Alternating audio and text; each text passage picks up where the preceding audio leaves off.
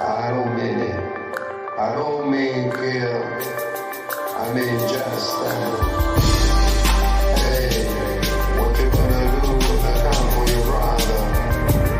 Will you stand like a bull? Stand for his brother.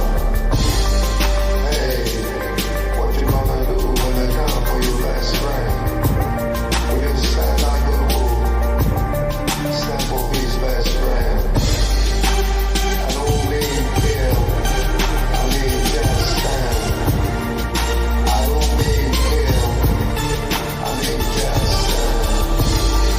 I don't mean kill. I mean just stand. I don't mean kill. I mean just stand.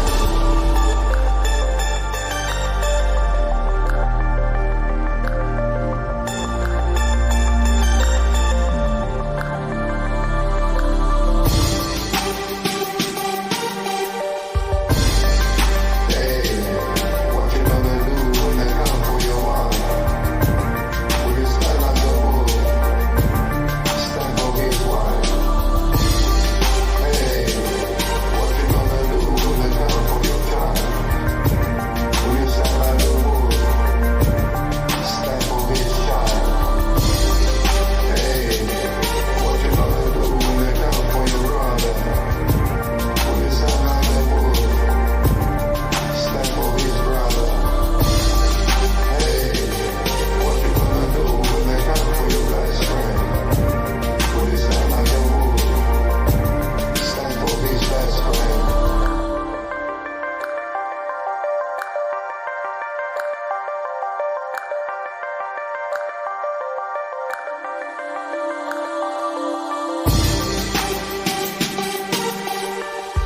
I don't mean kill. I mean just stand. I don't mean kill. I mean just stand. I don't mean kill. I mean just stand. I don't mean kill. I mean just stand.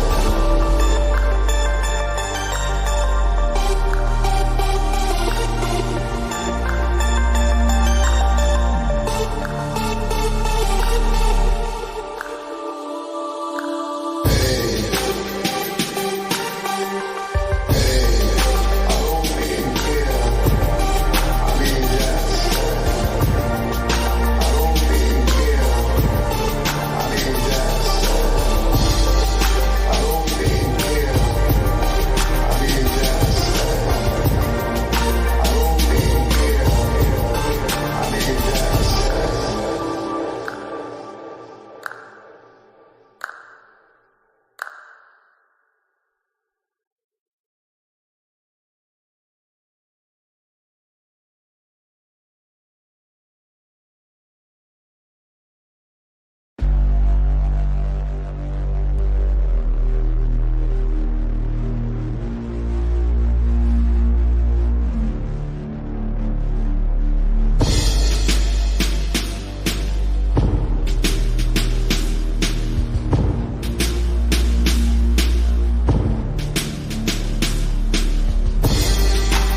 Hey, what you gonna do when they come for your wife?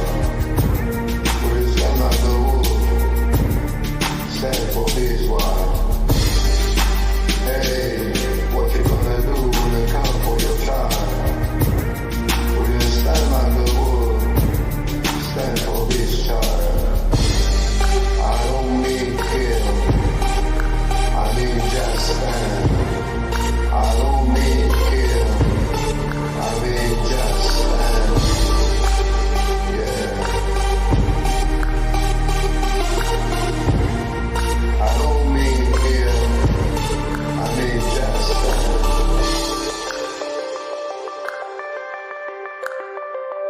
I don't mean it. I don't mean kill. I mean just stand. Hey, what you gonna do when they come for your brother? Will you stand like a bull? Stand for his brother.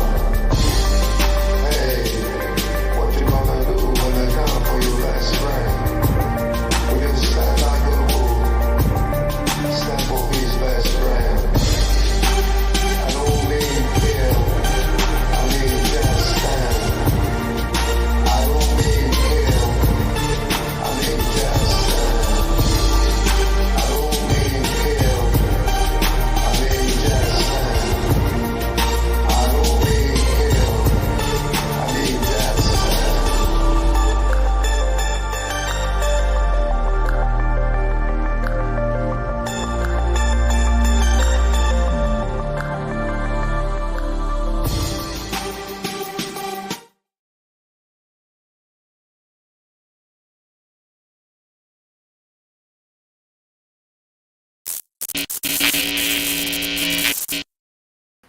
Hello, everyone. This is Defense Politics Asia, and I'm Wyatt. Welcome to the Open Mic number 26. And a very good morning to you from Singapore. It's morning. I can say it's very bright. Usually my place are not so bright. And very good evening to you guys in America, and a good midnight to you in the United States. And let me remove this. Okay. So is the voice alright, or there's something wrong with the? I heard my mic is lagging. Oh no. Okay, that's bad. Okay. Then if that's the case, okay, what I'm gonna do, I'm gonna put back the music, and I'm gonna restart my computer because just now my computer also. Oh, okay. Be right back. What you gonna do when they come for your wallet? Will you stand like a bull? Stand for his wife. Hey, what you gonna do when they come for your child? Will you stand like a bull? Stand for his child. Hey, what you gonna do when they come for your brother? Will you stand like a bull? Stand for his brother.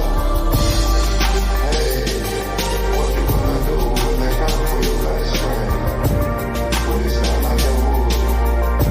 Stand for his best friend.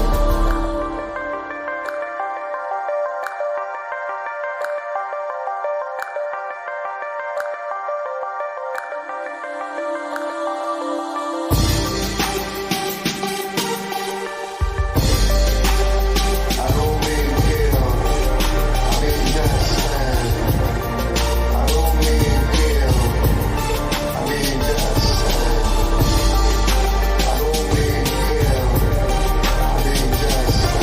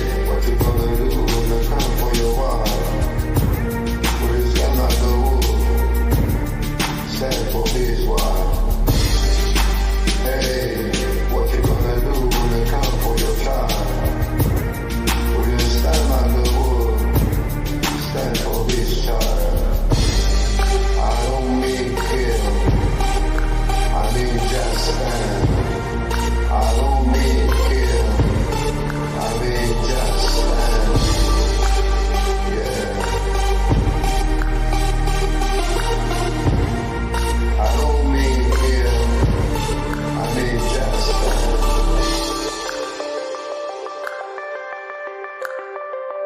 I don't mean it. I don't mean kill. I mean just stand.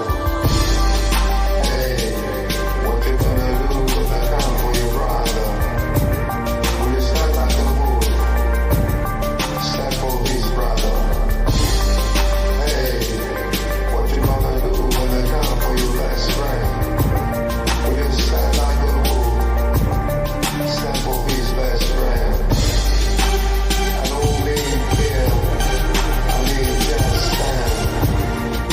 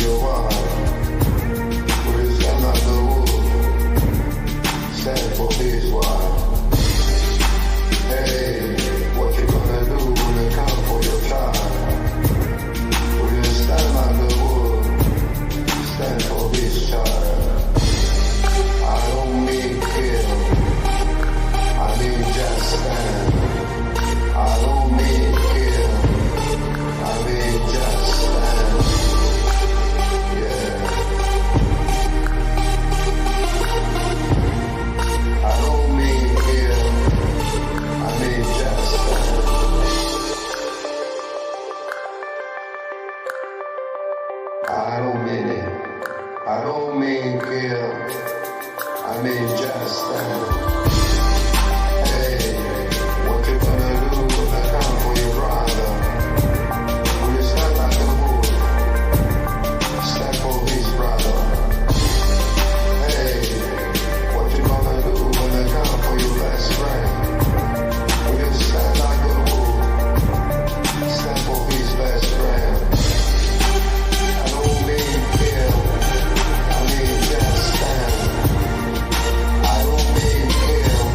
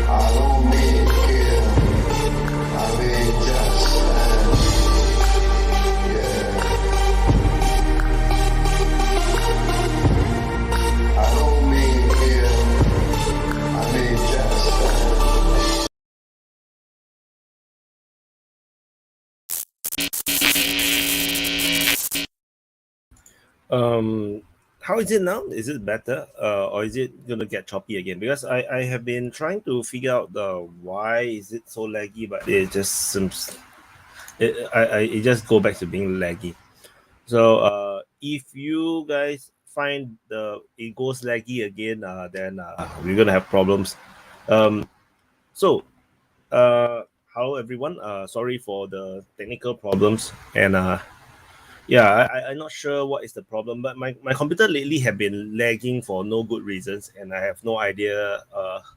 Like it's inconsistent. Sometimes it's laggy here, sometimes it's like not laggy, or this thing is laggy, that thing is not laggy. I have no idea what's happening with my computer. So and I cannot find what is the problem. So anyway, hello everyone. So this is open mic number 26, and hopefully my microphone, my computer don't get any more laggy. It's very troubling.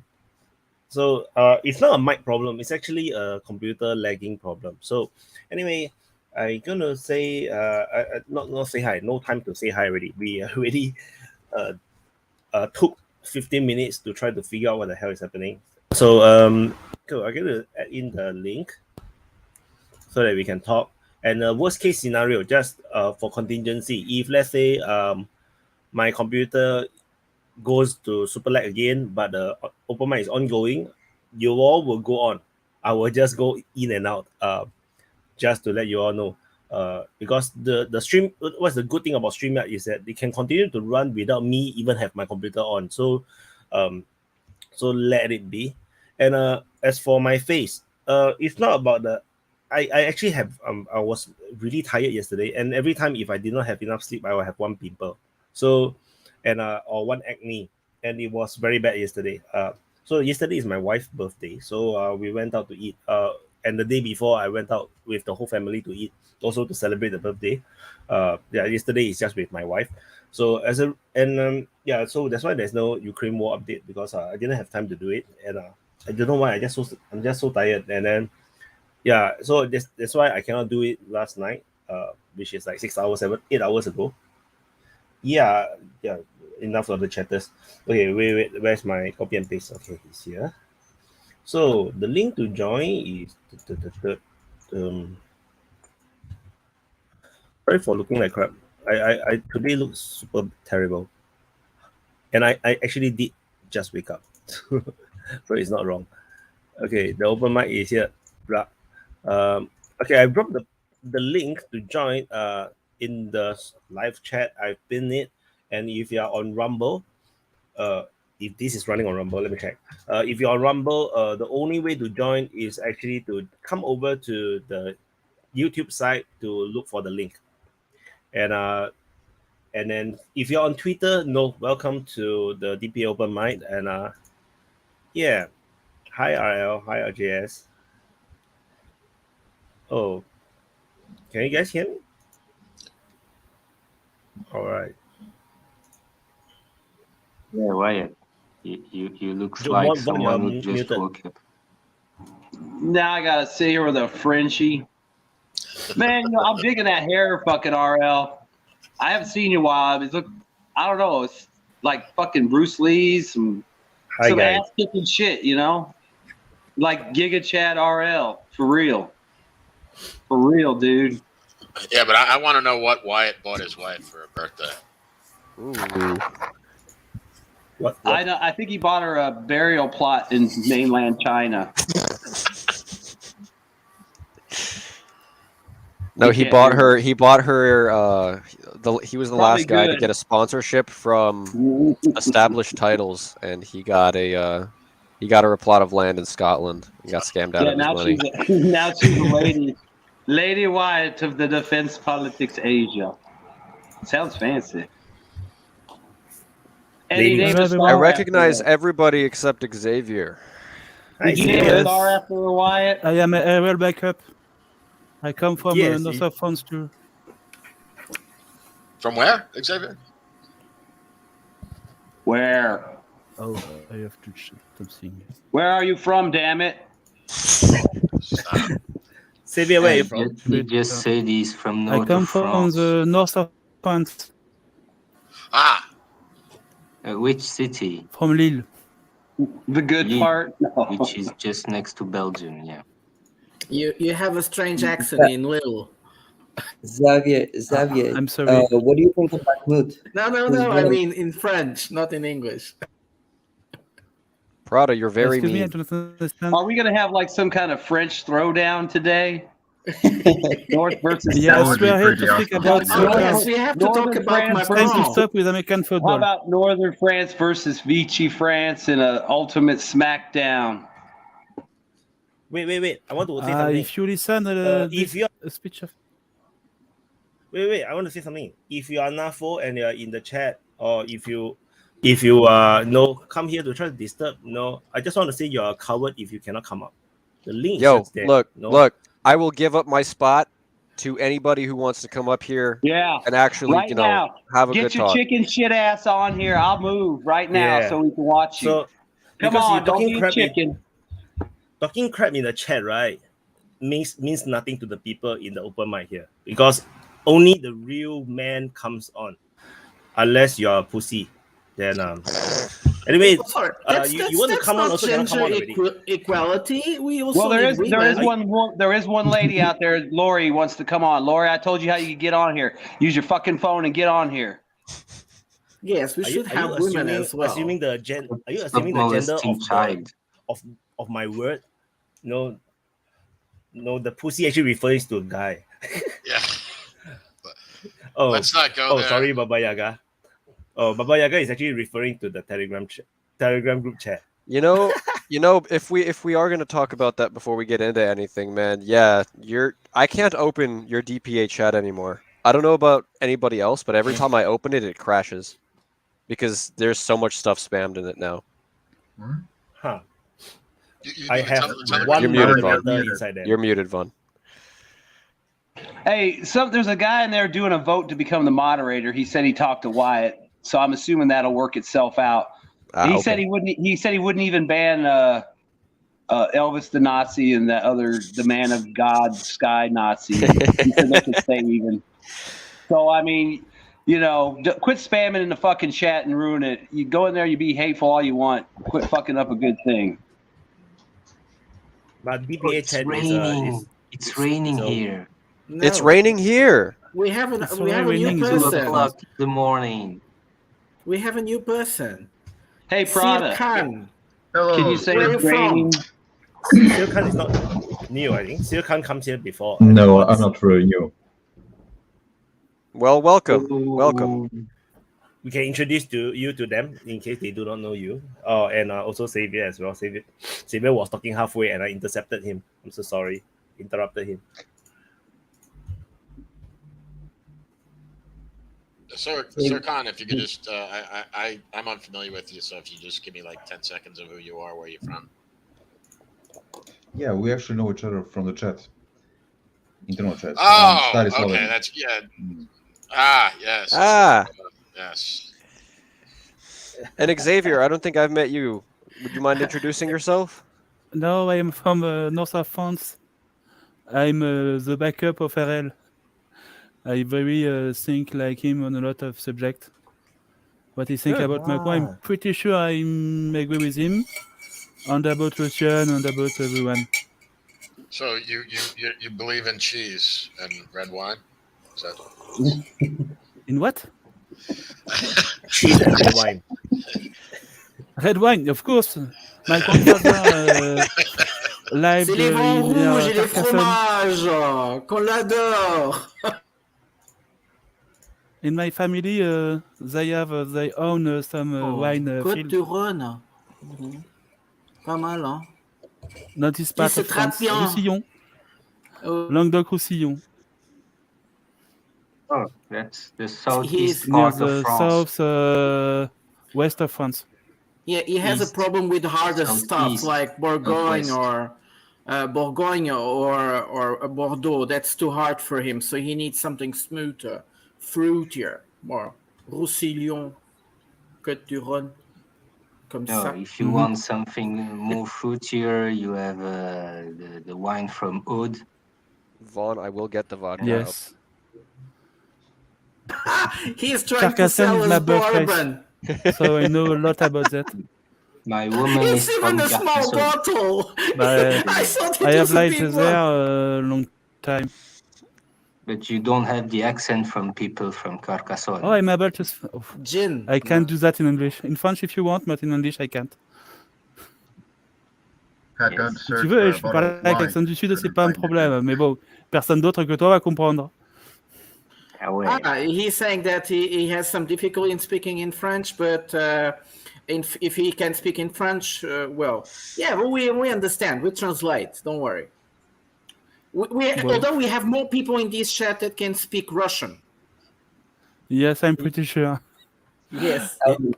On Chinese, I think can, too. You can speak French until there's no more French around to help you translate. No, I'm here to train my English language ability, so I'm going to train it. No, you're fine. Go on. Keep going. That's great. So how do you think Macron did his trip to He got China? fucking slapped. Yes, he was You have to slapped. stop now. Macron is pro-US. Macron has been chosen as a young leader by the French-American Association. You have to understand that. We love him. Macron, like Hollande, like a lot of the French ministry now, is pro-US. Now and forever. No, He if was you want to just like understand making faire divers, saying that he doesn't want to get in trouble with Taiwan, that he doesn't want to. That's a joke. decouple. He's going to follow USA. Yes. Wherever the USA go, Macron is going.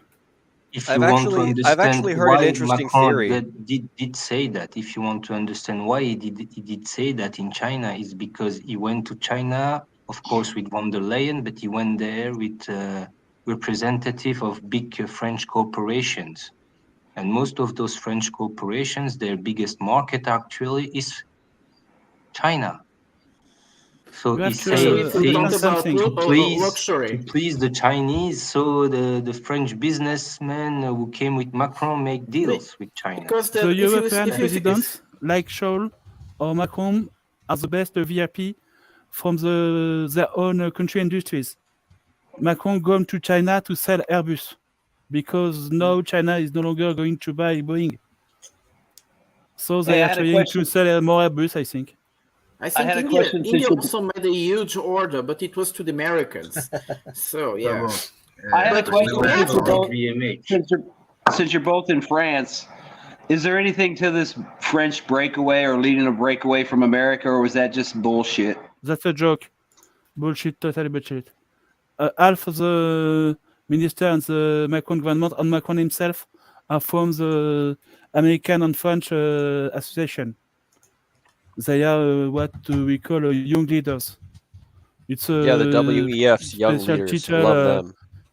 Would you given say by it's this the same association thing to be to politically promote expedient? Then? pro-American interest. I'm approving what he said. Xavier. I told you, I'm here to be the RL backup. Well, we have to take into account that France, like Italy as well, they do have a lot of luxury industry, and they just lost one of their best markets. It would be crazy to lose the second best market, the Chinese, no? Right now. Exactly, Oh. it's only about money. No, China is Not the politics. first market. It's the first market of LVMH Group, which is the group of Bernard Arnault, the richest man on earth. And you have official. to remember that it's a very good fund for Macron. Yeah. Everything is about money. The wife of Macron, Brigitte, was the teacher of the the children of Bernard Arnault.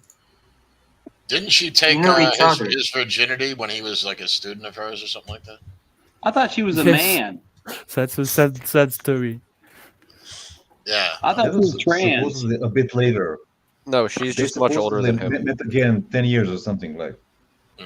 Well, we just call him, in my circles, we don't even call him Macron. We call him macaroni. Well, you could. Macron. That's Well, way to better call him- than to all call the him Ukrainian Macron, and you have to Russian people respect call him. him. But is it a romantic thing? Do you think it's very romantic that he fall in love with the teacher and then after many years he finally can be with him? Yes, but it is what's 14 years old. It's a crime. It's like a Disney She should movie. be in jail. Like seriously, it's like a Disney movie today. Well, actually, it just shows that this guy is completely obsessed. He was like, he waited for her to get divorced to marry her. He's completely obsessed, this guy. So there is something strange about him. Someone in the chat says he was groomed. Probably. Okay. It's a CIA operation. His university school is science politics, and then he go to the Rothschild Bank. He has already lost his soul. He's no longer human. Was he ever? Before science politics, maybe. She took it out of him when he had sex with her. That was how he lost his soul. He's the perfect puppet. Why doesn't he hook up with Le Pen and become like some super France? Because he backstabs the Republican with the last reform he do. Okay, here's a question. Gives them a lot of promise and I don't choose the English word. He tells them a lot of things and he lied. Okay, here's seriously is a question because I know RL, thinks Le Pen's like a waste of skin, basically. Is there either one of you guys? Is there anyone a party in France that has any kind of shot that represents your views or the changes you think France needs to have or try to do? Is there any party you guys see or politicians? I have a very serious problem with my political view in France because I'm on the left side, very left side, I think, on the economical and the societal things. But on the foreign policy, I'm on the right side. I really think we should leave Eurozone. I really think we should leave Europe and so on. But I think we should take money from the rich to give to the poor. And this kind of thing in France is very strange. Are there any politicians or parties that you guys can support that believe what you guys believe right now, or is it? Are you like kind of like me? You scramble for what you can get. Small, maybe some very small political. Yeah. What about UPR? Semyon, just jump on. You got something to say. Okay, so can you hear me first? Okay, good. So what I was about to ask to RL and Xavier is in line with what Bond was asking, and it's not so much if any of the parties coincide with your view, but rather what are the current parties in France and what are their outlooks and what's their project essentially? I'm from an IT science background. I work in Java and so on. And about the political group in France, I think most of them, the large one, are very pro-Europe. So they are not going to leave the Euro or leave the European Union. But even Marine Le Pen would have a lot of difficulty to bring that to force. Well, she talks about it, or she talked about it, but it's hard to believe she would be able to bring that to who? Who do you think would do that? Marine Le Pen. No, that's a joke. She's never going to do that. Yeah, exactly. Because she is the one who used to sell that thing. You have to understand one thing about the Le Pen family. The Le Pen family come from money. They have a lot of money. But the people who chose them during the election are the poor. That's really strange because they say that all problem in France come from a foreign country, come from Muslim and so on. And so you can say the same with Jean-Luc Mélenchon. I don't know about his background. He's very wealthy. You don't know about his background, really? He has 4 million. He's the oldest politician in activity in France. Sorry, but senator, I don't follow anyone. He was a representative of a region. He was always politicians. He never worked in his life. That son of a bitch. That's not a problem. I think politicians who do politics are not a problem for me.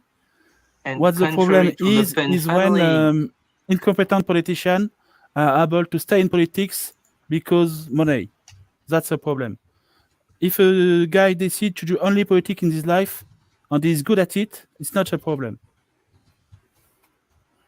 But It's when he's someone bad good at that's a problem. politics can't last long in France, especially if he made policies for the people. Never existed. Yeah. It's because they're all motherfuckers, all Freemason, like Jean-Luc Mélenchon.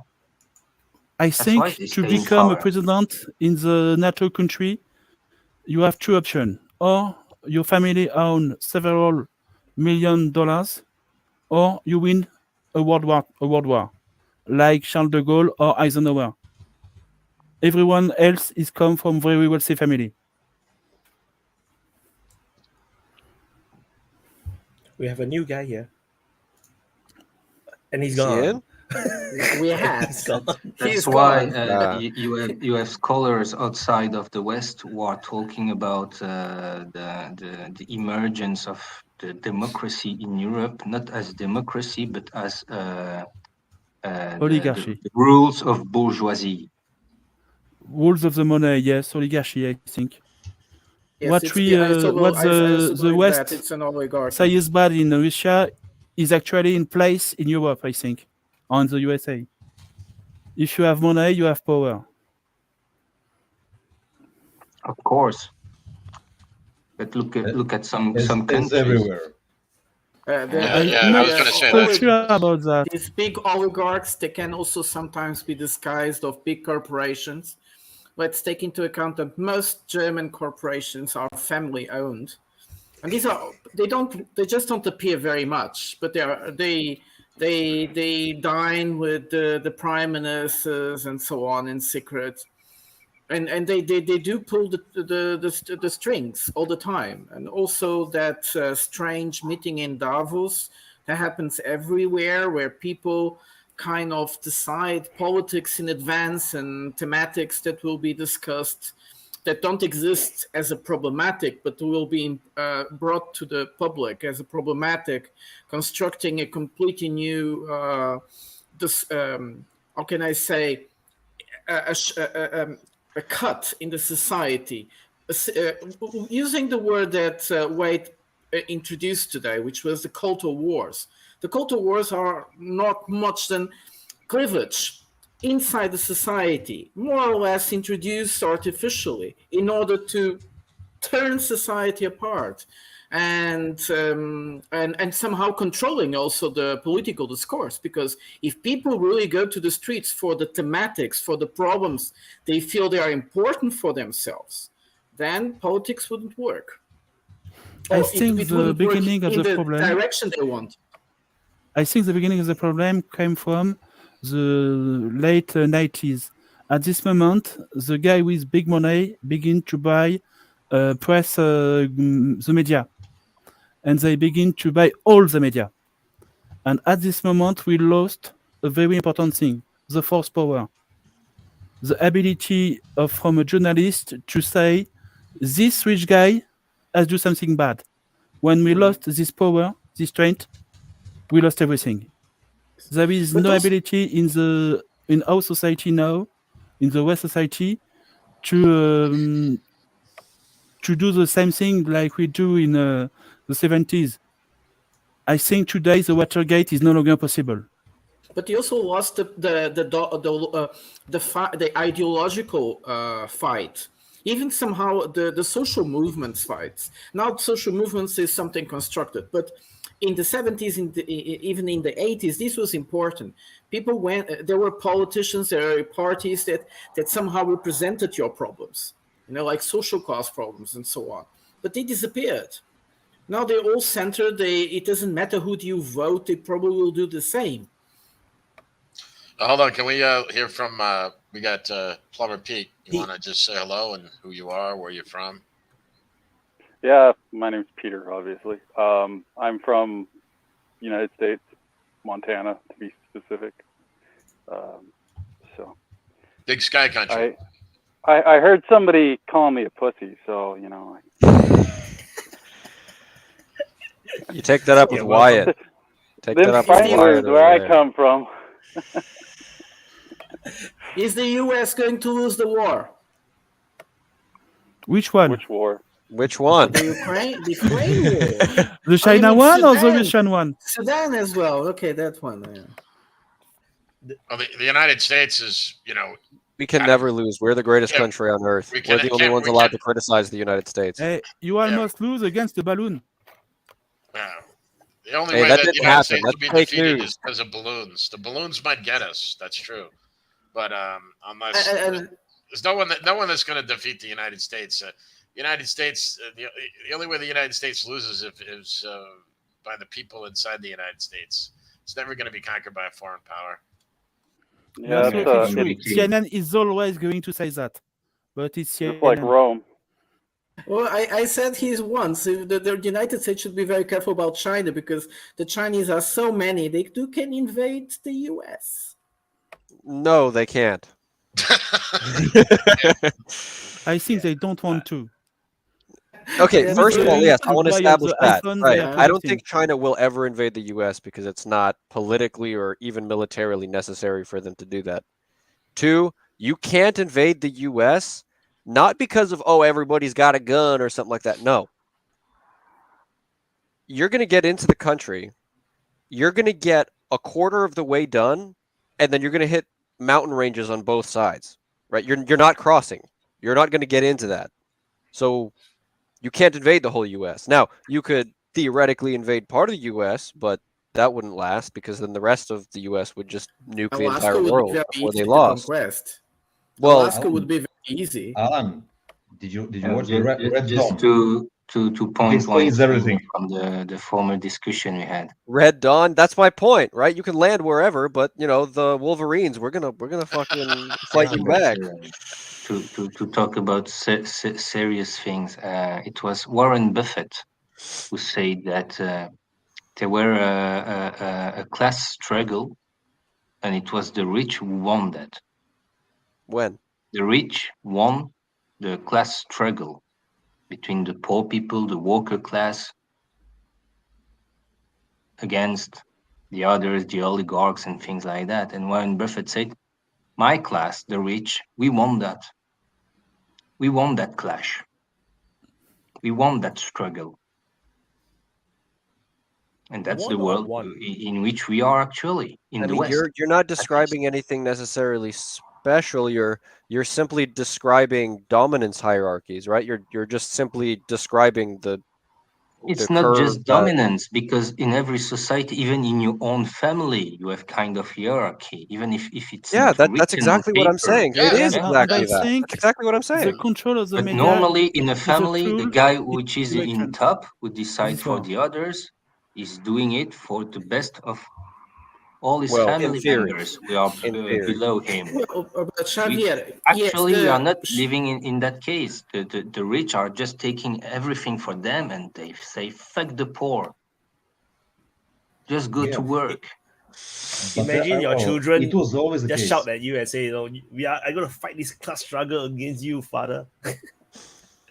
Well, For no the reason at all. culture wars in the United States are definitely destroying the country from inside. That's true. The cleavage, the inside, this extreme polarized political stance, where people with different morals and different perceptions of what is Prada, right and I'm wrong. not going to listen to your transphobia and your anti-homosexual propaganda. I won't tolerate that. I think everybody has the right to everything. You're extremely hateful right now, Prada. I'm just saying That's that the problem is not that the gay. United States is destroying itself. Is that this is exporting. This polarized worldview is exporting and is creating a lot of the problems we are seeing today. I You are think the United gays. States will find a way, because once the elites really are in trouble or feel that something is not going in their direction, they might change a bit the. Oh my God, I have to watch my back. Why? Always. Why? What's Because your of problem? gays. Oh gosh, come on. Says Don't the Frenchman. bite. Gays just bite if you allow them to bite. and you are willing to be bitten. Well, I think. Well, I just want to say something like Prada was saying that the liberals might change. One of the things I've learned about dealing with these people is they would rather destroy rather destroy what they currently control than give it up. They would literally go scorched earth. That's the difference between, I notice, people on the right and people on the left. People on the right would rather surrender control of something than have it destroyed, where people on the left would rather destroy it. And that's kind of an I'm not advantage sure that that's they the possess. kind of reflections I have. I think they can't understand they are losing. They think they are winning, so they have they could continue to go on and go on. Since they are winning, why would they change? Well, they're hold on.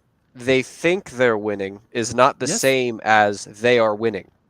Yes, Obviously. but you live in a social constructive society now. They believe they can construct the world around them, create. Exactly. It's like the Prime Minister of England. Most women don't have penises. It's true, but the world people convince themselves it's not like that.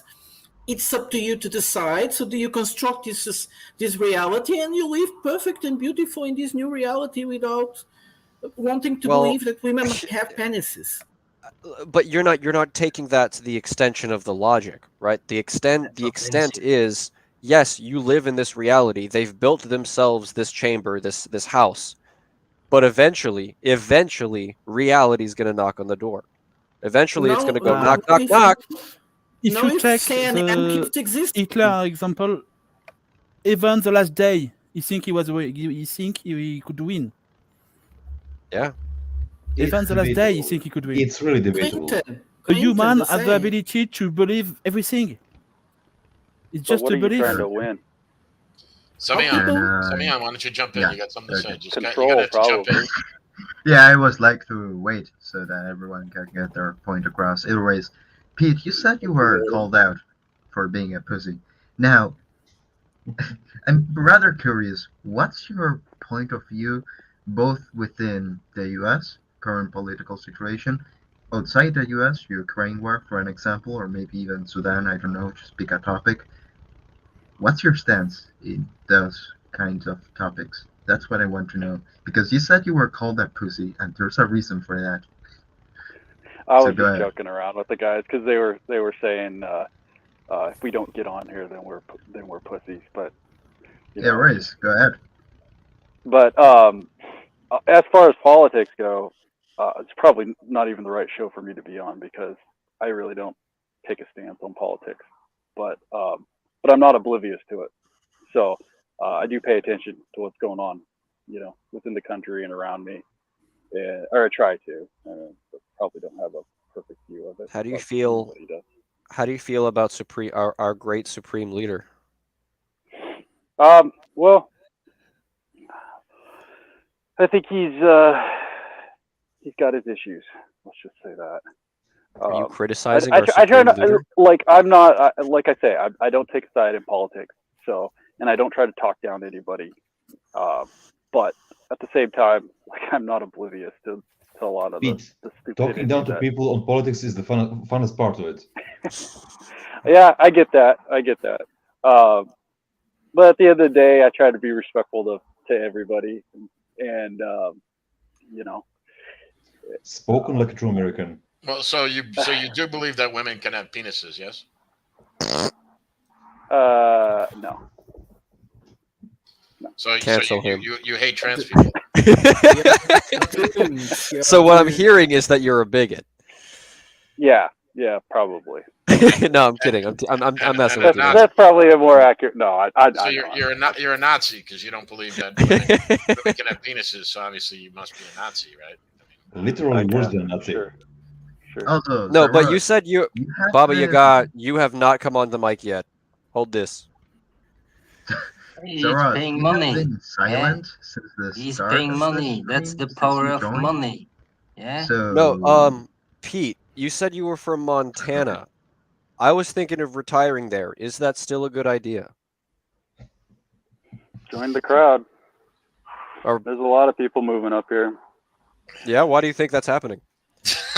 you know damn well why, Alan. No, I have no idea. Let me guess. All right. Are you from California? Okay. There's a lot of Californians move here and they get kind of beat down by a lot of the local. For good reason. California. But what baffles me the most about those guys who are moving from one state to another, especially from Democrat state to Republican state, is when they don't change their political views. So now they will be in Montana, but they will vote for Democrats in Montana, and shifting the color of the state. I don't get those people. Really, I don't get them. They are fleeing California because it's too woke, but then they end up in Texas, they end up in Nevada, they end up in Montana, and they are continuing voting for Democrats. I don't get they it. leave. They have only two political group. They Since leave they have only because two, they have to. Excuse Go me. ahead. Alan. Go ahead. Since they have only Republican and Democrat, that means that the Democrat are a lot of different things, and the Republican too. Really a lot. So you have all kinds of people in the same political group. In France, we have 20 parties on the left, 20 parties on the right. So everyone can choose specifically his own. In the U.S.A, you have to be a Democrat, but two Democrats could be very, very different. Right, that's what I wanted to say. Oh, if sorry, Alan. if I could say one Sorry, thing. Alan. The reason, my personal theory is why we're seeing people move from places like California and stuff like that to these red states, to these Republican states, and they're not changing their votes is because they're not moving because of the politics. They're moving because of what the politics has done, right? You have rampant drug problems. You've got extremely high home prices blowing out the roof. Like you'll never afford a house in your life. Taxes are through the roof. But these, no. Yes, you're correct. But people don't think of it that way, right? People are just like, wow. That's what I don't get it. That's what I don't get it. I think what Alan is saying is not all of that them, a though, Democrat Alan. from California is not the same Democrat from New Hampshire or from New York. They are different kinds They of are very Democrats. different. No. Democrats from New York and Democrats from California, pretty much the same thing. Yeah, Sorry, I don't know the detail of the country. Montana may be different. I don't know. Montana, who's a Democrat, to me, It's the same thing from Republican.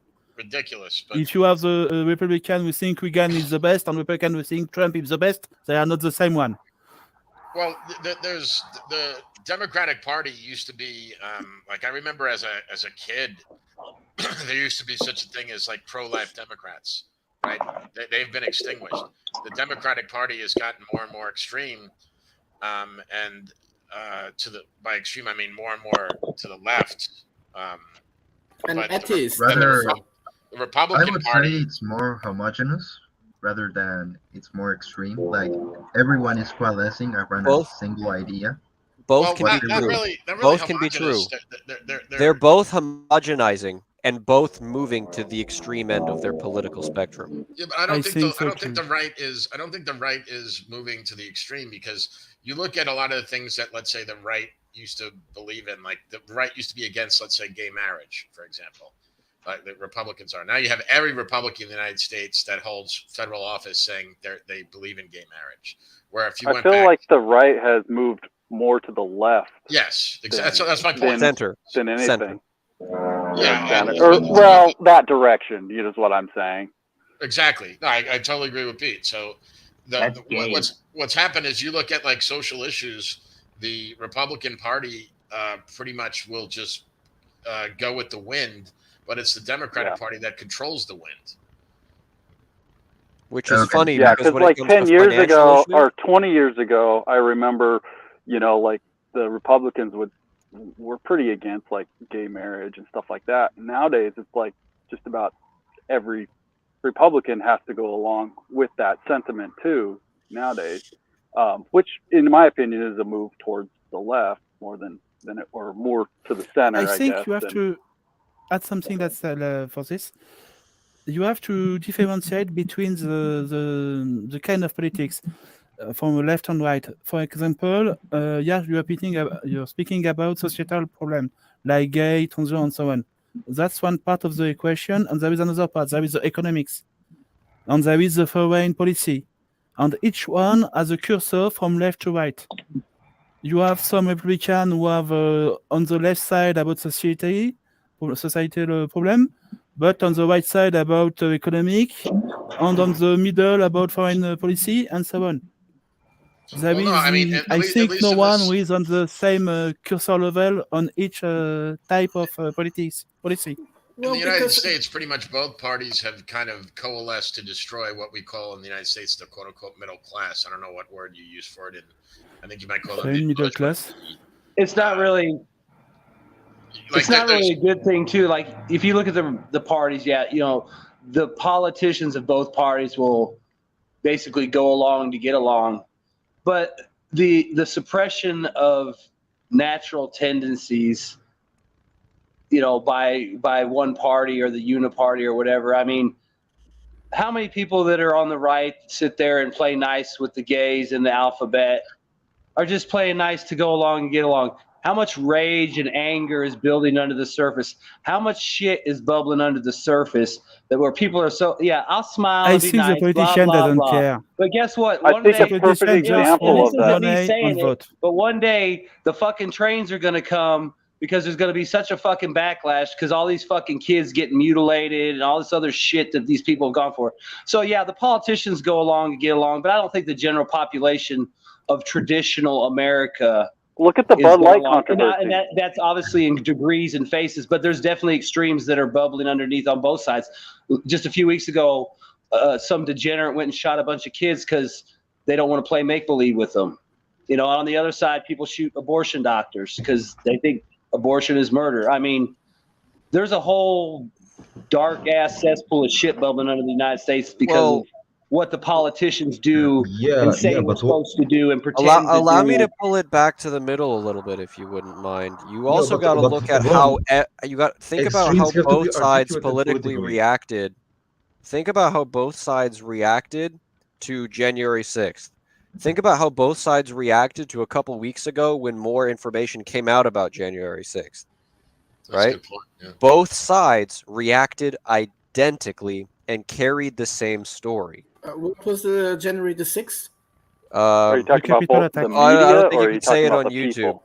people? There was an event that happened in 2020 on the 6th day of the first month in the capital of the United States.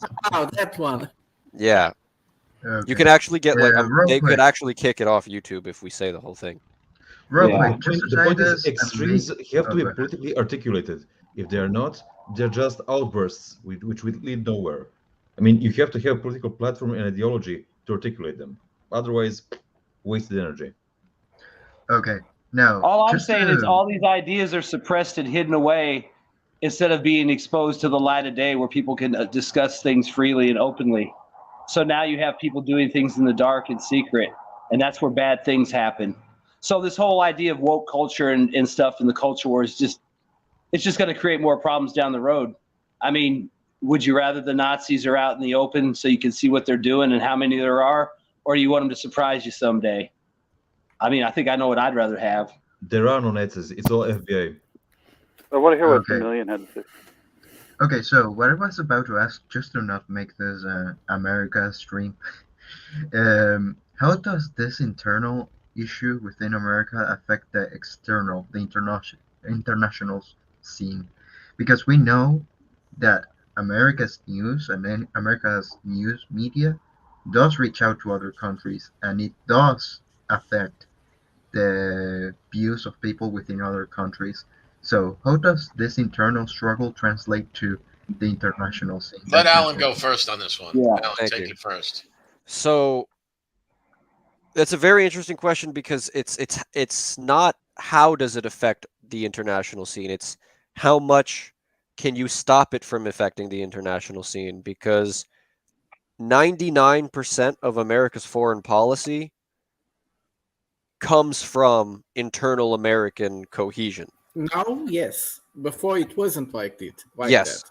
Yeah, Now but hold it on, is. Prada. Let him go. Let him go. 'Cause Yeah, I I want mean- all the Americans to get just a shot at this. You finished? Alan, Right, or you got but more? The Americans. there's two outcomes in my mind. The American first privilege. outcome is that we correct, right? There's there's this pulling back force where a lot of you call it the red wave. I don't want to say it's like a Republican wave, but because I don't want to identify as one or the other, but just some huge movement of people who are just saying, no, we're not going to allow ourselves to start more wars, more interventions, more money abroad when we need it here.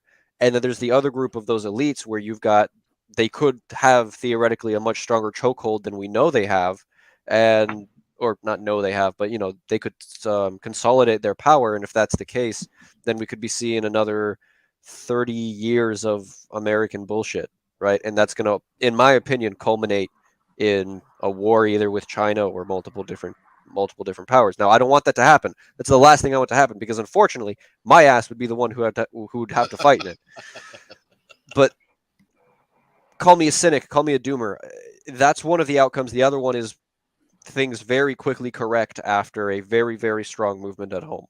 And if things don't correct, then that affects the entire world, irreparably affects the entire world.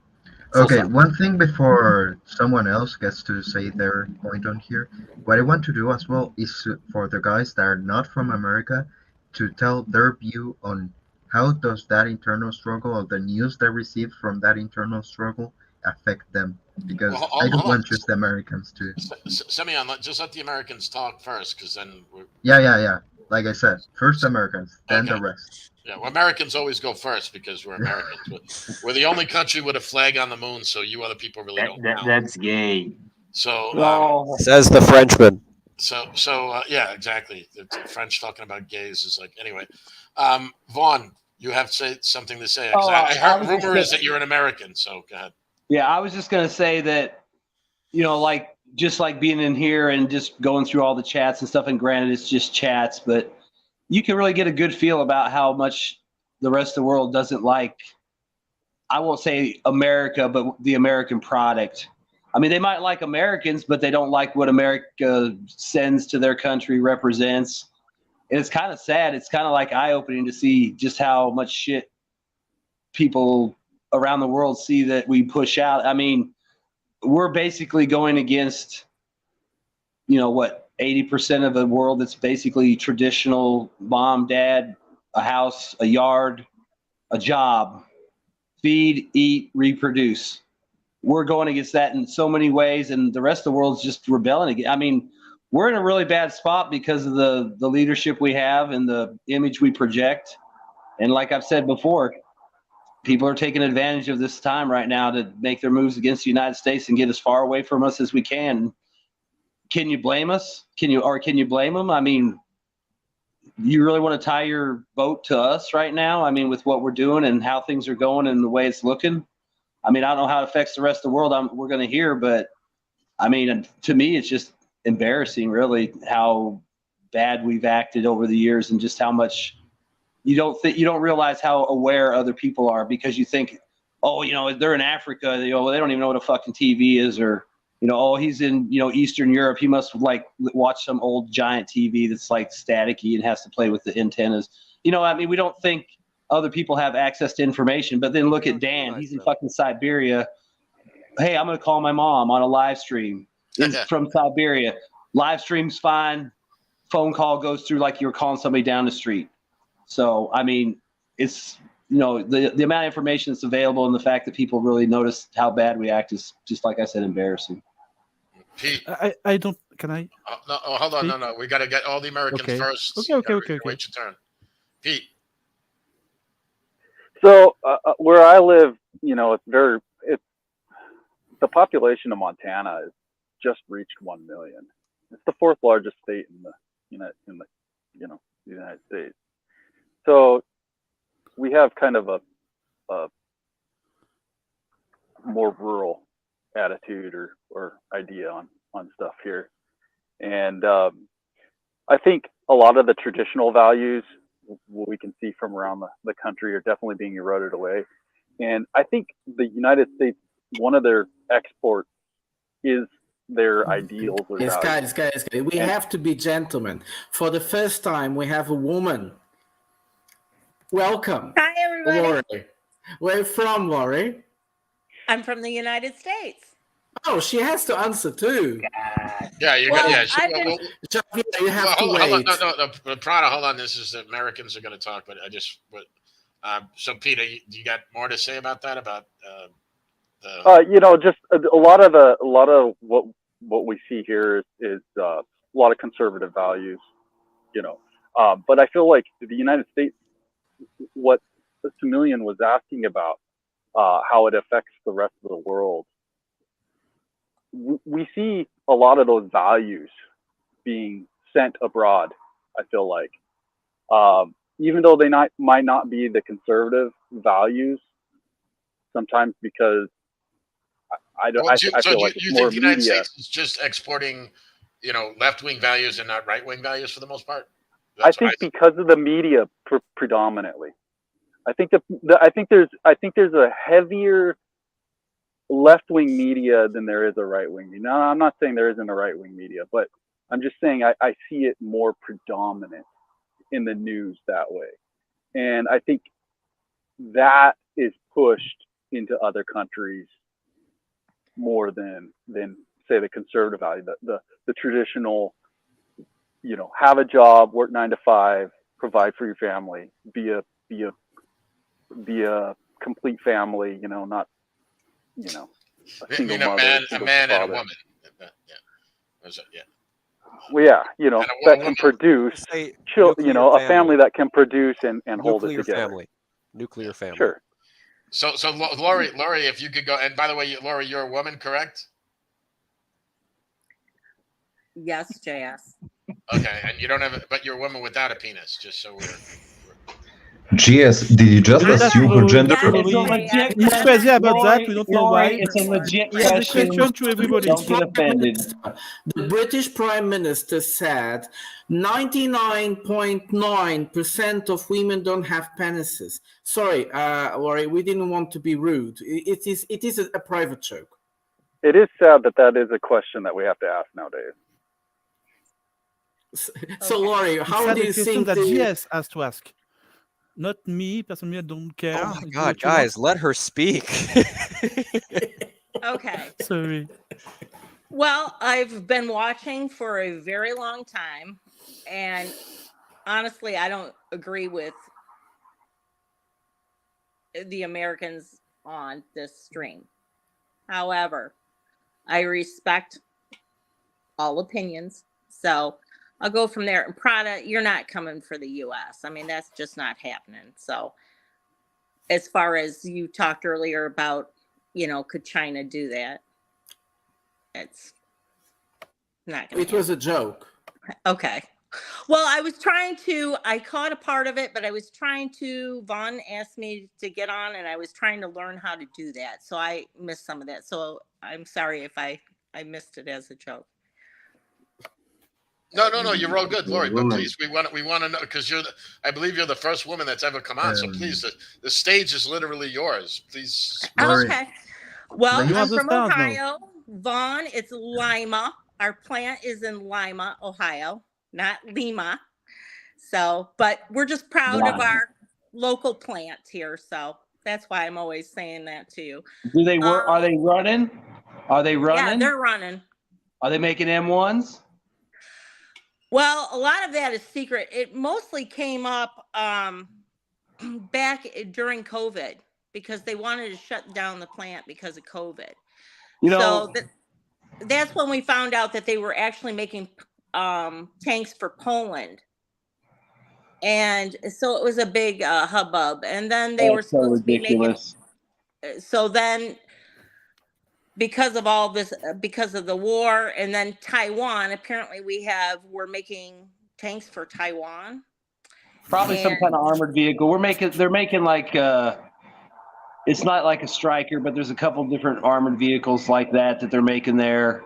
I think that's mostly what they're making. Like I said, all the M1s they're new in the sense they're all new, but they're refurbished. Right. And they would be doing that for the Polish. Wait, that just pisses me off because we should get ours first. Hold on, Lori. I just want to clarify this.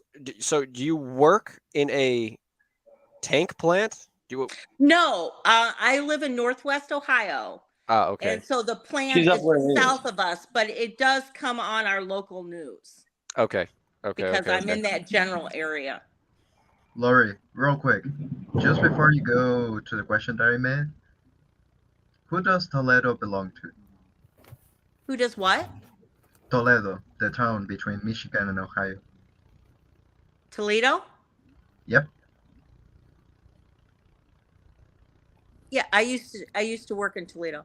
No. He said, who does it belong to? Oh, yeah, that was a controversy. For now, it belongs to Ohio, but yes, that was a controversy before my time. That's like an Michigan inside shall joke strike for again. people in the area. But Laurie, I guess we're kind of curious about. At least I am. I'm curious about, because you said you kind of disagree with the Americans that you've seen on the panel. Like, what? I mean, you don't have to say what you don't want to say, but I mean, you know, where do you stand on stuff? What do you agree with? What do you disagree with? You know, I'm trying to get a feel for. Well, I guess what I can try to bring to the panel is what Congress is doing, because I watch Congress pretty closely. I'll give you an example. You know, Marjorie Taylor Greene and Vance and some others. I think there was 19 of them wrote a letter to Biden this week that they're not going to support anymore. You know, money going to Ukraine. Well, the problem with that is they don't have the numbers. If you notice, there's 3 on the Senate. Only 3 out of 100 signed. Take Jim Jordan. I'll be curious what he does, because, you know, his district is Lima. And when they were going to shut down for COVID, he had a freaking fit. So we'll just see how, you know, some of those things play out. You know, some of these senators, they go on to Fox News and they, you know, perfect example is Hawley. He went on Fox News and said, oh, no, we shouldn't be doing this for, you know, for Ukraine and blah, blah, blah. But yet in Congress, in the Armed Services hearing, he had a conniption out of everyone. He was the one, why aren't we giving them cluster munition? You're expecting Ukraine to fight with, you know, their hands behind their back, blah, blah, blah. So what you see on the news, what they play sometimes is just like theater, because that's not how they're acting actually. We have a president who does that, Julia. Real quick. I Pete, love so the that's word kind of what I conniption. pay attention to. I love the word conniption. Pete, read the stream chat, because Wyatt has been asking you to read something he's posted there for a while To now. me?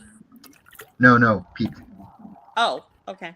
Actually, I think it might be everybody. I was having a problem with my phone. If I hit the back button, it just cancels this. That's why I kept dropping out earlier. So We I are learned talking that about the Wyatt's streaming asking chat. for both All Pete and the Laurie Yankees posted answered. So please go ahead. Can we go to the French-oriented? Yeah, I like how Prada just. Yes, I like how something Prada to just say skipped about me all that. because I'm not an About American. the white US movement. JS, Well, doesn't Laurie have I to don't know answer about the the question? Wait, GS have Well, I'll finish that a little bit about this Okay. letter. Is that I think it's a good thing that they wrote it, because it actually gave Biden and the DOD the numbers that they need to actually pass it, and they've got the numbers. And we haven't even hit land lease. I mean, Cornyn, Republican, is the one who actually pushed for that. So as much as they get on TV and tell you they're not going to do this or we shouldn't give any more money, behind the scenes, they are definitely doing like Tom Cotton and where the Heimers, you know, plant is. So. Well, but ideologically, like, do you believe that the United States should fund the Ukrainians, or you believe we should stay out of it? Or I do, because of the Budapest Memorandum. I believe that if American sign a document and we give our word, that we should stick to it. And we did that. And so we should. Hold on. I should stand by that. So I'd go like ahead, to get Vaughn. back to this. I'd love Oh, to get back to this, but We we get still back got to to this. finish the rest of the. Still got to finish with the JS. That's something I think we should totally come back to, though. It's a very good. No, I appreciate that, but I'm gonna give up my time, and because other people, because what you said I think was kind of inflammatory to most people. So while the fire's still hot, I want you to guys. I'd like to hear what your response to that is. You know, an American, because I think you're the first American, Laurie, that's been believes that the United States should provide military and financial aid to Ukraine. Where I most know. That's Right, why no, I finally came on because and I'm glad. We need. Yeah. No, I'm sincerely glad that you are. So I want that point of view is interesting. So I'd like to. I don't know about how other people feel, but I think other people might have opinions on this. So please. I think there is a misunderstanding what was the Budapest Memorandum for. Anyways, it was pretty much just to take the nuclear weapons out of Ukraine, a country that was taken by the most disgusting criminals at the time, when they got independence. Ukraine was probably one of the worst countries from the Soviet Union in terms of chaos after the fall of the Soviet Union. They had fights. They killed each other in the streets, those oligarchs or those little guys that took over as much from the state, and they were ruling their little cities or even their oblasts with their private militias. So that was the point. Let's take the nuclear weapons out of Ukraine as fast as possible. And it was not really to protect Ukraine. Well, weren't we doing that all over the world? Proliferation, trying to get rid of the nukes. Back then, yes. Back then. Yes. I actually have my view on this has actually changed over the past few months, but I think it's been solidified after hearing the words of the former president of Ukraine and the former leaders of both now France, Hollande, and the former leader of Germany, Chancellor of Germany, openly stating on admittedly fake interviews, but these statements were coerced out of them as they thought they were legitimate. At every treaty that they signed with the Russians, both the Minsk, which includes the Minsk Accords, was created as fraudulent to buy Ukraine time to allow them to build up their military and You're cutting offensively out, take back, reconquer, or however you want to. Oh man, I hope it's not too bad. There was very important point in Bucharest Agreement. Can you hear me now? Yeah. Well, one second, brother. Cir Khan's talking. Yeah. The point was that Ukrainians did not possess nuclear weapons. It was Soviet stockpile, which was governed from Moscow. It was Russian officers who were in charge of the stockpiles. They had the launch codes. They had complete control. It was just deployed or left deployed on Ukrainian territory. So, despite what Ukrainians claim right now, it was never Ukrainian stockpile. That's it. Yeah, but that very well could be, but we still agreed to protect them. No. It was not ratified. The U.S. did not ratify it. The memorandum. A signee, President Clinton, was out in these last 2 weeks saying that he was sorry that he ever signed that agreement because look what has happened now. So I wasn't there. I wasn't a party to it, but that was the president of the United States at the time who signed it, who is now sorry that he did because of what happened. So. Yeah, but I'm sure the Indians that gave Manhattan to the Europeans for a bag of beans are sorry about it too. That doesn't mean. Doesn't matter. The United States needs to keep its word. The problem is we don't keep our word, and we can't pick and choose when we keep our word. We either keep our word 100% of the time, or we don't keep our word. And you're right. To be fair, we don't keep our word, and that's why we're in the position we're in. The United States did not ratify the Budapest Memorandum. You see, Laurie, many people signed a lot of stuff. Like, for instance, the U.S. also signed the International Court of Justice, but they did not ratify. So that means it's not legal binding. The same with the Budapest Memorandum. The U.S. didn't ratify it. So I think the point that Prad is making is that you're being very selective in your outrage about what the United States did or didn't keep their word on. I'm not outraged. I just feel that we should keep our word. I think the intention at that time from what President Clinton said in his latest interview was that was the intent. So, and I respect that. And if that was his intent when he signed it, then we should keep our word. He was the president of the United States at the time. I'm not outraged. I'm just saying that's my position. When we signed, Well, by outrage, I meant like you're selective about what you commentate want on. us to keep our. Yeah, like why is it that? I mean, you could say the United States need to keep their word about something, but you could say, well, if the United States has been meddling in Ukraine, which we all know that they have been, literally trying to I mean, unless you're denying that, I don't know where you're. I'm not denying that. Yeah, so literally to the point overthrowing a government. So I'm not sure what you're pointing at. Oh shit. He find a Pegasus. Yeah, flying Pegasus. It's a flying pony. But the point is the United States will overthrow a government. So, but that doesn't. You seem to be less concerned about that and more concerned about the U.S. saying they got to keep their word. But at the same time, when they literally start civil wars where people die. I mean, this whole thing of hundreds of thousands of people are dead in Ukraine directly because of the United States meddling. I mean, that seems far more important than "quote unquote" keeping your word. I mean, I'm trying to understand your logic. I sincerely am. I just don't get it. Just to add, when the United States, when Victoria Nuland decided to make the Maidan and change the government there by a coup d'état, the Budapest Memorandum was null and void for the Russians in their point of view. Mm-hmm.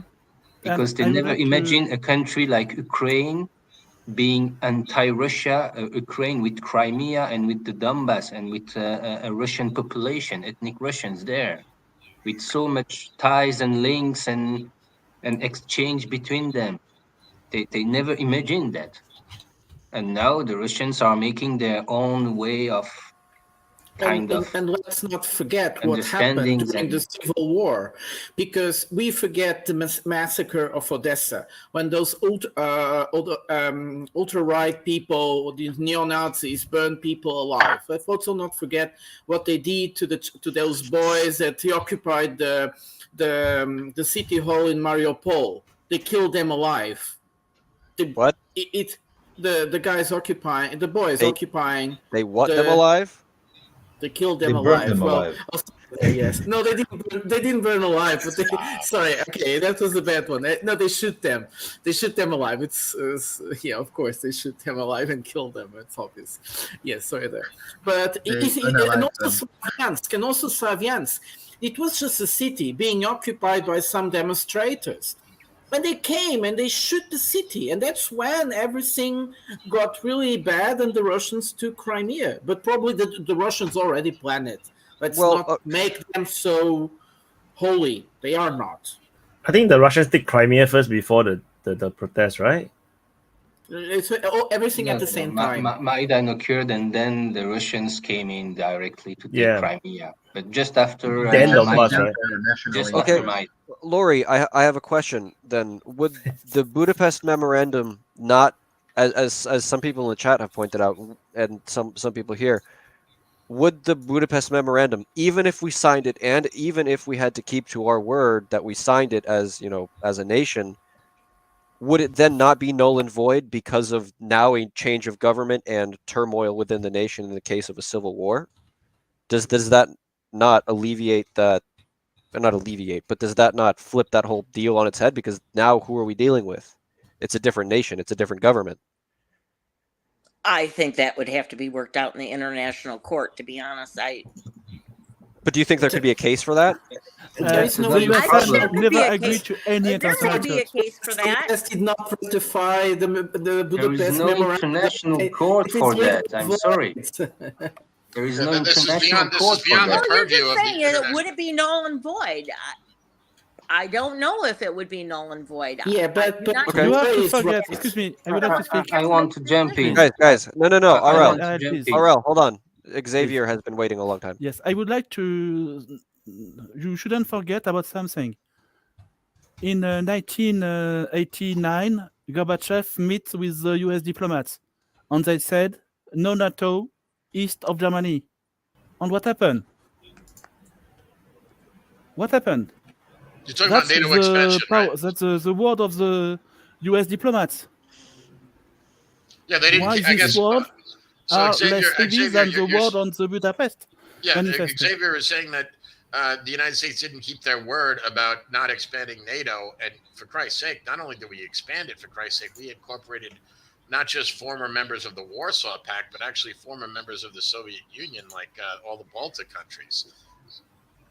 And that doesn't Kissinger seem to bother you. was one of the best US diplomats, and even him tells that it was a big mistake.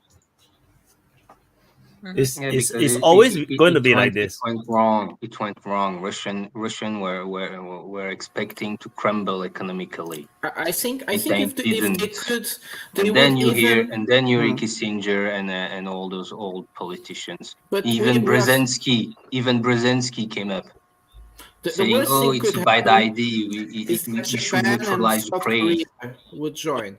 The worst thing could happen would be Japan, South Korea, and Australia to join NATO. And I think this is a long-term goal somehow. But this is going to No, but really end up in a big war.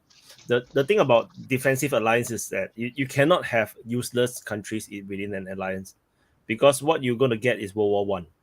No, in World War One, the entire reason why it happens is because there are certain countries that are just food. All They're right, just look, food I for know bigger why countries. you're going to attack Belgium. Remember, RL is from there, so yeah, we know Belgium's a useless country, and that's what started World War One into what it was. So yeah, you're absolutely right. Though the British had the alliance with Belgium, the Germans invaded it, and that's what brought Britain into the war, and yada yada yada. Yeah, you cannot have weak countries within a defensive alliance, because you're just going to be drawn into war. Like the Baltic They're states just is actually a triggers. big risk. Coming back to the word of the United States, and not just the word, but when they sign a paper, an agreement, what's the value of those agreements? Yeah, when Well, George apparently Bush, nothing. exactly. That- I'm giving you I've instance. agreed with you. When George Bush came to power just after 9/11, he decided to scrap some treaties with the Russians about nuclear thingy, and then Donald Trump came to power. He decided to scrap the the intermediate range treaty, And the French one. What's the Paris? The and Paris Treaty. also the agreement Barack Obama made with the Iranians. So that means for the rest of the world, if you sign a paper, a document, even signed document, not just talk, not just promise, but you sign a document with the president, the next president can just scrap it. And I think that's wrong. That's yeah, that's maybe That's wrong, my but that's opinion. what happened. It's But wrong. that's We what should keep our happened. word. We should keep our word. You know what? Actually, I Maybe do agree it's with you. naive, but I mean that's just my position.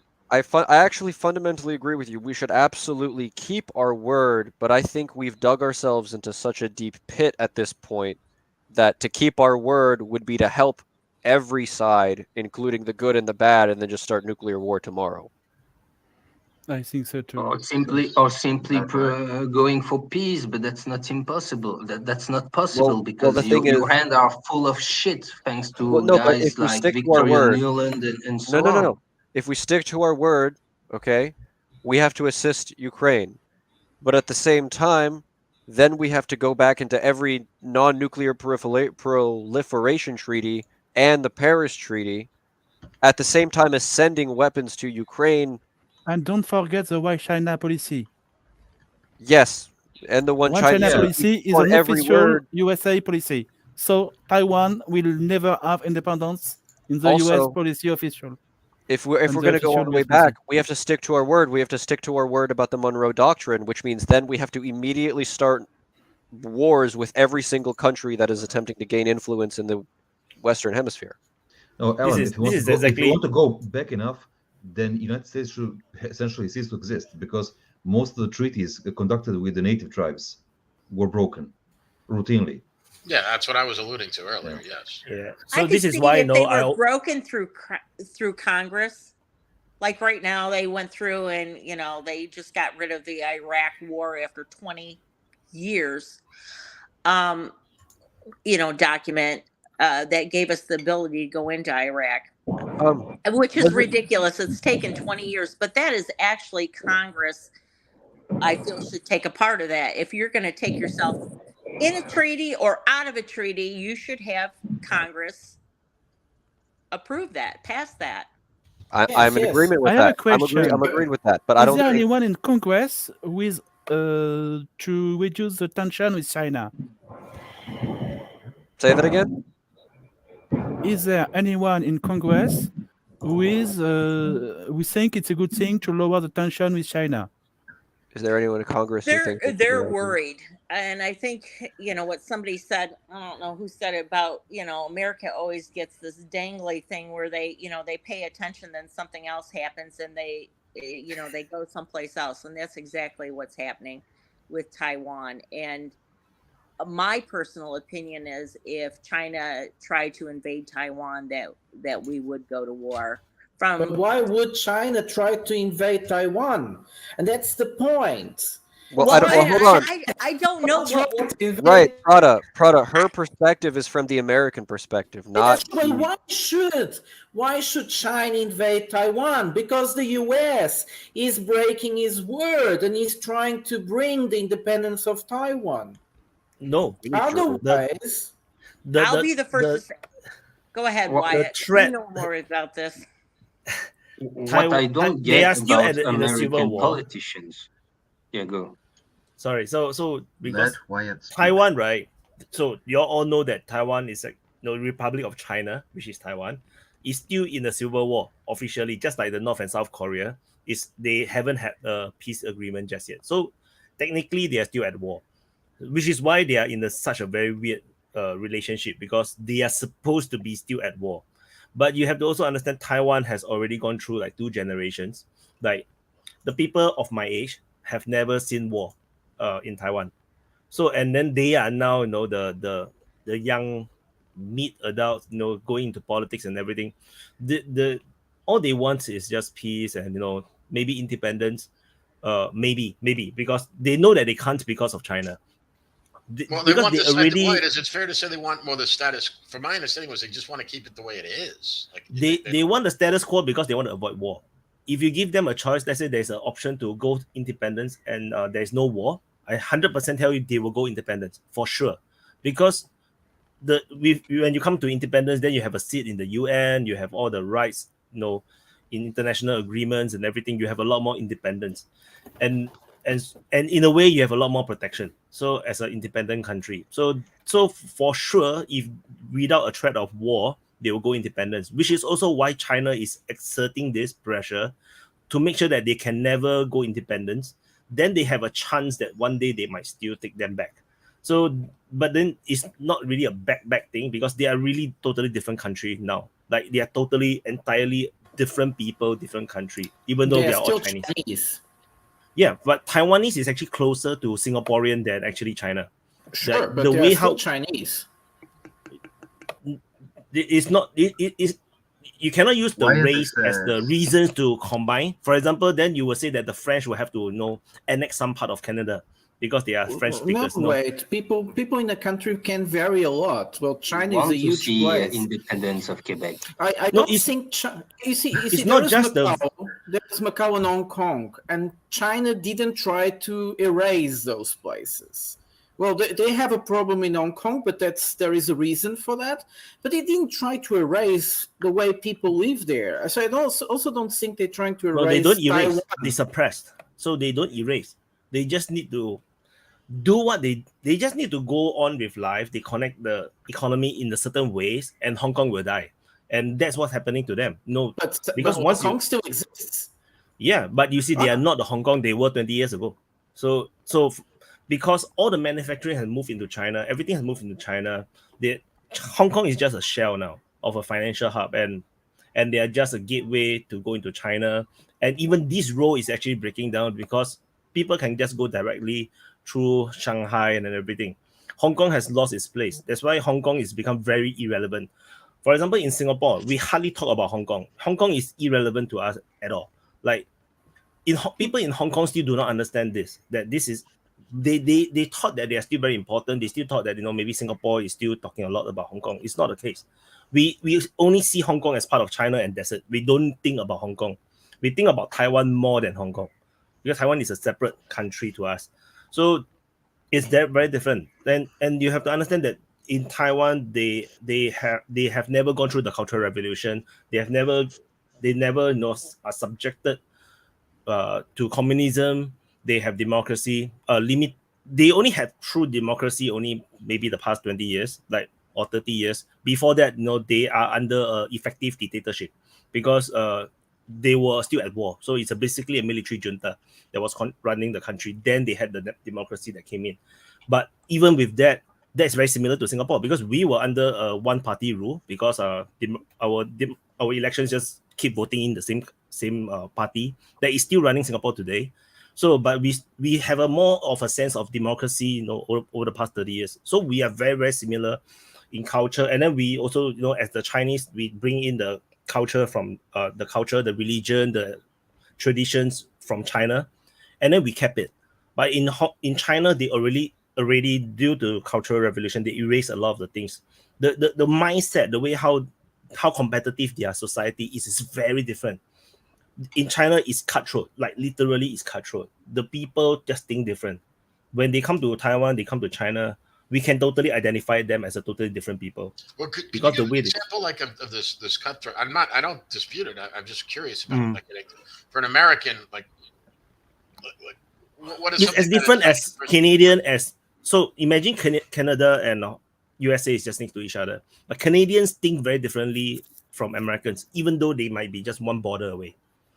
It's that kind of different. It's different in the way that it's you don't think that they are the same people at all. You don't think Canadians as Americans. But they do. Canadians are Anglo-Saxons, and Anglo-Saxons tend to stick together. We see these all the time. British. That's not what Chinese do. Pata, and just understand what Vaughan said about California, and you'll understand what the problem is. Well, you look at America, they are totally divided. How are they inside together? the USA are totally different people. Well, I mean, you look at us, right? I'm a Virginian. Lori may say she's Ohioan, and Vaughn is, wherever he's from, Kentucky. the shithole he's from. He's from Kentucky. Kentucky's not real. Fried chicken. Yeah. I always go to that's Kentucky Fried Chicken. Hey, and if you're out there, Dan, that Kentucky Fried Chicken bullshit you tried to pull in Siberia on that video the other day, you gotta get your ass in the panel and justify that shit. Yeah. So this is there is a stark difference between the people. Especially there's a saying, I forgot where I heard it from. They say that if Chinese people can bind together and work together, we will become the world's most powerful, ethnic group or country. But the thing is that Chinese people always fight each other. We are always suspicious of each other. If you ever been within a Chinese, ethnic community or something, when we do business, politics, we are highly suspicious of each other. That's why that's why the idea of feeding business to your close friends and families is a thing, because we are highly suspicious of each other. And then we are always competing with each other. We are always trying to kill each other. It's a saying from Europe. When they are describing Japanese and Chinese. Wait, I'm just about where did you heard that? We have a saying here: when you take one Japanese and one Chinese and you ask them to do something, the Chinese will do better. If you take 3 Japanese and 3 Chinese and you ask them to do something, the Japanese will do better because they can coordinate together. Yeah, because the Chinese will try to. In Taiwan, yes, their biggest trading partner is still China. Most of their immigrants, they don't bring people from Philippines. They bring people from China to work in their factories. And because Chinese people is suspicious by nature. That's what I'm trying to say. We are highly suspicious of fucking everyone. We don't trust anyone. That's why I tell you, China is finding so hard to make friends, because the way they behave is just like how we ethnically behave. We are just suspicious of everyone, which is why China always is they're always having this hidden agenda behind the front that you can feel it, but you do not know what is it. And like they do business, they do Belt and Road, they always send their own people come. They do not want to let you earn a single cent. They will make sure that they'll game you. And within China, they will game each other. All the Chinese will just game each other. There is no... That's why, it is a very different kind of thing. I don't know. Maybe, I'm not sure if the Jews are behaved the same way, because they always say, I would like to add Chinese always something about said to be Taiwan. the Jews of the Asia, right? Please, Wyatt. There is another Yes. thing you have to understand about Taiwan. Is numbers that come from Emmanuel Todd. I don't know if Awel knows this French scientist who speak about natality rate. The Taiwan natality rate is 0.92. In 50 years, there is no more Taiwan. They have a lower natality rate than Japan. And Japan have one of the worst of the G20 natality rate. What is it? They- Are worse than Japan. It's natality Natality rate. rate. It's Japan, I think it's a 1.1 something. But those Percentage things rate can from change Japan. quite. Those In things China, can that change. should be 1.3. Todd prefer to use No, another. in China another it's reference. 1.15. Todd prefer to use another reference, which is the natality rate, the death natality rate, and he picks up this very strange measurement, and he understands if a society is going to make a jump or go back, and he says that the Chinese are doing better, so that's not so bad. And so we shouldn't look just at the natality rate by itself, because things can change all the time. States knows about it, they will do something about it as well, and people change. Sometimes people decide to have babies just like Okay. that. Real quick, Wyatt. No. Whilst Yes. we're on the topic of Taiwan, Singapore, etc., could I get back to my question and actually make it to you? Like, how does the U.S. internal conflict and the media and the way it exposes it affect Singapore? Okay, so Singapore, the government, right? So as a national policy, we are aligned more towards the United States, but then we keep very close relationship with China to keep the balance, and we do something a little bit insidious. We always want to keep the Americans around in Asia Pacific, especially in Southeast Asia, because we want United States to be that counterbalance to China. Because without the United States, China is going to roll over everyone like easily. The entire Southeast Asia's military combined, right? We are still smaller than the Chinese military. That is in terms of numbers, pure numbers. So there is no way Southeast Asia can compete with China militarily, which is why we want the Americans to be around. Not necessarily. Historically, India is there. Sorry? Historically, India always has been there as well. But historically, the history, if you go just the past 100 years, India doesn't exist.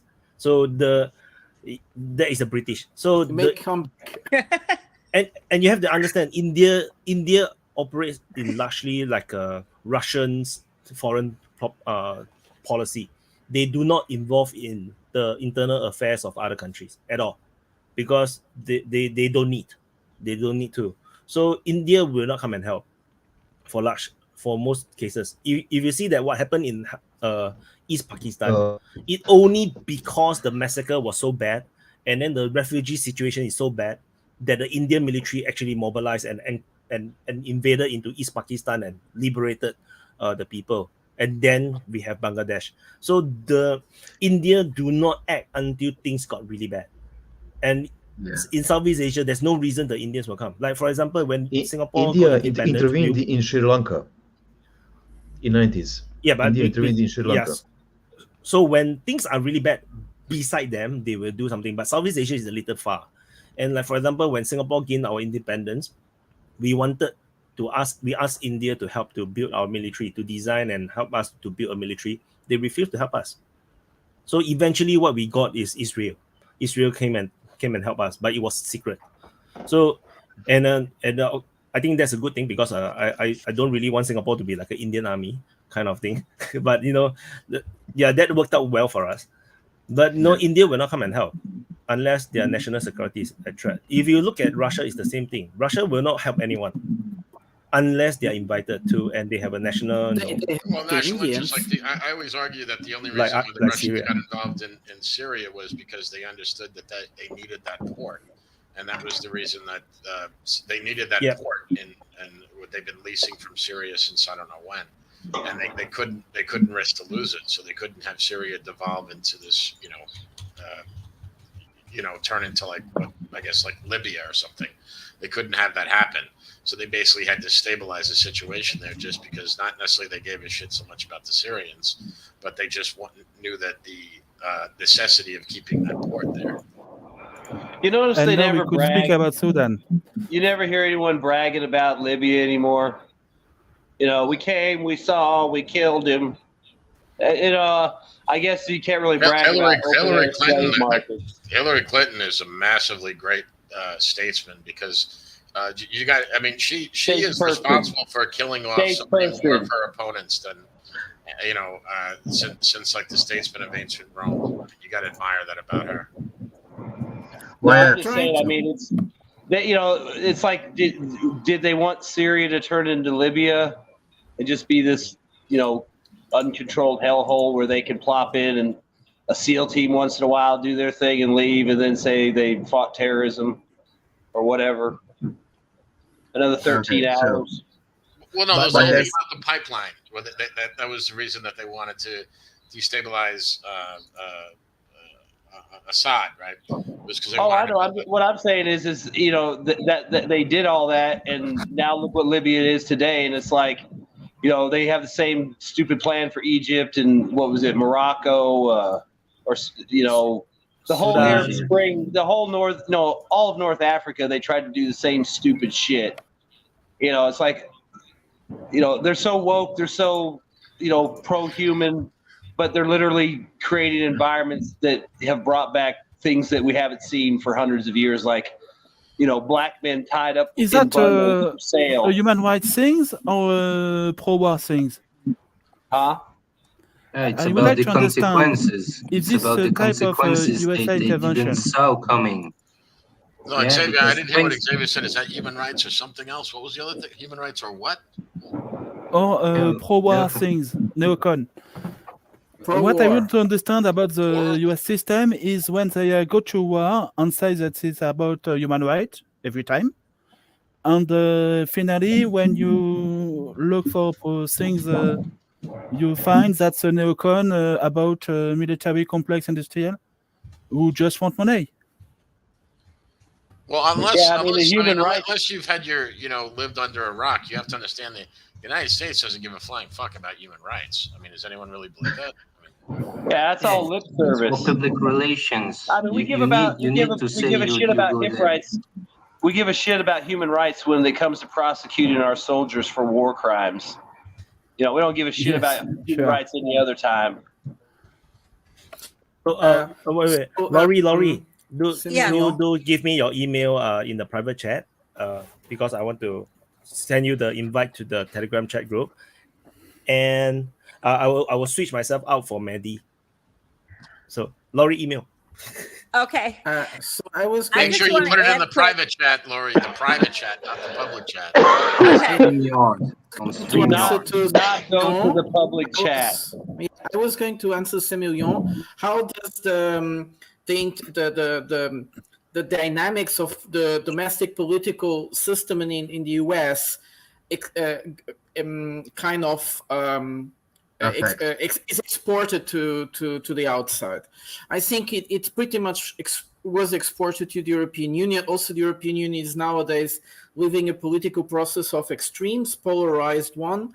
And in terms of geopolitical situation, we all know for me this war is purely geopolitical. So when Laurie was saying about we have to help the Ukrainians, no, we are producing this war because nobody is helping the Ukrainians. The Ukrainians are just the poor guys there that unfortunately are giving their blood for a war that's not theirs.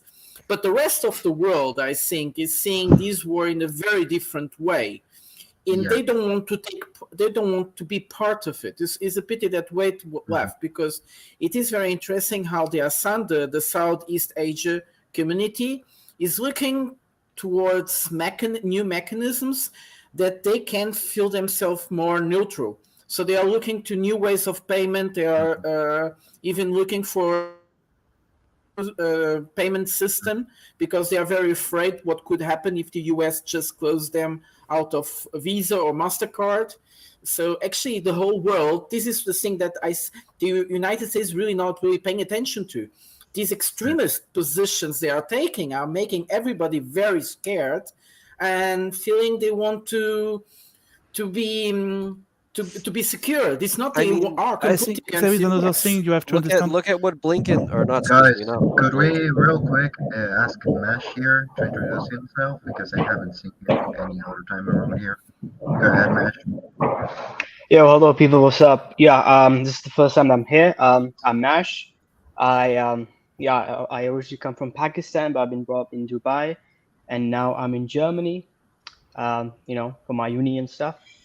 Do you guys want to know anything about me as well? Anything more? Yeah, where do you stand politically?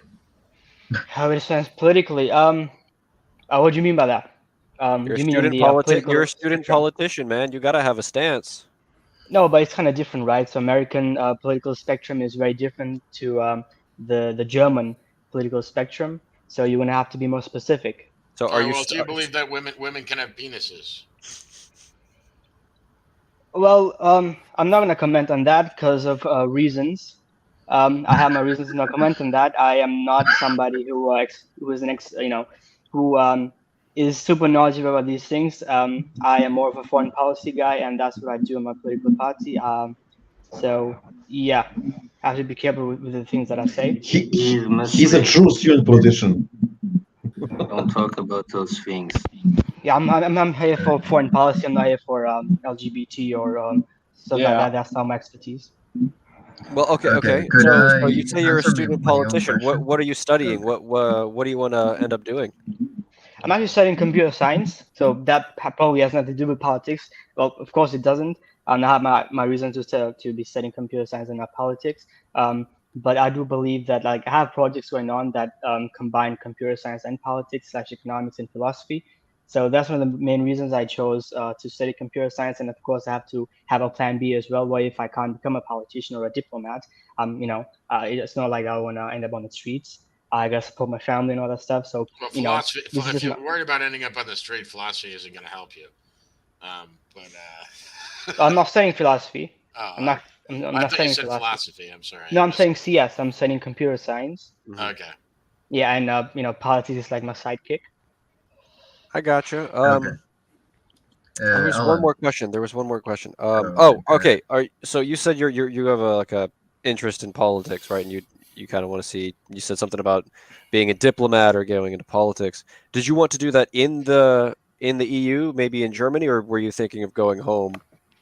Well, the thing is, I'm a very unbiased guy. I can represent both the sides, the EU side and the side of China or Russia. So it really depends on the opportunity that I get. What you want, not what you can. Well, yeah, that's the thing, right? The thing I want is, well, ultimately, I want to become a politician in my own country, right, Pakistan.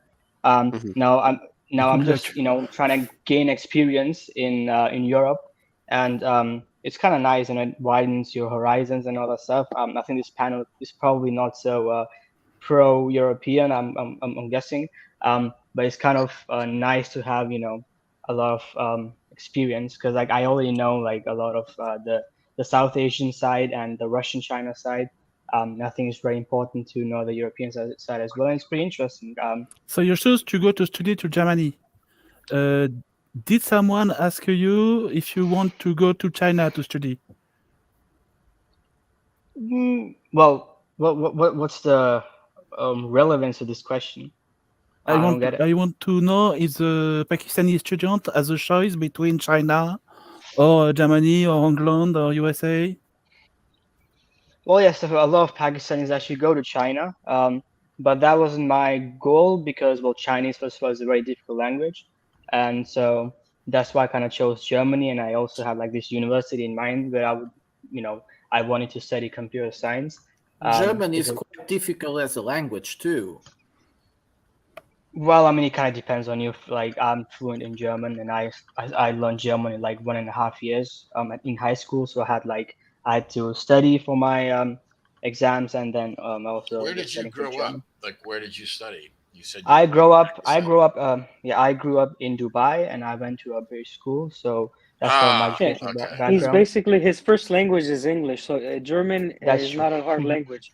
So Yeah, like, no, I was he's going to say, speaking yeah, to him, obviously it sounds like his first language is English. and So and the interesting thing is, Mesh, when you're talking about Europe, like European, what is European to you these days? European, you said a lot of people here are anti-European or don't align with Europe. You realize Europe is nothing now. It's nothing more than a bunch of little girls fighting somewhere on a big piece of land. I'm European. So when I talk about Europe, I talk about the European Union. You're That's the different, whole Alan. idea in Germany, right? So Europe is the European Union, and I represent their values. And they have their reasons to support Ukraine. They have, so when we're talking about political Excuse me, reasons, when we're which talking exact values are those? What values we're talking Yeah, about? exactly, because I don't It's a support really good question. Ukraine. That's a really good question. Now, those values are usually the liberal values when we're talking about democracy, when we're talking about human rights, of course. Now, that's probably debatable on this panel what human rights are. Explain me what is Democracy, we're from France. democracy. Yo, wait. Guys, Let him finish. I can't. Let him finish. Calm down, guys. Come on. Just wait. Yeah, Just wait. so what was the question? Democracy. What So are many you people. talking about? Right. So let's talk about democracy in Ukraine, right? So of course, Ukraine is one of the most corrupt countries of Europe, maybe the most corrupt country. But the thing is that the European perspective on Zelensky's government is very interesting, right? They don't see Zelensky as somebody who is super duper corrupt. I mean, of course, they don't mean that he's not corrupt at all. But Mash, I think you're missing the point. We're not asking about what Europeans think. We have our own ideas in that. We're asking about what you think. so I represent. I'm here to represent the European values, right? He will never say what he really thinks. You're only He here to will never represent say what he yourself. really thinks. He's Careful, okay? in his future job. You have to understand that. No, hold on a second, Matt. You're here to just represent yourself. You haven't been elected to any office. I hate to break it to you. Yes, So and you're here to represent yourself. And if you can't do that, No, step off. There's other people waiting. he won't to do get that. He won't Let me do ask that. this, if I may. I may. If you are here to represent the values of the European Union, so to speak, is that my understanding? What No, the thing is- values? Let me finish. What values do you see that are going on during this war that you're representing? Because that is kind of a big thing. Because I kind of have a problem with Nazis. So. No, Mehdi. You know, no, let him speak. Penis for women. So what was the question again? So you have a problem with the opinion that they're Nazis in Ukraine, right? And No. He doesn't have a problem. That's not what he with the said, opinion man. That they are Nazis. He didn't say anything about opinions. He said he's a problem with Nazis. Sure, nobody likes Nazis in Europe as well. Mash, you need to learn how to We're asking about understand you. questions, Mash. You Mash. have this ability to No, deflect with, guys. We're asking about Hold on. what you believe, not what other people believe. It's about what is MASH, like you're sitting in the. So, what I believe do in you the- believe about Nazis? What do I believe about Nazis? Of course, I don't like Nazis. Who likes Nazis? I mean, Why not? there are people. 15% in Germany. 15% in Germany. Now, when we're talking about Germany, right now, you have to define what Nazis are, because in Germany you have a political party which is on the right, and a lot of people think that's a Nazi party, but it's actually not the Nazi party because No, it's it illegal to doesn't be go a against. Nazi in Germany. You're not Yes, even so allowed when to you say have a 15% of Germans are Nazis, like that's probably not the correct way No, to. they probably are. 15% of Germans are Nazis. They're just not allowed to come out and say it because they're put. So how do you know that 15% of them are Nazis? No, I don't. I just said That's probably because Let- certain people were going to have antipathies towards sentiments, or towards that because, well, just the history of it. A lot of people preferred the Nazis to the communists. So, and having been to Germany, I know some of these people. But my point is, we're talking about what you believe, and you have this ability to deflect, which is kind of spooking the shit out of me, man, because it sounds like Yeah. you're just like a You cardboard. sound like a politician, man. So Yeah, He's like, you know literally what? going to be a good politician. You are compliment. very well That's a trained for compliment. your future profession. Yeah, we don't want. That's a This is not a place for you to. I mean, what? It doesn't sound like you stand for anything. You're just saying what. It really doesn't. Well, I stand for politics, right? What the And fuck that does is that mean? I stand for yeah, politics. let me speak, right? So No, you got to the- use real words. You got to say, "I stand for." Yeah, this." I'm shut trying up. to I'm explain taking to over you. this. I'm Shut trying to up. explain Shut to up. you guys, right? I'm trying to explain to you guys. So now, when I say politics, I talk about academic politics, right? You have the realist school of thought and the liberal school of thought. I have the tendency to agree with the realist school of thought, although both are flawed, right? Now, with that in mind, I kind of understand the European point of view on Ukraine and the Russian as well. So for me Of to have a course. personal value, it's gonna have to be based, have basis in reality in academic politics, right? Now the thing is that I don't like to criticize any side because both of the sides are pursuing this academic politics. He's really I good. don't. The Dude, European. I don't like. I'm Alright, sorry. I'm let tired him of it. speak. Sorry, Mash. I can't respect. Go ahead, JS, Mash. I have to leave JS, soon, I'm guys. shutting you I have down. to leave I'm soon. taking your position. You're being You're usurped. literally a Mash, soulless hold person. on. No. Okay, I actually, No, I'm got no getting where respect. you're coming from. I really I do. don't get I anything. actually look. If the rest of these guys are goofy, they're groovers, right? Don't listen to them. Whoa. I get where you're coming from, okay, and I understand. There's this when it comes to EU politics, it's a very complicated thing. None of us are going to debate that with you. Mhm. But what if we do something else? What if we ask, because we're trying to understand you, right? We're trying to get you. So what if we Yeah. ask you specific questions, right? Let me, Well, if you don't mind, but- I'm going to ask you one Well, we question. never got to my question yet, and that's the Yeah, we thing. really It got didn't. hijacked. Never answered. So what I want to ask is this, Nash, and it's Be just down to specific. your point. Be specific. Is this what values do you see that we all see on TV that we agree upon that are happening in Ukraine? What are the values that you see that you support? That I personally support. So of course I support peace, and so I would be anything against things that don't lead to peace, right? So that's like the basic premise. And I would say that the weapons delivery to Ukraine. Well, I get the point of view from the European side, right? Their point That's of view. enough. That's I enough. get that That's enough. side. Cut it But short, the man. thing is that the weapons delivery, it really doesn't lead to peace, right? So what I would say is that negotiations are much better, and that's one of the things I'm also doing in my political career as a student. I'm trying to come up with a foreign policy Okay. to Well, change the way. can I point something out? Political career. One thing. This war has been something that just Russia invaded Ukraine, or do you see this like a bigger geopolitical game? Because if this is a bigger geopolitical game, there is nothing here sanctified about Europe. They are doing their job. And they are not sending weapons because they have a position in this war, which they created the environment it to be. So this is not like there is the European position on it. There is no position of the European Union. They are playing their game. Sorry. And they're also divided amongst themselves. I have to leave soon, but this is really cool that someone with a different mentality has came on the stream. I always enjoy when other people with other opinions come on, but I must say that I agree with some of these guys when I think you really don't have an opinion. When you speak, perhaps you should be more laconic and use less words and make more solid thoughts, because if you're here on a chat and we're having discussions about certain topics and you're not giving any opinions, you're just saying random things, it's going to hurt the stream and it's going to make everybody get a headache. So the thing is, I'm not saying random things. No, just stop. Wait, now I want to ask a question. Mm-hmm. What is the goal of you today, like on this open mic? Like, do you want to send a message? Because before I get off, I want to know something.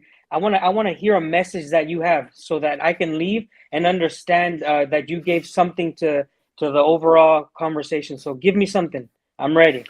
So the main reason I came up to this open mic session was that I wanted to. So this panel is usually very pro-Russian, right? I wanted to give a different perspective to this panel, and that's why I tried to be as neutral as possible without getting into it. Because like if I give you guys my opinion, I'm not sure if I'm going to be able to bring new things on to the table, right? So my main focus was on not educating this panel, but like widening your horizons, that Europe does have its reasons, like European Union or the West in general has its reason to support Ukraine, and it does not contradict their values. That is what I was trying to argue for, and that's what I want to bring to this session, and hopefully to the so people neutrality, and another view on this whole conflict, right? That's what you wanted to bring. If I get it. Okay, and just to clarify, a lot of these people on here are not pro-Russians. We're just very neutral, and they take a lot of things, they see things and they react to it. And a lot of the things end up being not pro-Russian. That's awesome. That's good for you guys, but I know a lot of guys that are neutral. I think most people are anti-war in this panel, which is actually what defines most of the guys here. They're anti-war. Which should be anti-war stance, which should be the European so-called values. Well, and this is the reason why I asked. That's why I'm asking to you, what is your European values? What is your idea of European democracy? You have to explain that to me first. Hold on, RL. You don't need to talk down to him. You don't need to talk down to him. But that is actually a very good statement. Mash, you have one, two. Alan, just please what? Give me a second. I just want to say, Mash, like you're not even European. So who are you to speak for European values? And by the way, when you're eating, please mute your mic. Sorry. Especially a Muslim Pakistani, I don't get it. Really? Well, okay. You are in French. We call that. His answer. I asked a question. I asked for a specific reason. So many people talking at once. I can't hear you guys. Let me finish because I asked the question. I asked for a specific reason. So you said that you're for the values of peace from the EU, correct? Yeah. Okay, well, they're the ones that are pushing against negotiations. So how can you square that away? So there is no official policy on negotiation when it comes to the European Union per se. These are just rumors. These are just unofficial things that are being spread on the internet. Everybody is for peace when we talk about the European perspective. Now you guys told, so one of the people asked me how it was European values, the fact that they're sending weapons to Ukraine. Now, when we talk about what European Union actually, or the foreign policy of European Union, it's a liberal foreign policy, right? And when it comes to this liberal foreign policy, it's actually not against the liberal school of thought to be sending weapons to allegedly. Can you? This liberal, liberal foreign policy is neocolonialism. They are trying to bring, like Baerbock said, she wants to make feminist WCs in Africa. Feminist WCs in Africa. No, sorry. No. In a village in Nigeria. No, you're going off the topic. I think there's a better way to have. There's a better question that can be asked here. And I want to actually bounce off what Mehdi said. Goodbye. All right, Dan. but say bye to me first and be civil, guys. Don't fight and be careful. Right, and I really want to do. So, can you let me be the negotiator here? That way we can order things. Well, let's this not is make kind of a what I'm trying to toxic do. I'm trying to environment balance for this. MASH, because otherwise we won't have this guy again on this stream. Let's not make it toxic. Let's make him exactly first, because we have been constantly interrupting the guy, and that's just bad. Exactly. I completely agree. Point out his view. Let's not interrupt him with random. Oh, they are not talking about nonsense and talking talking points. I mean, what's the meaning of it? We don't flatter him after. I agree with you in principle, but as best I can understand that MASH doesn't really stand for anything except like what is popular. Well, can you let me ask my question, which should give it away? That's why I'm saying kafala. Am I muted? No, I can hear you. Look, MASH, here's my question. I actually completely understand what you said. The EU had that. I'm going to specifically talk from the position of the EU. The EU has no stance on, whether negotiations should be canceled or not within Ukraine, right? The general idea is for peace. That's a fact, right? That's a general Yeah. fact. You just said that. Okay. If a minister of defense or minister of war of a member state of the EU makes an offensive statement or a statement of fact, right, regarding this conflict, can that be construed as a statement for the EU, especially if that minister is from Germany, and especially if that minister says, I quote, "We are at war with Russia," right? That's not peace. That is not a peace goal. Yeah. So yes, you're That's not correct. the You're European correct value. when you say the EU does not have a stance on shutting down negotiations in Ukraine, and it wants general peace. That's an actual stance that they hold. The problem is the public platform stances contradict the actions of the members who make up that platform. So where does the position of the EU, which you're saying you represent the EU values, if the members are saying one thing and acting in a very deliberate way while stating their platform is something completely differently, or completely different, excuse me. Where Yeah, does so- that balance? How does that equation balance? Yeah, the same are of you the person talking who said we about, were actually Alan? oh my god. So the same of the person who actually said that we have war with Russia was actually condemned in Germany. I know a lot of people are the same opinion. And so coming back to your question, I wouldn't say that that this defense minister represents what the official European stance on this war actually is. The official stance is that we are not at war with Russia. Hmm. So this particular Do you defense understand minister why was actually do condemned. you understand why they have to Just say let him that? go. Just let him go. Do you He's understand thinking his why own they brain. have to say Prada, let him talk, man. Let him talk. Yeah, but so this is basically the official stance of the European Union, right? They do not believe that we're at war with Russia, and this defense minister was in particular condemned, and there were a lot of memes about her as well. So yeah, I would say Okay. I wouldn't say second. that.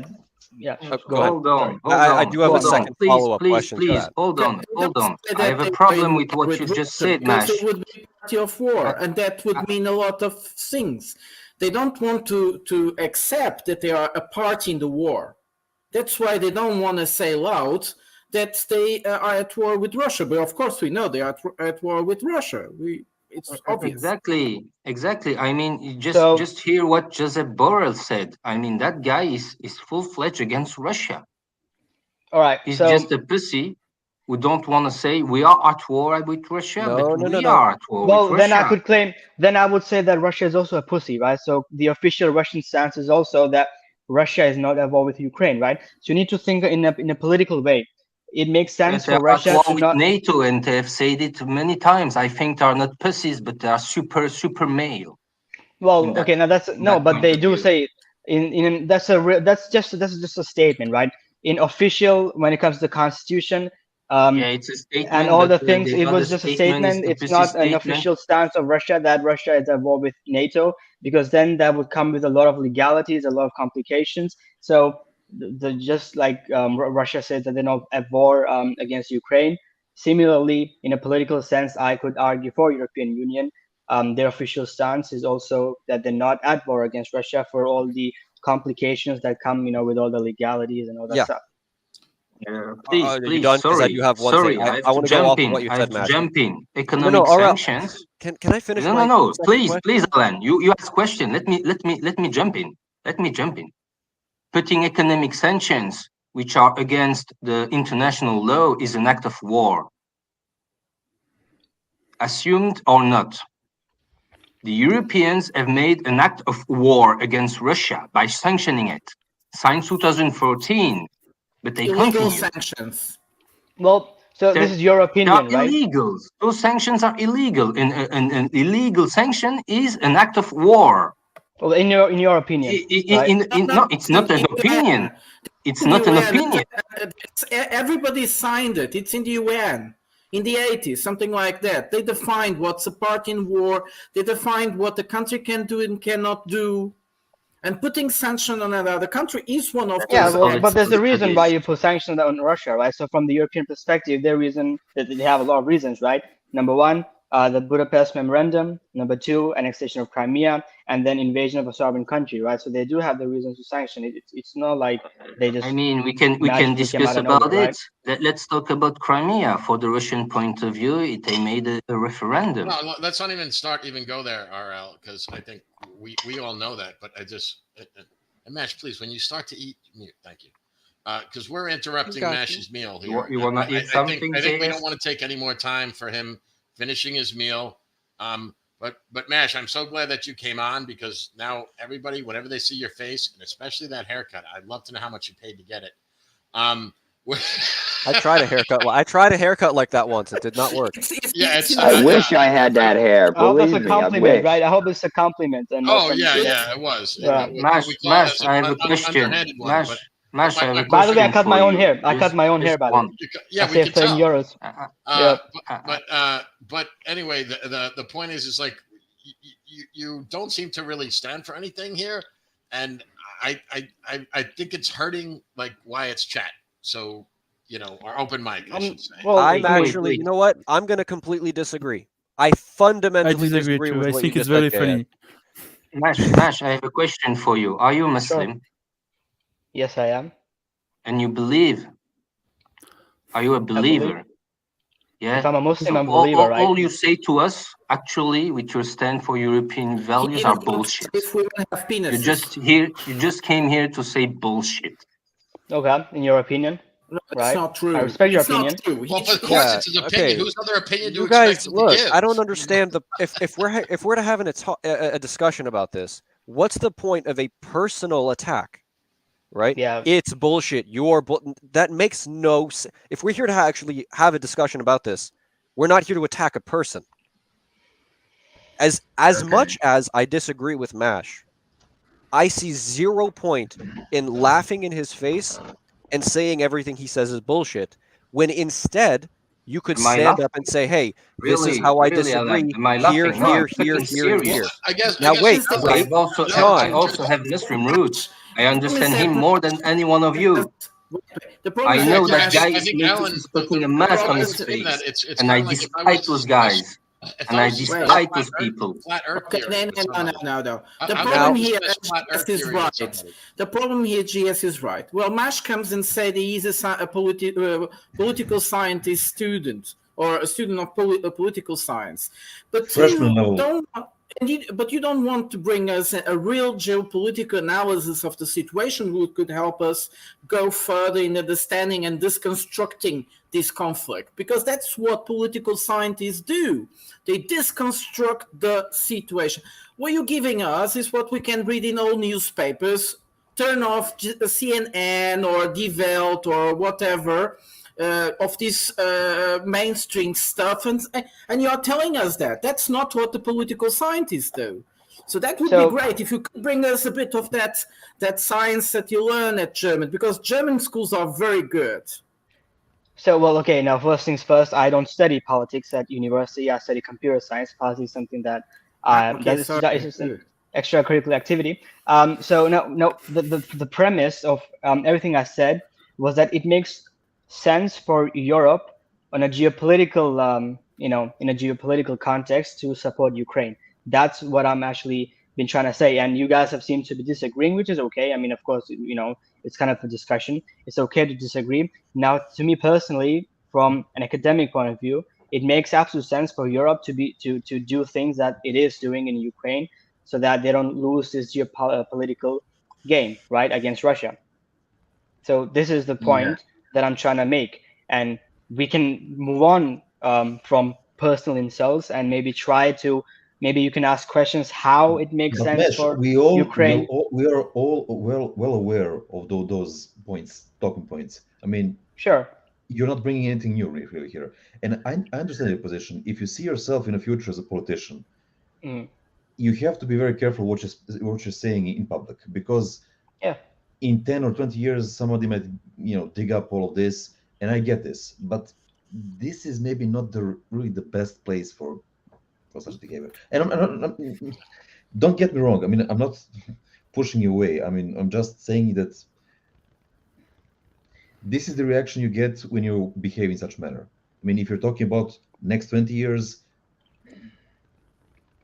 Yeah. Real quick, Mash, could I ask you, because here brought a good point, and I want your opinion on this, but I don't want it on a context of a conflict. I want it on a blank slate, like just your opinion on the matter.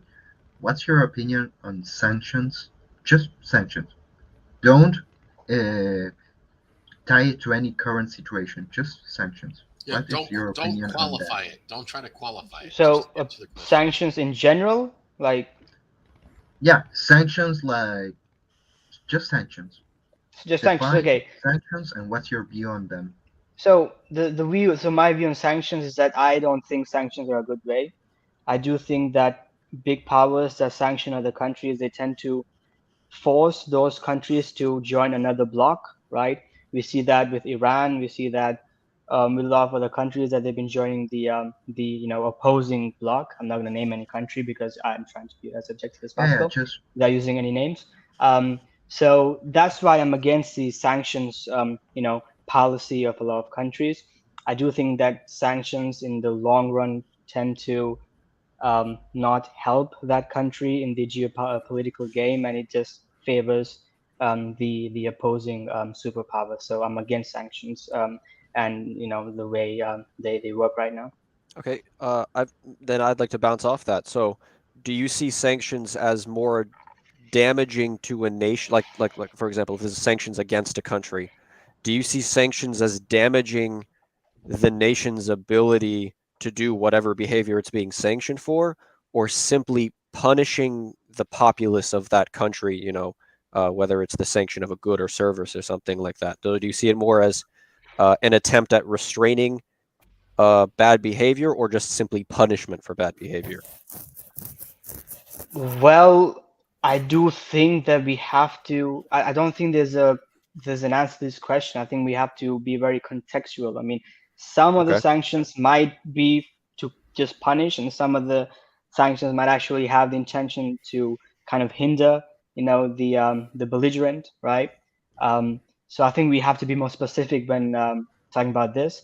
But generally, I would say that sanctions aren't always needed, and some of the countries, I think, just rely too much on sanctions. So that was his opinion. There you go. You guys got it. That was his opinion. Oh yeah, because when I came, sorry, just the thing, right? So in terms of sanctions, it's what they have. The problem is that they don't have anything else than sanctions, and this shows the world how weak they are. Well, that we is just had the opinion of Mesh. Oh, sorry, Mesh. I interrupted you. Go ahead. Yeah, well, okay, I would not agree with Prata that the West only has sanctions to play with. I mean, they are sending weapons, right? They do have a stronger military complex than Russia, right? And they're doing everything they can to hinder Russian progress. Now, it's debatable if that's been successful or not, but I would say that they have other things going on for them as well, right? It's not just sanctions. How can that be debatable? There are facts. Sure, I mean facts. I mean, if you want to put it that way, I'm not gonna get into that. But what I'm trying to say is that sanctions is not like the only thing that Europe has. It has other things as well, I would say. Okay, real quick. Could I ask another question? I'll be direct, like with the previous one, and what I want is the answer in a vacuum, just like the previous one. Emilian, Alright, what other ways just let me does ask the this question this European way. Union have besides sanctions? I can answer you if you want. They can help other politicians in the country, like in Georgia. They can help NGO. They can do a lot of things with the spy and so on. Okay. That's, for me, that's not big things against Russia directly. It's indirectly helping countries, governments, shit like in Armenia or in Georgia, but that's not doing something directly against Russia, like giving weapons to Ukrainians in Ukraine. Okay. Yeah. Real quick. What This can way we can get his what can opinion. a European do against Russia besides sanctions? Because Mesh, you was saying, it's to have sanctions, but it's just one tool to have amongst others. Okay. What are the other tools? Well, the other tools is like the weapon delivery, right, and the NATO training, because these soldiers are much superior than the soldiers that, I mean, Ukraine probably didn't even have that big of a military when Russia annexed Crimea, right? So it was super easy for Russia to annex Crimea, and now it's not that simple to annex other parts of Ukraine after the invasion in 2022, right? So I would say that Come on, please help me. That's not right. Actually, that right there is please. actually Right. objectively incorrect. Right. Go on. The Yeah. Ukraine had the largest standing military even back in 2014 within Right. Europe. They had the largest standing military in Europe. So to say they had a After How Russia. many So battalions did the NATO After train post 2014 up to the war? Wasn't it So several now per year trained by NATO since 2014 by in Ukraine? So easily several brigades of troops that were NATO trained. And as far as them being superior, that might be the case if they're supported properly. But since the Ukrainians are not supported with aircraft or artillery, their training by NATO is pretty much useless because they can't fight like NATO would fight them. They don't have the support NATO has. So they sit in buildings and trenches and die. And all that fancy training they got is worthless. Okay. And Absolutely I'm true. not So being now pro-Russian. That's just my opinion based on what I'm seeing on the battlefield. Right. So now coming back to Alan, right now, when I said, okay, now having a bigger military doesn't mean anything really. What's more important is logistics. What's more important is training, the weaponry you have, and all that stuff, right? And There's one more thing. Ukraine, sure. Morale. Could I go? Okay. Yeah, morale, of course, morale as well, right? So all these things do matter. Just a size as a sheer number, it really doesn't matter. I mean, if you look at the when you look at Bakhmut, right? Ukraine, they had a lot of people who died in Bakhmut, right? So the number of soldiers that you have is important. Of course, it's important, but I do think that other things are also more important. Like Vaun just said, right? They need support, they need aircrafts, they need all that stuff, right? So I wouldn't say that I was objectively wrong when I said that Ukrainian military was kind of meh. I'd like to expand on my statement. Sure. And that statement was I added one more thing, and that was morale, right? The desire to fight, the will to Yep. actually resist. The problem is, in Crimea, there was no battle. There was no extended conflict between Ukrainian and Russian forces because the Ukrainian forces did not deem it necessary to resist. That does not make them a powerful military, influential, or any sort of other adjective you could use to compliment them. That makes them a. I think. And yes, Semyon, before Mash, you can go. Semyon, you. I'm sorry I interrupted you for so long. This is just one thought I wanted to complete. What I wanted to do was continue to deconstruct Mash's thoughts on different things. That way we can get his ideas out of the way, and then we can make questions, knowing what his ideas are. So the next question that I wanted to do is, in a vacuum, in a random situation, you can present the scenario you want. So, in a vacuum, what are your thoughts of nations external to a conflict, whatever conflict, like I said, you can put it on a vacuum, sending weapons to one of the parties? Is that an act of war? Is that a direct act against the other warring party that could merit intervention by that warring party or even escalation into open conflict? What's your opinion on that? On weapons exports or even at no cost, let's just say? Yeah. So okay. So when it comes to weapons delivery, right? In a lot of situations, that could be an act of war. That's true. But now we need to look at what's happening in Ukraine, right? Now the reason. Yes, in your opinion. Stop saying what could be. Yeah, but the answer to his question. What do you believe? I believe that it depends on the conflict itself and the benefits that both of the parties have. Right. Fine. Yeah. Then you can just stop talking. Like a true politician. Yeah, actually, I would be Cir Khan. I would really love to hear your input into what's been said here, because I've spoken to you on Telegram and you're a knowledgeable man. How do you see this kind of sophistry? Well, obviously, he stated it himself. I mean, he sees himself in a future in international politics. So obviously, he has to be very, very careful what he's saying right now. Then again, I don't get why he came here in the first place. Because if you have to watch your tongue, what you doing here? I think no. I think you guys are like maybe not getting him correctly. So this is how I feel. I feel like it. So he's trying to put a perspective where actually is more aligned to what he thinks. That is actually on the more pro-European side of things. Just that he don't want to just share his opinion in a very direct way, which I actually highly encourage him to do. Although you will get a lot of flack, but what's the point of putting a very general, European Union kind of perspective where you still get a lot of flack? It's the same thing. So I mean, when it comes to politics, so like just now he said there's a different type, right? No, I'm the realist type. I'm just saying things as it is. This is the Lee Kuan Yew style of diplomacy and politics. So I'm subscribed to that kind of style. I just say things as it is, and I believe that that's the way to move forward. So I lost my train of thought. Wyatts, you never mince words. You say I don't like mince it is. words. Yes. Yeah, so the thing is about the European Union thing. So so what? Okay, so it's easier to understand. Mesh, what do you think is the objective of the European Union now? No, I know that you say that they are aiming for peace, but they are also funding the war. So how do you get to the peace that you think would be such?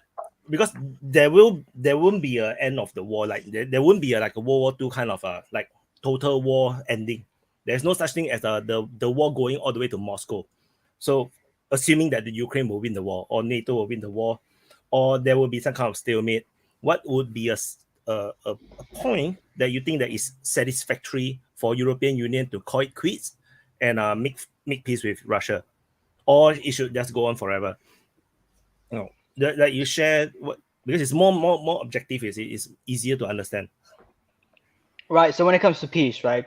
For European Union, peace is when Russia has lost its ability to wage more wars, right? That's the basic premise of the European Union's peace plan, and that is the main reason why they are sending weaponry to Ukraine, right? They're trying to weaken Russia as much as possible so that Putin loses its ability to wage even more wars. And now when you're talking about peace, and you also talked about, okay, they're talking about peace, but they're also sending weaponry to Ukraine. Now, you have to be really careful. We're not talking about pacifism here, right? Peace, in theory, outside of the realm of pacifism, can also be obtained by violence, right? So European Union doesn't have a pacifist, foreign policy, right? So I don't think that's the main thing that I'm trying to bring to this panel. What European Union is trying to do, or the West in general, is not contradictory to their statements that they want peace in Ukraine. That's what I'm trying to bring to the table. But people have not been so. Because everybody understands that point. Because to have clearly. What changed in the European Union that they changed this pacifist position? No. Prata, you're moving very far away already. No, I'm trying to get within the point. So everyone here knows that European Union or NATO is not like pacifist. Because clearly they are not. They are sending weapons and everything, which is why they keep telling you that you're not saying anything because they already know all this.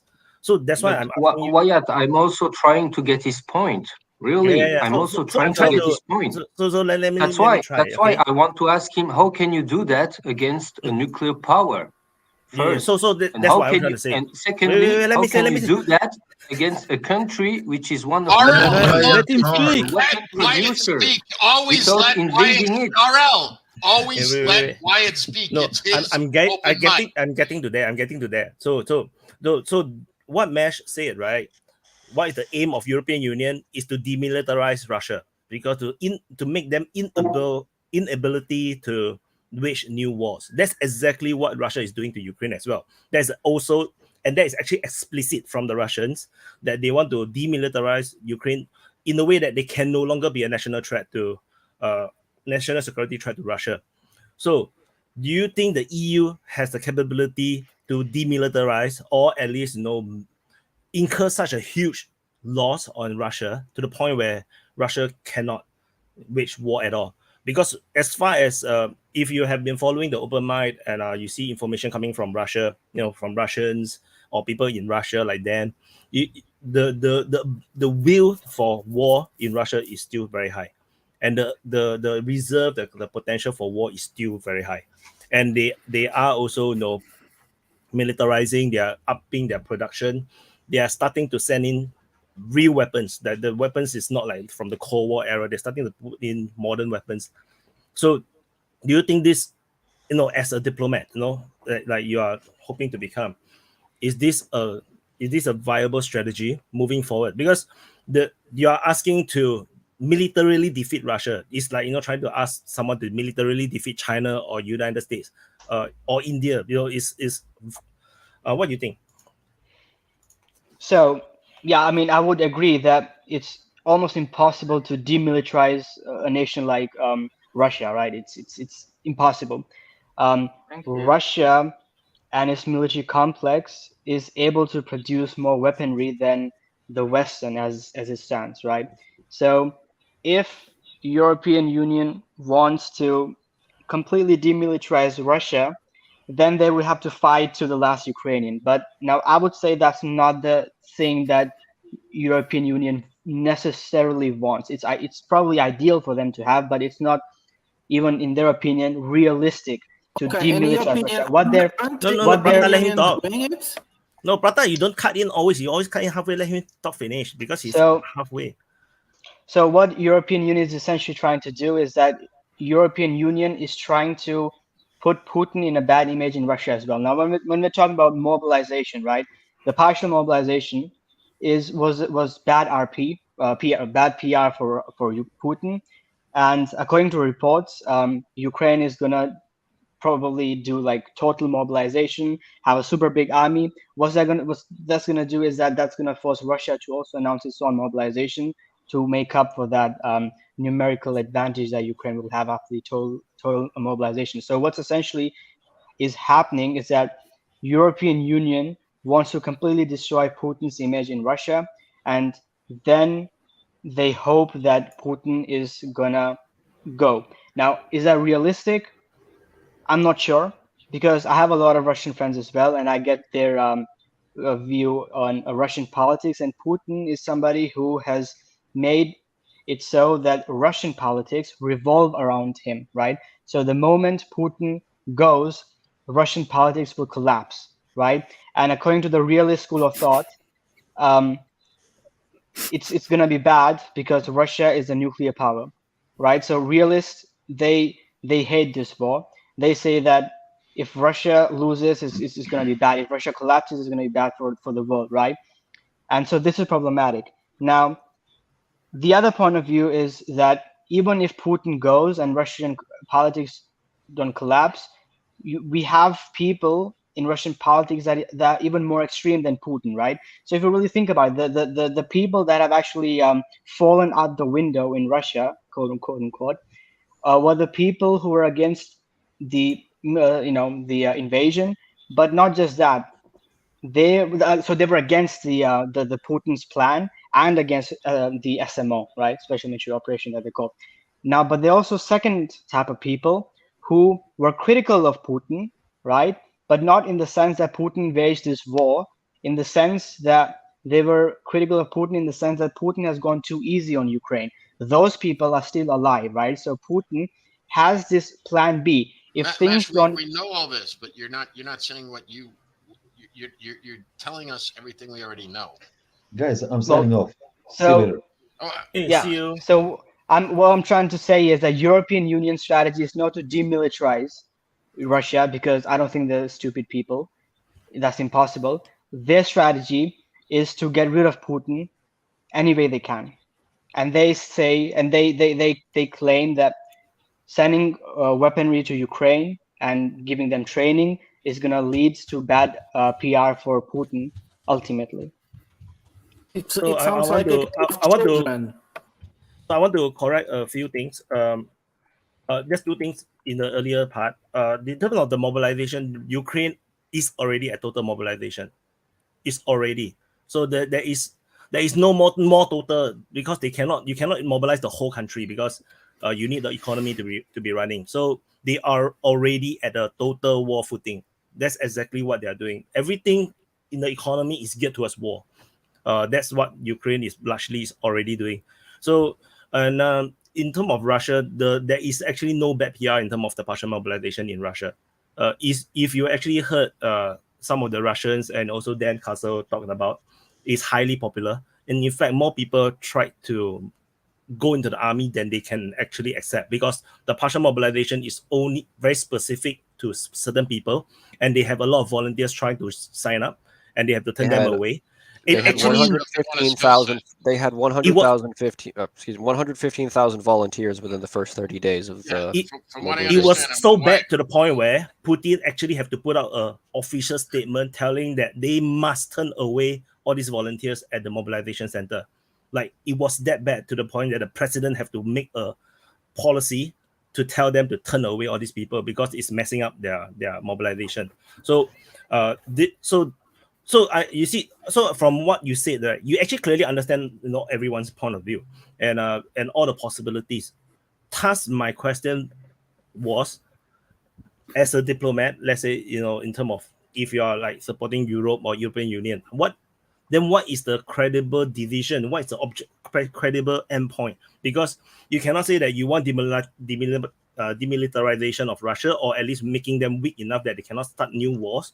But then at the same time, you say that if Putin goes down, then a more scary person might come out. Because Medvedev, right, the former president or prime minister, he is super war hawk. As far as I can tell, if you let him go on to become the president, he's going to just press the nuclear button, as far as I can tell. Or he's just going to send in all the reserve force and then just wipe out Ukraine.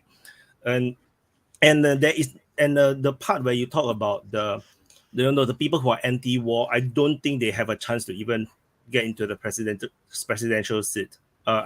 Because those are the opposition members and they are suppressed. And the ruling party is highly popular in Russia. No matter what the foreign press want to say, they are just like in Singapore, People's Action Party, the ruling party is highly popular. Even if there's only 60% of the people voting for them, they are still gaining 80 to 90% of the seats. So that's why I was asking this, because it's not realistic, man.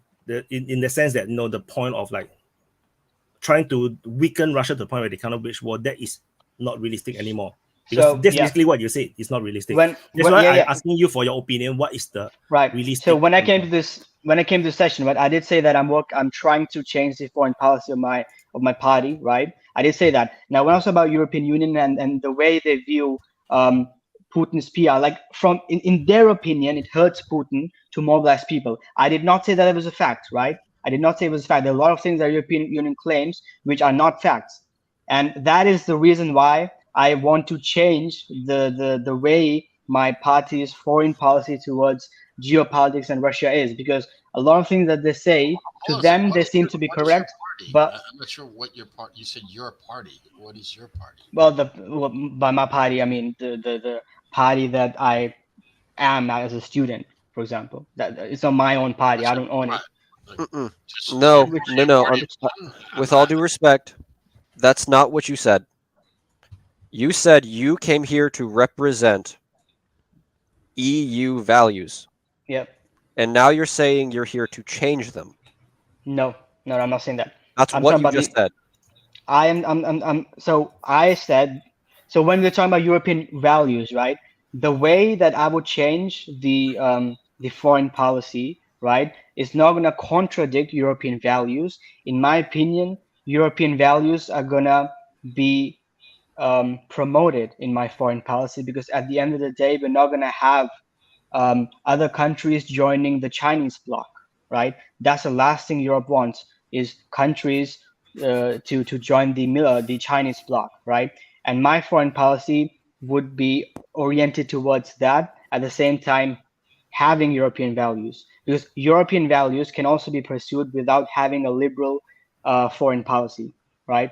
So in my opinion, realist school of thought also has this potential to kind of protect the European values.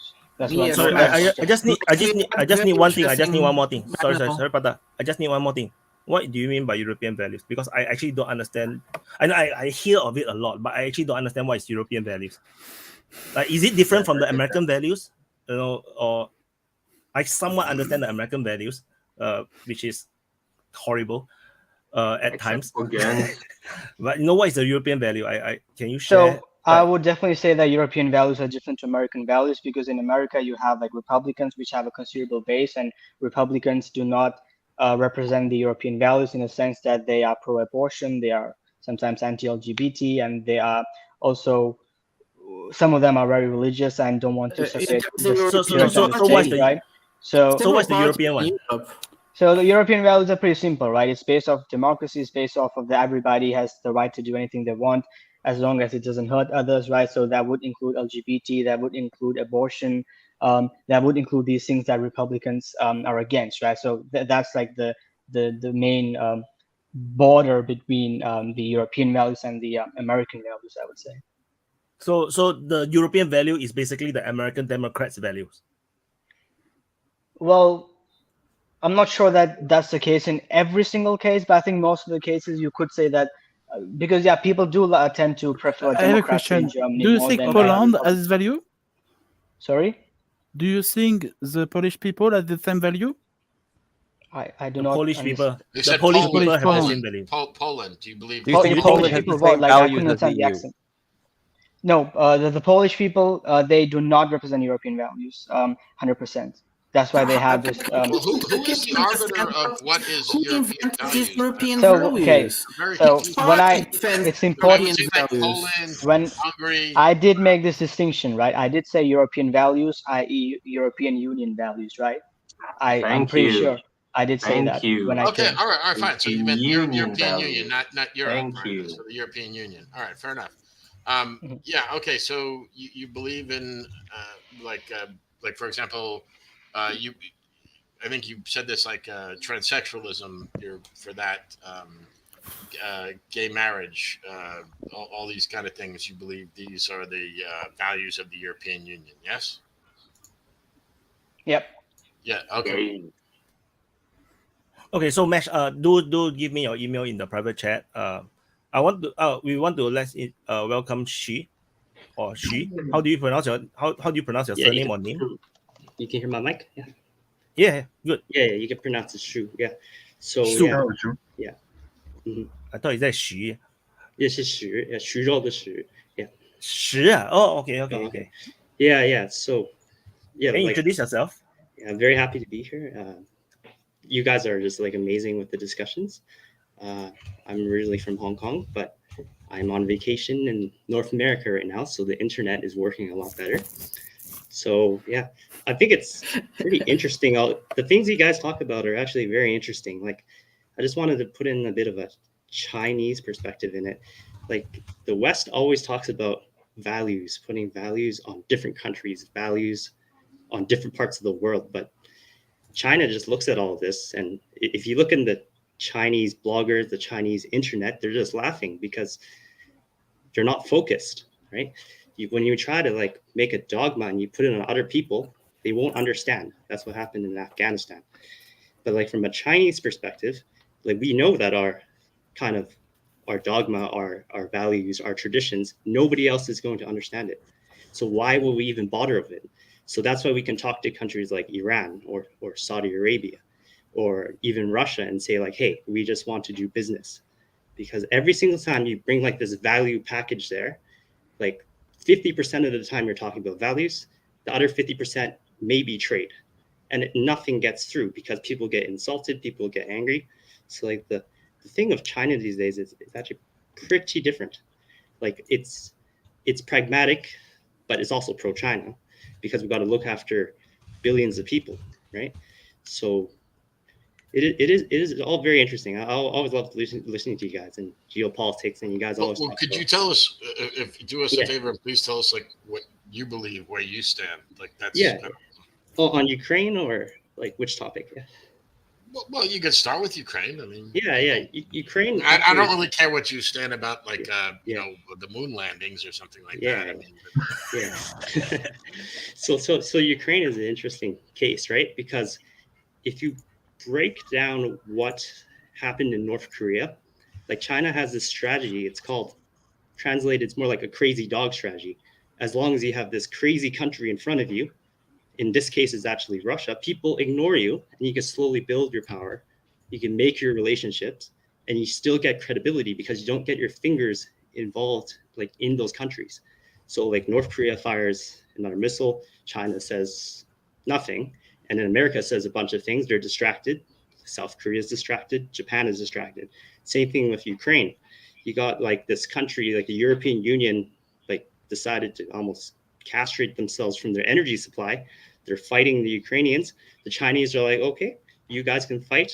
We will do some more economic things behind our back. We'll secure our oil supply by talking to Iran. No, I'm sorry. I misspoke. I meant like, what do you think? Not, you don't have to give us a history lesson. We know all that. No, I don't mean to be rude, but like by the way, you got to understand, like this is not our first rodeo. Like we know all this stuff. So we want to know what you believe. It is a very interesting perspective, though, from the China. No, I'm sure it is. But I want to know when someone new comes on here. I kind of okay. Well, what I believe is honestly, like Ukraine is a massive distraction.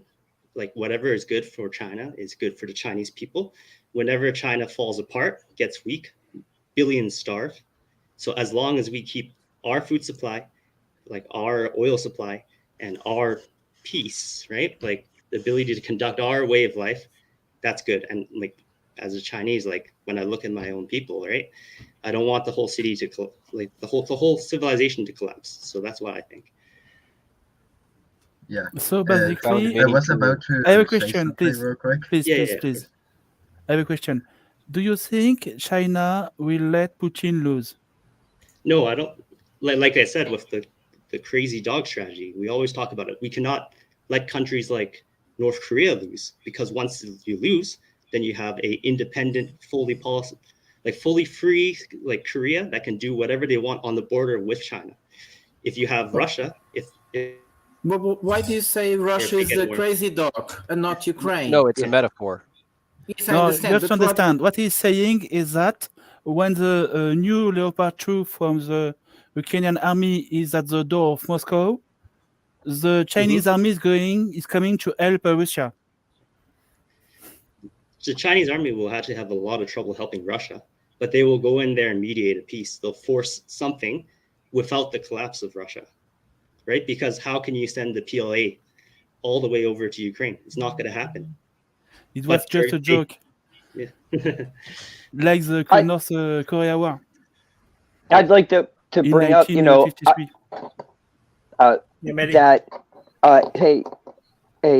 that we get into this values that we all talk about, and we're sitting there and none of us can define it because it means something different to everybody else, which means it means something different to every country out there. And I understand what the gentleman's saying is that when Russia and China agreed, it's nothing more than going down and making an agreement with a contractor to build your front porch. It's more of a transactional type of thing that is more friendly and open-ended, that maybe you'll give them more work because your agreements are working. It works for both of your countries. And that's what Americans don't understand. We go in there and then we got to go and inspect it like a 7-Eleven, go up and down the aisles, find fault with it, to say it doesn't have our values. Instead of competing for the resources that are there, we define it an enemy and then decide to take it over. There's a totally difference. But when we talk about values, we could say values till we're all blue in the head, but none of us are going to agree what values are important, all the way. on Well, everything. of course You know what we I mean? will. And When I become God Emperor and all of you are my servants, you're all going to have the same values as I do. Mehdi, Don't laugh. I think I've spoken to Alan. He's got a plan. you have to understand why the West are using values in international politics and in diplomacy. Neocolonialism. It's to kill diplomacy. Because if you based your relations with a foreign country on values, you are killing the diplomacy. Because you are not accepting the others because they don't have the same values as you. Very Sounds good like point, and that's my point. Something students who are studying politics and international politics should understand. But you see, Mash, the problem is Well, that I we completely have a agree with you. No. See, the thing is, I completely agree with RL, right? I'm a realist. So what Europe is trying to do, European Union is trying to do, is not diplomacy with other countries, right? Apart from Russia, what it does is that it tries to lecture every country on morality and all that stuff, and I do not agree with that, because at the end of the day, what happens is that these countries go to the other bloc, and so you don't have European values in that country anyways, right? So what you have done is that you haven't just lost that country from your bloc, but you also failed to have European values, right? So that's the whole point. That's why I want to have like a realist foreign policy in Europe as well. That is what I'm trying to argue. Realist foreign policy is good if European Union wants to have European values, right? That's what I'm trying to argue. I think we're a little bit hazy on this idea of like realist values. Like so. Let me try to explain. No, not values, politics. Well, you see, wait, Mesh.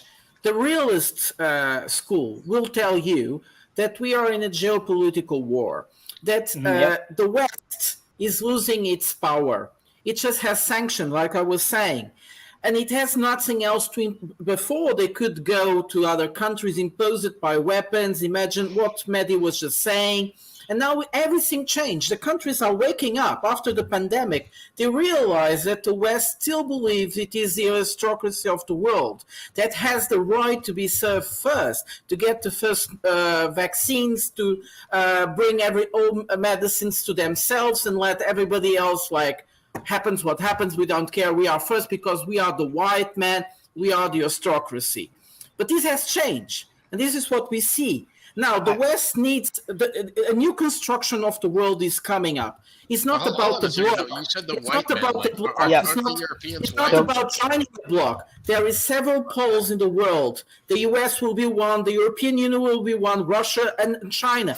Nobody needs to join a bloc. Right. What countries will do is like they will be more free, and they will say, if you want to have my resources, who pays better?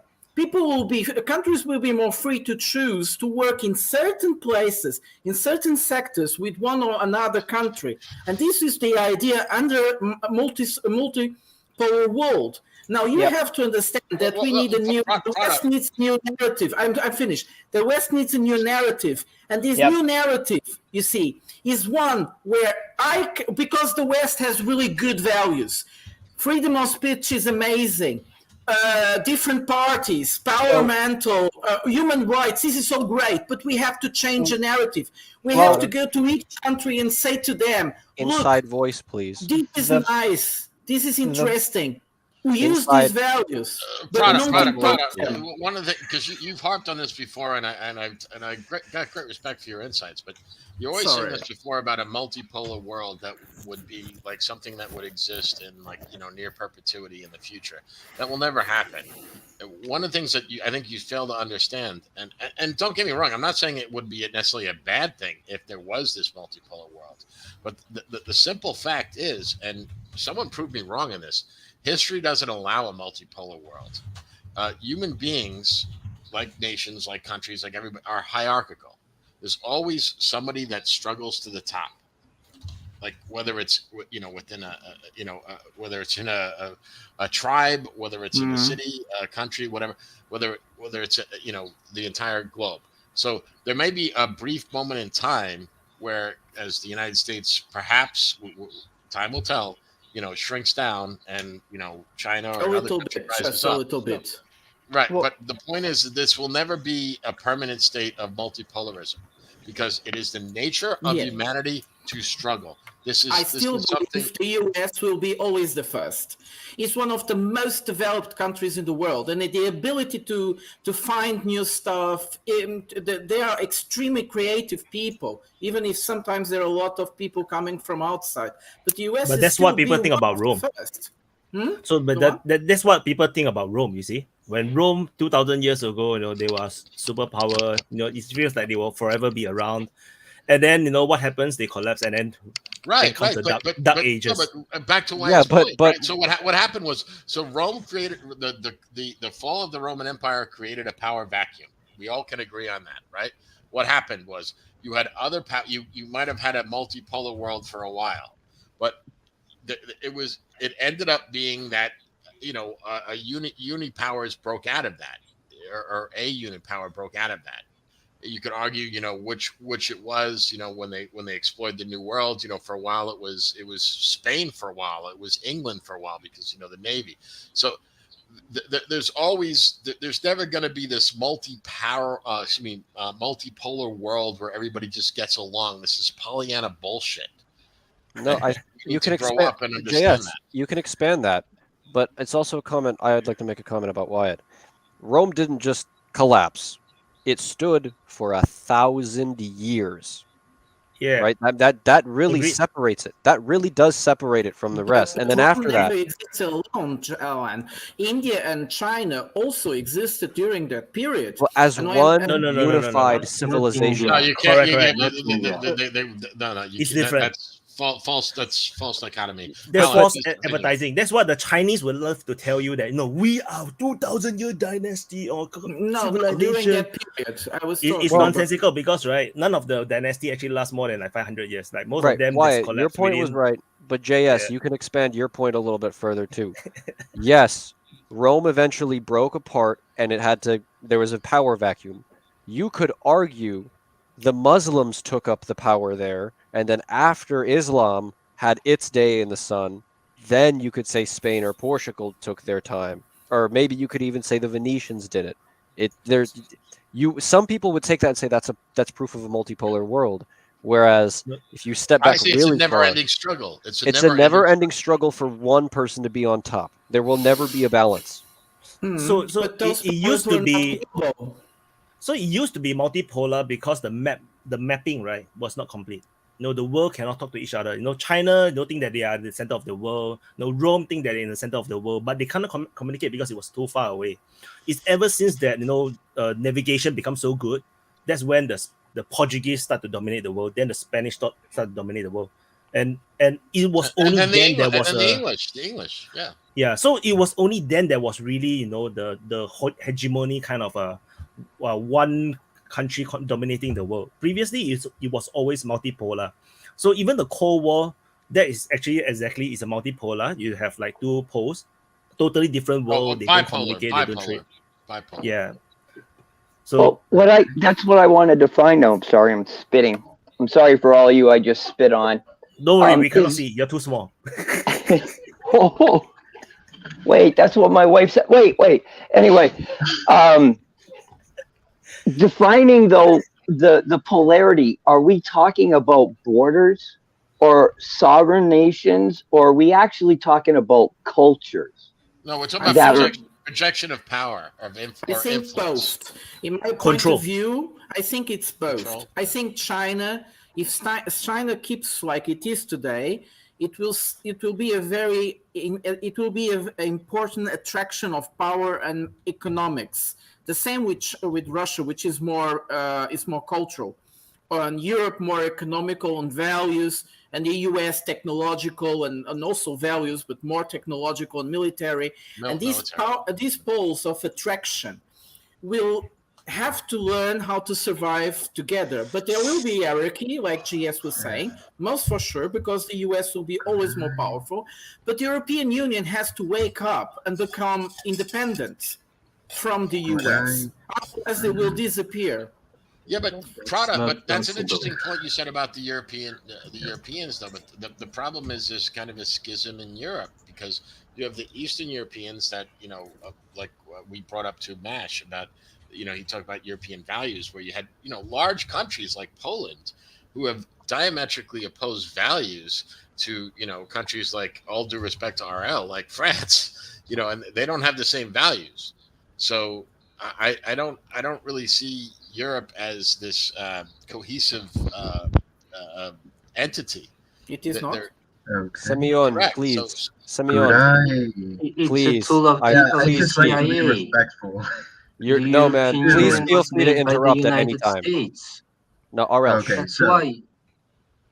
That's the why thing I European was Union about to talk can about. never be a pole in itself RL, because it's a let him construct, speak. European Union has artificial to come up construct RL, made by let the him USA. speak. And me. No, he had his hand up for like 10 minutes. Okay, so I wanted to So am expose I. my view on this, mostly to have my view there. I view countries as large entities, large alive entities that have a similar reaction set as human does. So when I see countries interacting with another country, I see a tribe, a world-scale tribe, and a tribe only has one person at its head, the leader. There is always that guy on that tribe that will try to dispute the post of the leader, but there's only one leader. It can be three, like in Rome, or two. well, yeah, a triumvirate. I think that's what Prada was referring to. But I get your point, Semyon, is that ultimately speaking, that human beings, and this is what I always harken back to, like the way I try to make sense of the world, like geopolitically at least, is looking at everything from an evolutionary standpoint and understanding that human beings are pack animals. Ultimately, that's what we are. Like Social you creatures. can talk about everything you want, but that's what ultimately human beings are, pack animals. And by definition, we have, and I'm not saying this is good or bad. This is just a fact, right? Like we all have two arms and two legs. Men have penises, women have vaginas, except in the United States and Seattle. But my point is that is with those rare exceptions that we operate as such. So everything that we understand, like the way we understand, like like the idea of a nuclear family, you have the man at the top, and then the wife, and then the children, and the whole bit, and then you just make concentric circles out from that. That's just the way the world works. Okay. Now there's all sorts of nuance to that you could write an encyclopedia about. But ultimately, unless you understand that fundamental truth about humanity, nothing will make sense to you. Yeah, but look, yes, the world also the families also make splits, and the tribes make splits and bring new tribes, and they expand. Absolutely, but that doesn't dispute the fact that there are tribes, and that Yes. ultimately they operate as tribes. Yes, Yes, but you have we one we exception. have a power of attraction now already, very powerful, that is able already to compete with China, with the US and Europe. That is China. Other countries will appear. The thing is that they have to understand. They will just poles of attraction. Okay. We know So Yes, have you to got a certain one. point of evolution that we know if we have a war, that does it's a not contradict destruction my for point. all people. It's a destruction for all people. Yes, you got one big exception in history, which is China. At the time where they were number one in the Middle Age, they were number one in the world. They didn't expand. They decided to be the middle kingdom, the middle empire. I mean, they didn't decide to conquer India or to conquer Southeast Asia. They decided to be China's big enough too to be big. the center of the Yes, world, attracting RL. everybody to them. But And RL, you even hold on see one second Let though. Semyon speak. RL, no, I just because he has to. Go ahead, JS. You're about to signal my point. Yeah, no. So I think that and I'm not an expert about ancient China, Middle Ages Chinese history. My point is there was extreme amount of tribalism within China, which still exists today, from my understanding too. And also there was certain geographical boundaries that existed in China, like namely rivers and mountain ranges. that kind of prevented them, and also oceans that kind of prevented their expansion. So you can't say that didn't exist, especially within that time period where there was technological limitations on the ability to move people in mass at that time. Not just that. It's Not not, just that. not only that, They- right? They got the biggest fleet navy at that time, and they Yeah. went even at one time. through the African coast. Yeah, but they shut that down because China is too big, right? China actually it's very interesting. Whenever it's unified by an outside power like Qing Dynasty, Yuan Dynasty, Mongolians and Manchurians, it actually is bigger. But whenever the Chinese they take control, they start fighting each other. The admiral they sent out in the Ming Dynasty, right? They wanted him to explore, find more trade, but then they just found more land and more people. And China already has too many people to control, because the moment you turn your eyes away from the people rebel. Like every single time there's a famine, the people overthrow the dynasty because they know that like the government cannot be run, it's incompetent, right? So the government has to be competent, and you can't be competent ruling the entire world. It's impossible. And then JS is right. To the west, there's desert. How can you rule that? The north, Siberia. The east, you got ocean. South is jungle. So why would you need to go outside? There's just too many people to manage. It is a bureaucracy. Bureaucracies cannot be efficient and competent if they're too big, right? So that's why there's no colonies.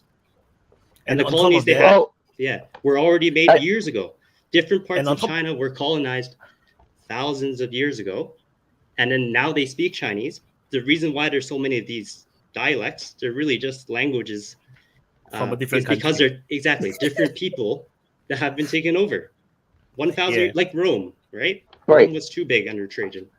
Well, like Chinese history isn't continuous if you think of it as one set of people all the way through. Let's think about the Mongols who came in and kind of morphed its history. So I wanted to bring up, somebody brought up the ship and the Admiral actually off the shores on the Pacific coast of the United States.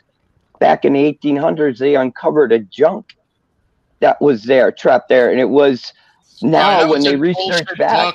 They tried to say that the Chinese discovered America. No, this was actually found. No, this was actually found. Yeah, I get what you're saying. Yeah. It was a crock of fucking shit, man. Exactly. The Chinese government said it was for meteorology, for the meteo. And even if it is one ship, there's no way you can control all the way out there, right? Like the main thing it washed up. I didn't say they invaded, for fuck's sake. I mean, my God, get off my ass. There was a book that was being pushed around that time. I remember, like it was like around in 2000. 1492 is the name of that book. I know what book you're talking about, but that's not what I'm speaking of. The Chinese discovered America, and I was like, "Oh, give me a fucking break." No, that's not what I'm speaking of. Wait. I tell you the truth. The Chinese found the Americans 10,000 years ago. You go and look at all the Eskimos; they all look like Chinese. You see, we all have Siberians. No, they look like Siberians. The Ukrainians discovered the entire world because humanity actually formed inside of the Black Sea before it was flooded by the Ukrainians. The Ukrainians created humanity. That's actually what it says in their textbooks. Open their textbooks and read them. I dare you. The Ukrainian bloodline. We must preserve the Ukrainian bloodline. No, I'm serious. Read a Ukrainian textbook. That's the funniest shit you'll see all night. Yeah, I'm not going to It read was very interesting what Shu was saying and GS as well. You see, in the end of the 19th century, one of the biggest problems after the Industrial Revolution, one of the biggest problems in Europe, in the big countries of Europe, France, Germany, England, was how to control the masses. The elites were getting out, the power was getting through the fingers of the elites, through the anarchists, the communists, and so on. They were coming to the streets fighting for better working positions and so on. And they started to think very seriously, what can we do to control the masses? And this is how fascism and the social national, the Nazis were born. Their idea was just to control the masses. Nowadays we have the same. No, actually, Prata, I gotta take exception with that because I know a little bit about this subject. the Nazi, quote unquote, you're talking about German Nazism, right? Like in the 30s? Yeah, social nationalism. Yeah. National social. Sort of That was social. really a counterbalance to communism. It wasn't, the communism started first. Yeah. The Nazis were the counterbalance of that. So I would disagree with that. No, it's true. It's control because everything was getting falling apart, and they needed ideologies or methods to control the masses. So, of course, the Nazis, the fascists, they came after. Yes, of course. The thing is that nowadays we don't have that, but we learn a lot with those techniques of control through Stalin, Hitler, fascism, and so on. Now we have the mainstream media. These are the techniques of control of our societies nowadays. The interesting thing is that with the woke developments, these cultural war structures that try to disorganize society and keeps it together, doesn't work in Africa, doesn't work in Asia. So that's the problem. We don't have the ability anymore to control these societies. We are going to further away from natural, for the natural. So like women have penises. No, they don't. But yeah. But if you keep saying that, people in Africa will laugh at you. No? People in China will think, okay, these guys got crazy. No? Okay. Hello, Slef. How are you? Could you introduce yourself? Myself? Yes. Yeah, hey. Who are you? Where do you come from? And what were you before? Freaking I'm trend. Slef. I was born in Ukraine, in Kiev. And then I grew up in Australia. Actually did a stint in the States. Before that, my mom brought me to the States and then to Australia. I work in the IT field, and that's basically where I come from. So I speak a bit of Russian, no Ukrainian. And yeah, so while I'm here, Wyatt, big shout out. So I've been using you to keep up to date on the conflict, because I can read the Telegram channels, both Ukrainian and Russian, but it's just too much bullshit to sift through. So I rely on you because pretty much. You're Singaporean, you know, ethnically Chinese. You don't give a fuck. You don't have any skin in the game, so you're objective, and I trust you on that basis. Big shout outs to JS, Vaughn, Medi, Alan, fucking RL. I love you, cunt. You're fucking artistic as shit. I find you extremely entertaining. So big shout outs to you too. There's probably a couple of other people that I'm forgetting. I've been watching your little live stream recordings. So yeah, good to be here. You're in Australia, right? Put your email in the private chat. Yeah, so that we can keep in contact. And you are in Australia, am I right? Or That's correct. You grew up in United States. 2 years in the United States. That's why I've still got a bit of an accent. But by the time I was 8, I was in Australia, so I grew up here effectively. Your accent is more Australian than American. So, yeah. To your ears, to Australia. No, actually, I can. Were you on the East Coast in the U.S.? Because I hear New Haven, Connecticut. All right, yeah, I hear a bit of the East Coast because that's where I'm from. Yeah, I hear it. So, yeah, have you seen the film Men in Black? Yeah. Yes. You know, every single time I see you, there's a scene where like the fucking the alien cockroach man, right, tries to roll some tow truck driver, and the guy pulls out like an 8-inch cold python or some shit like that and says, "Come on." Every single time I see you, I think of that dude. So me? Yeah, dude. Yeah, okay. All right. I don't know if I got insulted or complimented. It's kind of both. What age do you leave Ukraine? So you say you are from Kiev, right? 6. So you are hardly Ukrainian then. So because I don't think you can remember much. Ethnically Ukrainian, but yeah, I mean I've been back since I did approximately 2 years of work experience in Kiev when I was, like 19, 20. So I regained sort of fluency and I was immersed in Ukraine shortly before the, events of 2014. So, do you still have family connections in the Ukraine? Yes. Most of my family moved out in the last year and a half. I still have some family in Ukraine, but mostly in the West. What do you hear from them? Hopefully they're safe. Western Ukraine, Yeah. meaning Western Ukraine, not near the front. What do you hear from them? And John is right. You know, thank God they're safe. That's first thing. But you know, what can you say?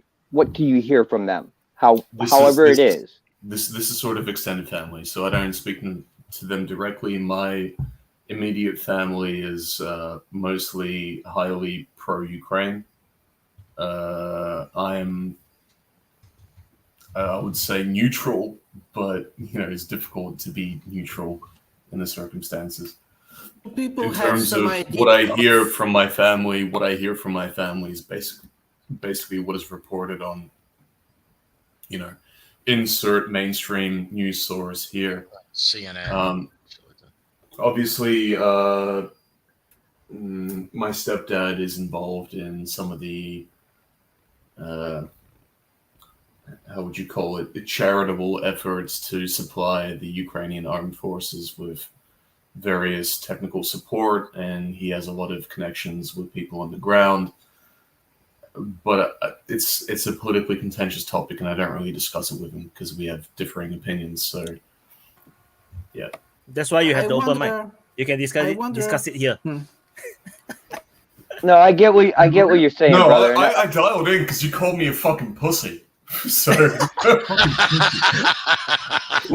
that. I'm not gonna let that slide. So many people got triggered by me. Oops. I was shit. wondering, Self. So Ukraine is fully destroyed, lost part of its territory. Hundreds of thousands of people, died. Almost 20,000 civilians. Do people understand that something went wrong in this process?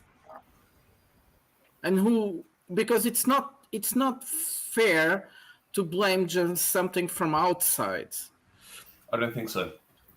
So They just I'll blame also the- say this. I've been taking Russian lessons, and I'm taking Chinese lessons too. But the Chinese is not going as well as the Russian, right? And my tutor is in Kiev, right? So I hear from her, I'm gauging off her what the sentiment is within Ukraine. The propaganda envelope in Ukraine is even more draconian and complete than it is in the West, right? And so in Ukraine, if anyone is watching, you know, approved media sources, they have no fucking idea what's going on. Only until they are directly impacted by, you know, members of their family dying on the front and all that kind of stuff, maybe they'd be inclined to say something. But if you say something wrong, you say something against the state, whatever. We've all seen, you know, people getting blackbagged by the SBU and etc. It's dangerous to say these things. So why would you say it to a stranger? So short answer is, like, if you're not on the ground, you're not in that environment, you don't really know, and you can't know. No European values in Ukraine? European values, fuck no. But this shit isn't Big about dog. European values. Like, it's Oi! Chica! Oh, wait a second, that's my alcohol delivery. One Set second. quiet in Russian. I'll be back. Real quick, could I make a question? That's a big dog. Mostly to Mash or Zoo. Even Zoo would be more interesting. What's your comprehension of what values are? You mean like values, Values, in terms not of national values, just values. yeah. Values. So if you think about it, it's kind of like how society puts itself together, right? Common sets of rules. No. Usually You don't qualify it. Just answer the question. Yeah, values are the rules that we abide to without actually thinking about them, right? Our norms, our circumstances.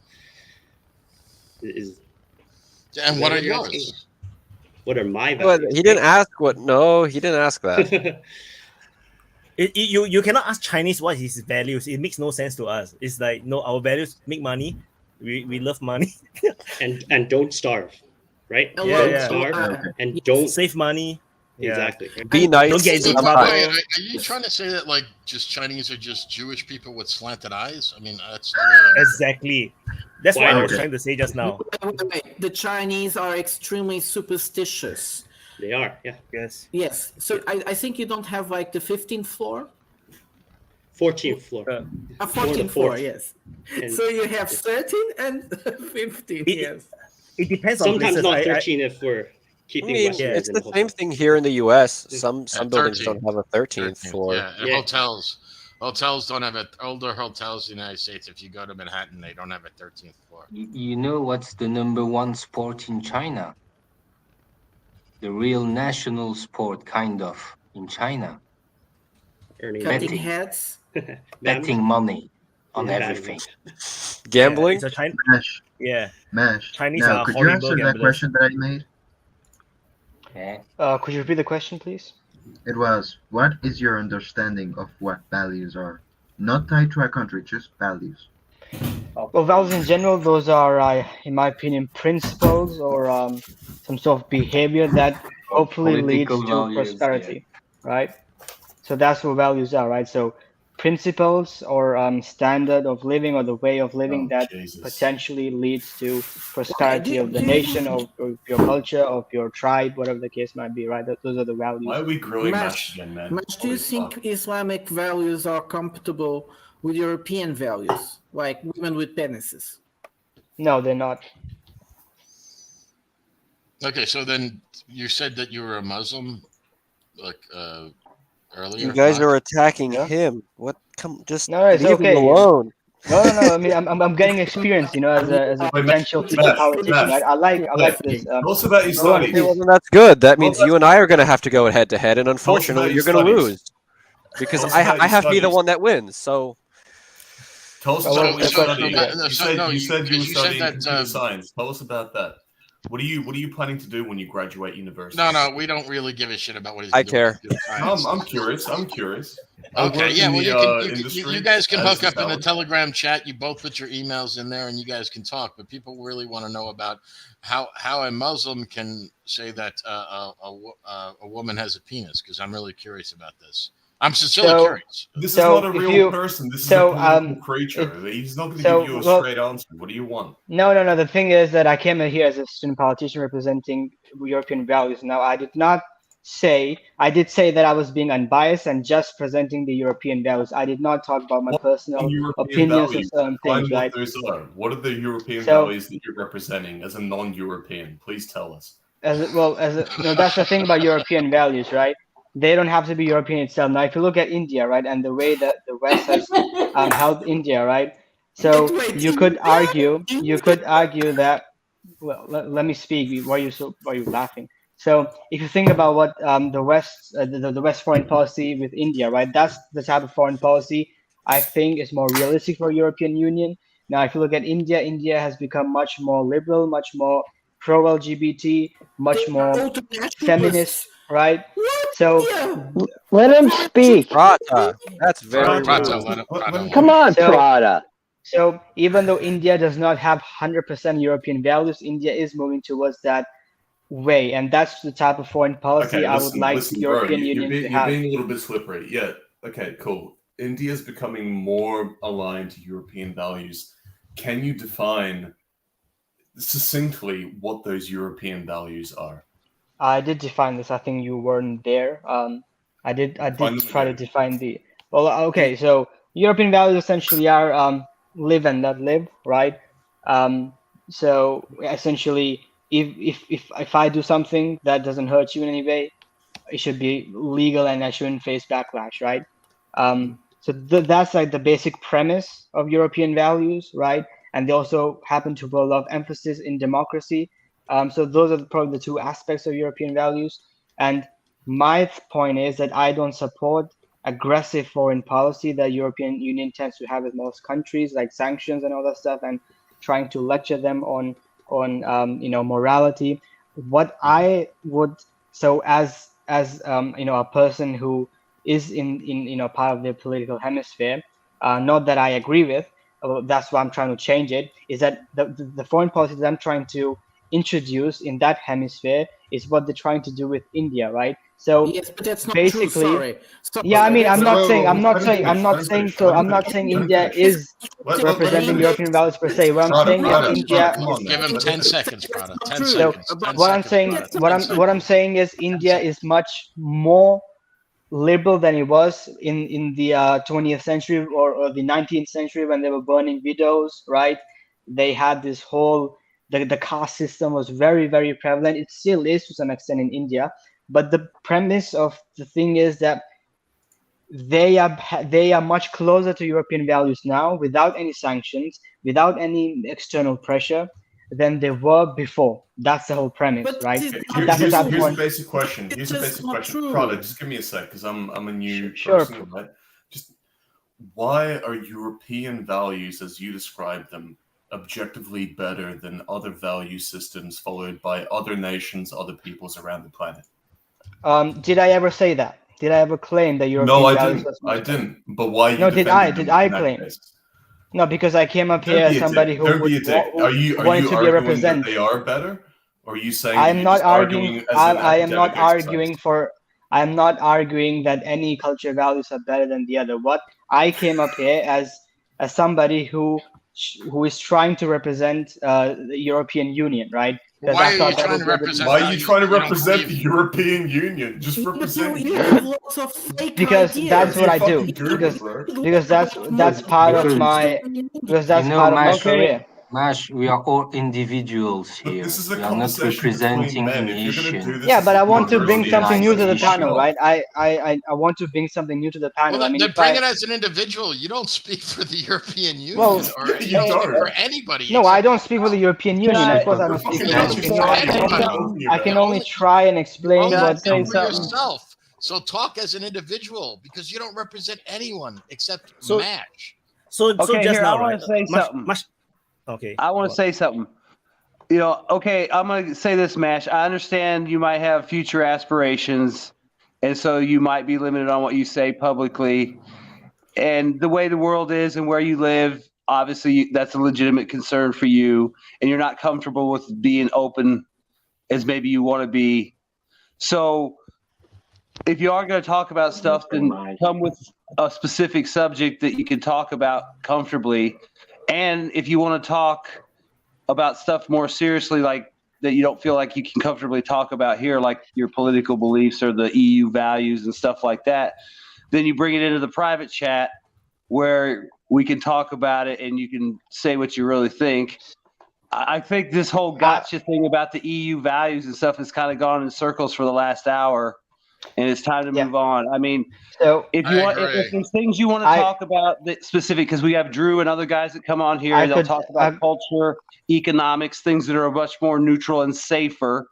And I respect that, because I mean, nobody wants to get doxxed, nobody wants to get fucked with.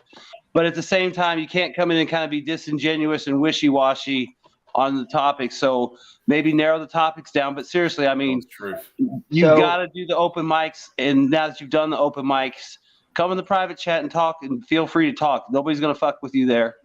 And if you're more comfortable there in private, that's fine. That's all I'm saying. I think this has gone long enough circles. So yeah, my specific place of interest or field of interest is foreign policy of the European Union, right? I can talk freely about it without any restrictions, because that's the work I'm currently doing at my political party, right? That's the thing. And I focus more on the realist school of thought, because I think it makes much more sense in a multipolar world, right? So that's I heard that being discussed previously. You first said that you weren't a member of a political party, and then you said that you represent yourself as a political party, or it's some sort of university thing. What is that? Well, no, it's not part of university. I am a member of a political party. What party? Can you share which party? What party? Yeah, FDP. It's okay, FDP. FDP. Oh, the liberals, they are the liberals, yes, of course. But let me say something. This is not true. India is not coming near to the West at all. Modi, what is the party? You guys say that you say the initials, and then you guys just go, okay, what is that? I mean, if I say Democrat, Republican, I'll tell you what it means. What is FTP or whatever? Yeah, it's the Disarm the Police Party. It's the liberals. It's what? Well, Liberals in what if sense? MASH They're is a economic member, liberals. let MASH explain it. So FDP is a German political party. It is a economically liberal party. It's also socially liberal, of course. But I joined that party because of its economic, liberalism. That's the main Is reason. it kind of like a global homo thing? Yes. So could you elaborate? Yes. If you have to ask, then the answer is yes. Okay, so elaborate what. Is it I just want to share. I just want to share. more of a niche thing then? Like you said, you joined because of the economics. So, like out of all the parties in Germany, what you want to do with your life, that you feel like that kind of fits, or that's where you're going to see your success by their economic policies that you like, and the other parties are not offering those policies. Because I mean, I understand making trade-offs. I mean, believe me, I'm a Republican. We compromise every fucking day, and it's horrible. So what I'm saying is, I understand what you're saying. If I'm right, you may not agree with everything that the party stands for, but there's things that you do, and if that's where you're going to get the progress you're trying to get, then you got to work with what you got to work with. I mean, basically, like your internal motivations, like for being part of this policy. I vote for Mitch McConnell. He's a piece of shit. Yeah, he's a total. Shame on you. He gets stuff done that I need done. To MASH, like I'm just Shame curious, on you. your internal motivations for supporting this party are what? Because I mean, obviously you're a Muslim, So- and obviously there's so many aspects of this party that they're part of the global homo agenda, and like you as a Muslim that doesn't believe that women have penises and men have vaginas, but at the same time I'm assuming that's true because every Muslim that I've known, believes that we are a binary species, meaning. Sexually speaking, there's one male and one female. Yet you support a party that openly believes that sex is based on whatever the individual feels at the time.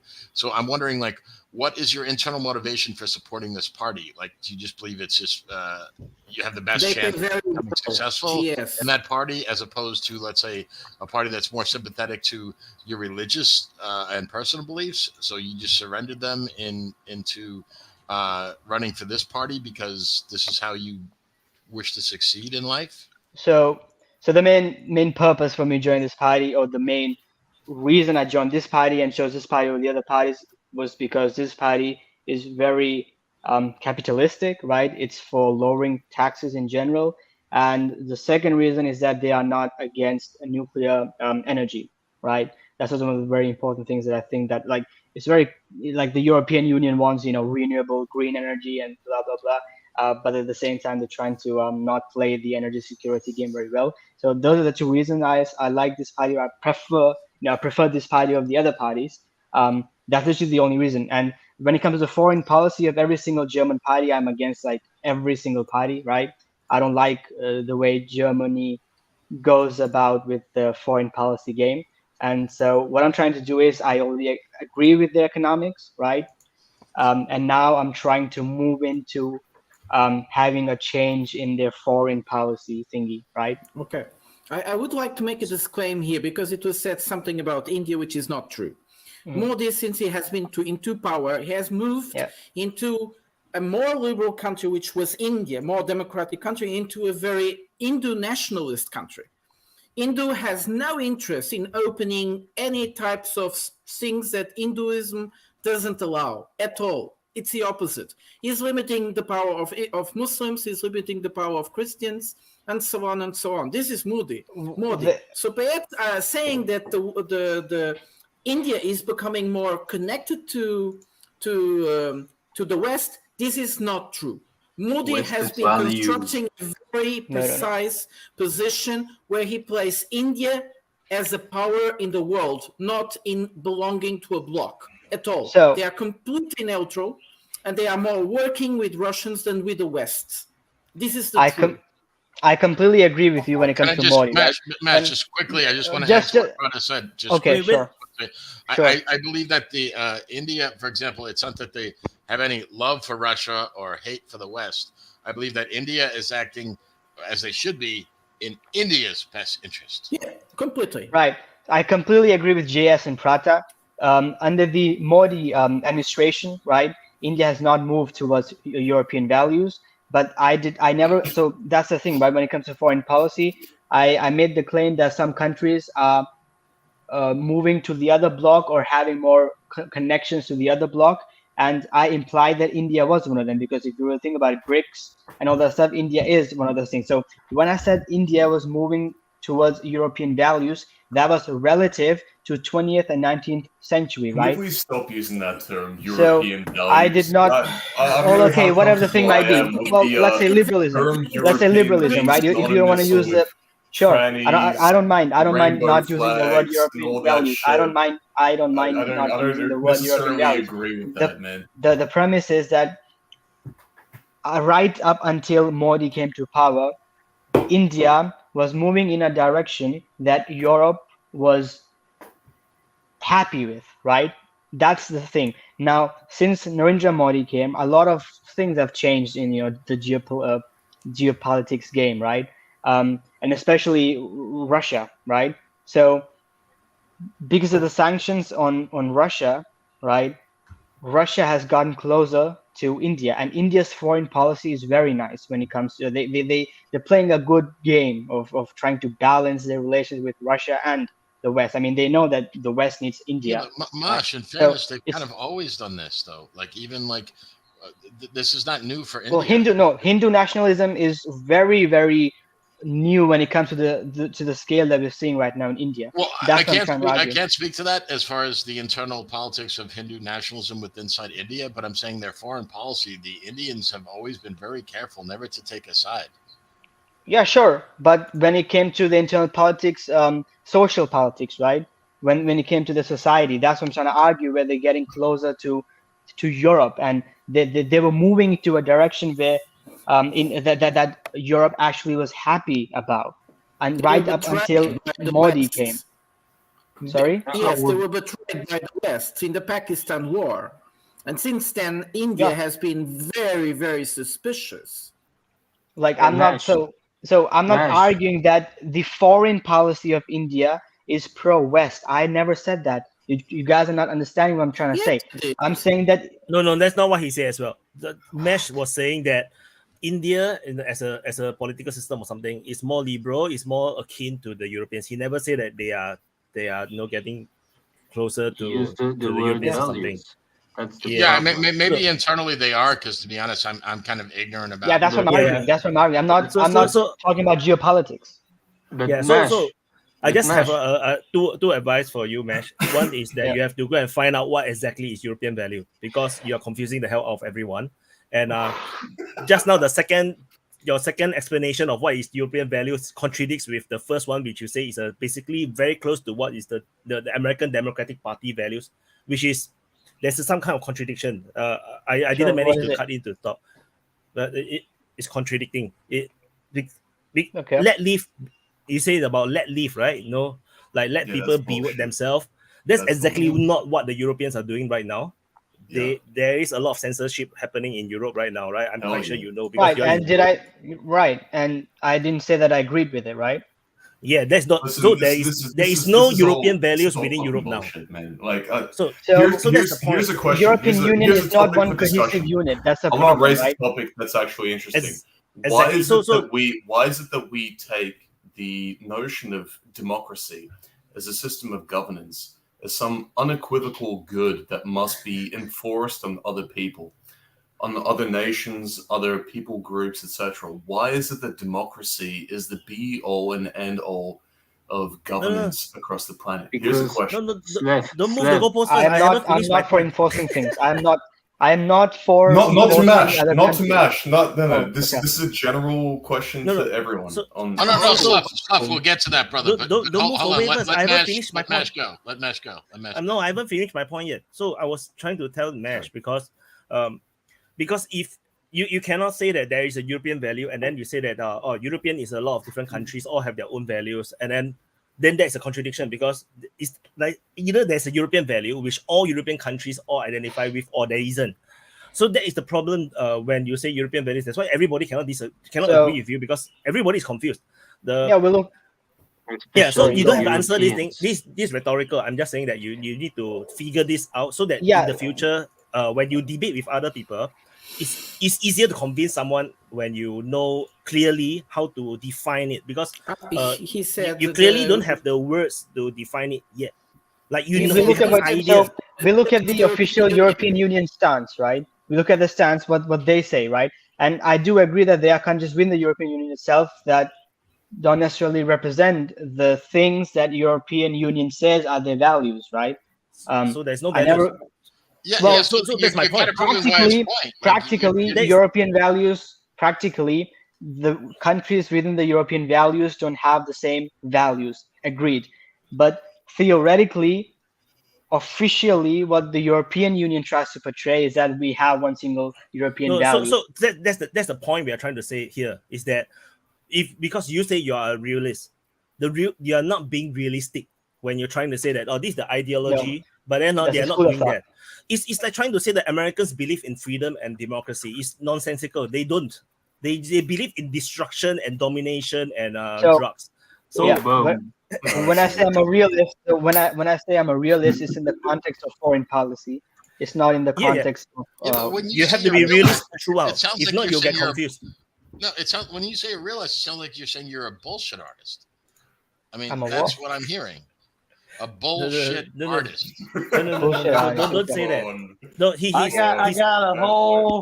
I got a whole magazine of democracy for you right here.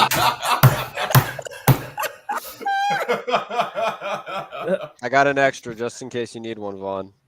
No, so I'm being very genuine. Wait, I'm cheers, sincere Tim. because Cheers. if you are going hold on. if you're going to go into politics and everything, then if you cannot explain yourself in a way that you can convince people, you're gonna have a problem, because the reality is this panel here, we are not pro-Russian. Most of us is not pro-Russian. We are actually mostly realists, and that is the reason why we have a problem with what you're saying, because we are realists. That's why we concluded, as what you said just now, that Russia cannot be defeated militarily that easily, if even possible. So as a result, we are always pushing that Ukrainians have to make the concession so that this stupid war can end. But by saying that makes us pro-Russia. That is the problem that we have now. It's not that the panel is pro-Russia. Only there's a few that is they openly pro-Russia. No, but the fact is that most of us is not. That is why when you say that you have a pro-EU tendency or lineage, and then you say that you are realist, that doesn't join at all, because So Listen, for let me you say to one thing. Hold on. Let me say one thing. So basically, Mash, when people are talking to you, like trying to have a discussion, there's an American expression called "sword fighting a fart." Right. Is that I never heard that before, man. Yeah, you basically, because you don't seem to stand for, like, you keep just moving around, so it's like you're literally it's like a fart and it smells, but you're trying to fight it with a sword, and it doesn't really have any a single entity to it, and basically that's kind of like what you're like, whether you realize it or not. So you're just sharing on a more human level. there's you a just don't nicer come way to across say as that. real, man. You can You just don't- say you don't come across as real it's difficult and, to and discuss giving specific across things what with your him. point of view is, and so people are going to pick up on that. People are going to pick up on that, and they're going to immediately, subconsciously think this person is fucking lying to me. He looks smug and dismissive, and he's a piece of shit, and he has a punchable face. Am I Slav, come on. I think you guys seem more dismissive than me, right? I mean, this is like ridiculous. I mean, seriously. I mean, you can have an argument, but God, really? No. We're gonna. I mean, come on. Exactly. I got up on my soapbox about this earlier. I do not understand the point of insulting the person. Mash, I will compliment you and say you are a very, very annoyingly good public speaker. Okay? You are amazing Not at it. really. It's so annoying. But the point is, we're not trying to have a public speech debate, right? This isn't a debate. It's not a political rally. No, wait, So- Right, it's not a political rally. You'll become, It's just a bunch of retard dudes sitting in a open mic chat, Yeah. So Shoot the don't shit. take it like offensively. I'm not the trying to be point is that Does it look like I'm taking it offensively? Yeah.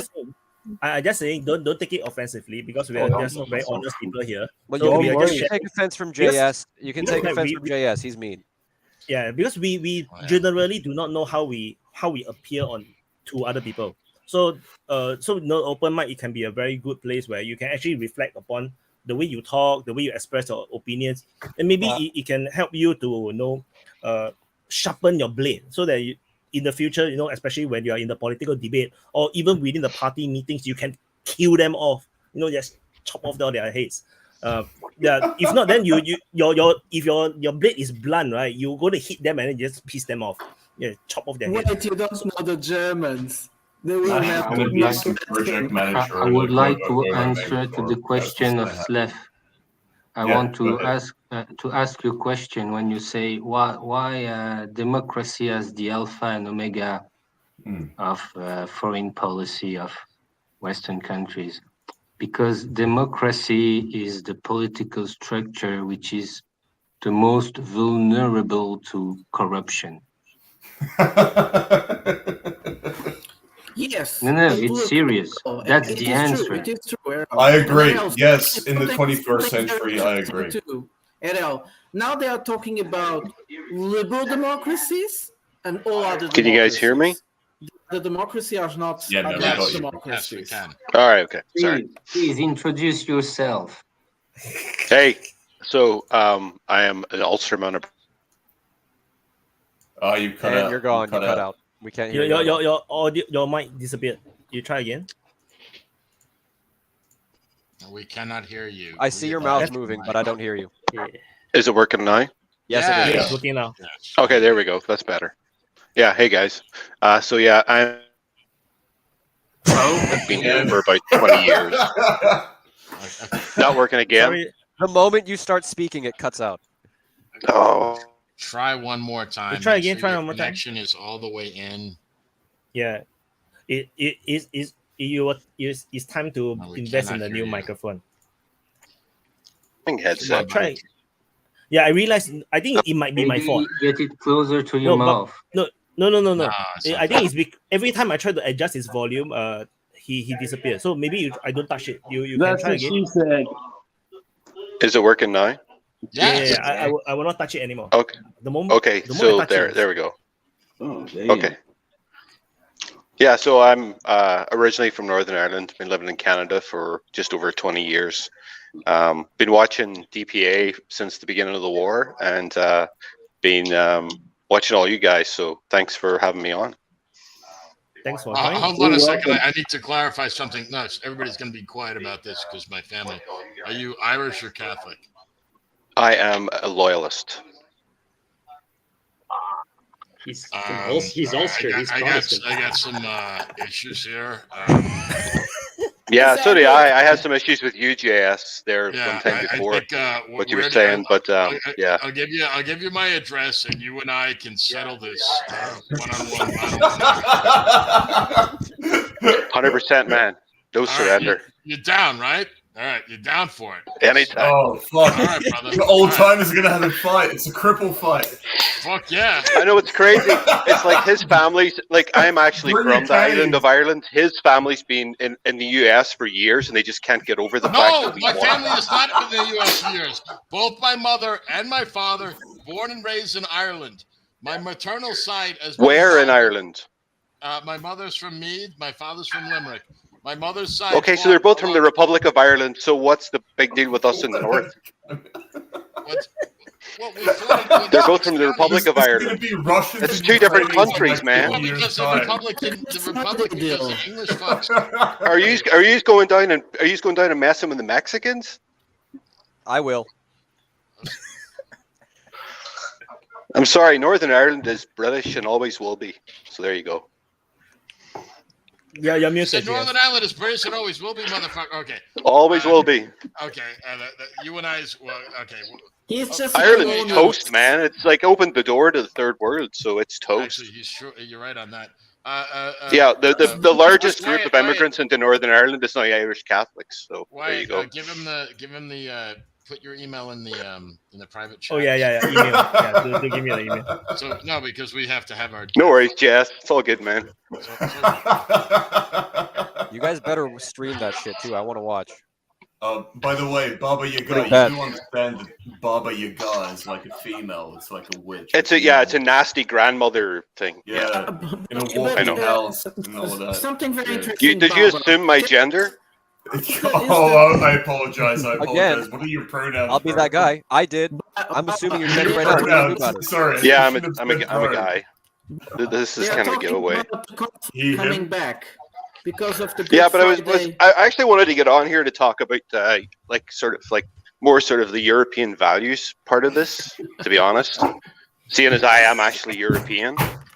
So European values don't exist. There are a bunch of countries that make up Europe, and every country has its own individual values. That is currently being destroyed by the EU that's trying to impose values on other countries. The EU is basically, as far as I can see, it's the Fourth Reich. Like, that's my view of the European Union. And I'm so glad that Britain has kind of got out of it, but it's a bit of a challenge. Could I say something to that? I agree with BabaYaga that the EU is trying to impose the so-called European values, right? And I am against this imposition. I am pro organic change in a country, right? If people actually want to have EU, let's just call them EU values, then it has to come from within organically, right? But none of it's organic. It's all been Unfortunately, that's what I'm trying to change. That is exactly what I'm trying to change with my foreign policy, right? But you don't have to change anything because you're not European and you don't have a say in it. No, so as a representative of a political party, right? I am a part of an organization. You're not that- European, man. No, it doesn't matter. You should be going back to Pakistan and making the changes I you hope- want to see I there hope- in your own country. I hope. Yeah, I do hope that, but I'm trying Why to don't gain you start experience, right? there, man, dude? Because So, you're failing well, miserably. Yeah, go back actually- and go it's see actually, how um, those changes will work in Pakistan. Yeah, well, and it's then get actually back to difficult me. to change, make a change right now as it is as a student in Pakistan, but it's much easier in Germany, and that's what I'm trying to do. So, Do you know I why? am Because gonna be part of, people in Germany are too afraid of telling you no. So Because they don't want to be called a certain R word. No, I don't. No, I don't. So legally, I am allowed to be in the decision-making process, and that is going to be the thing Well, as you well should in the not be. Congress. Yeah, that Well, was the okay, Germans' that's first debatable. mistake. Well, that's debatable. I mean, of course, I'm not going to make any comments on that. But the very fact that I have a say in this, and that is what I'm trying to, strive for. I'm trying to strive for organic changes within countries rather than sanctioning You them cannot or- strive or- for an organic change. nothing That is an organic. imposed change. Absolutely. Well, and that Organic is- comes from and I'm against- organic and is I'm- something that comes from the native Western population. nation in the last It is Yes, not and- something that is imposed from people externally. Yes, Hey, and that's what I'm trying to BabaYaga. say. I am Do you want against. to like? I'm from Northern Ireland. Do you want to know what our values in Northern Ireland are? I Monogamy. respect your values, and and that's why if EU Marriage tries is to between a impose- man and a woman. Sure, if EU A man tries to does not. A impose- woman does not have a penis. Right. We I go to get you. church. I get you. That was Europe's values. That almost all Right. of Europe until this new age Marxist garbage was being imposed on us. Sure. So that's what I'm trying to do, right?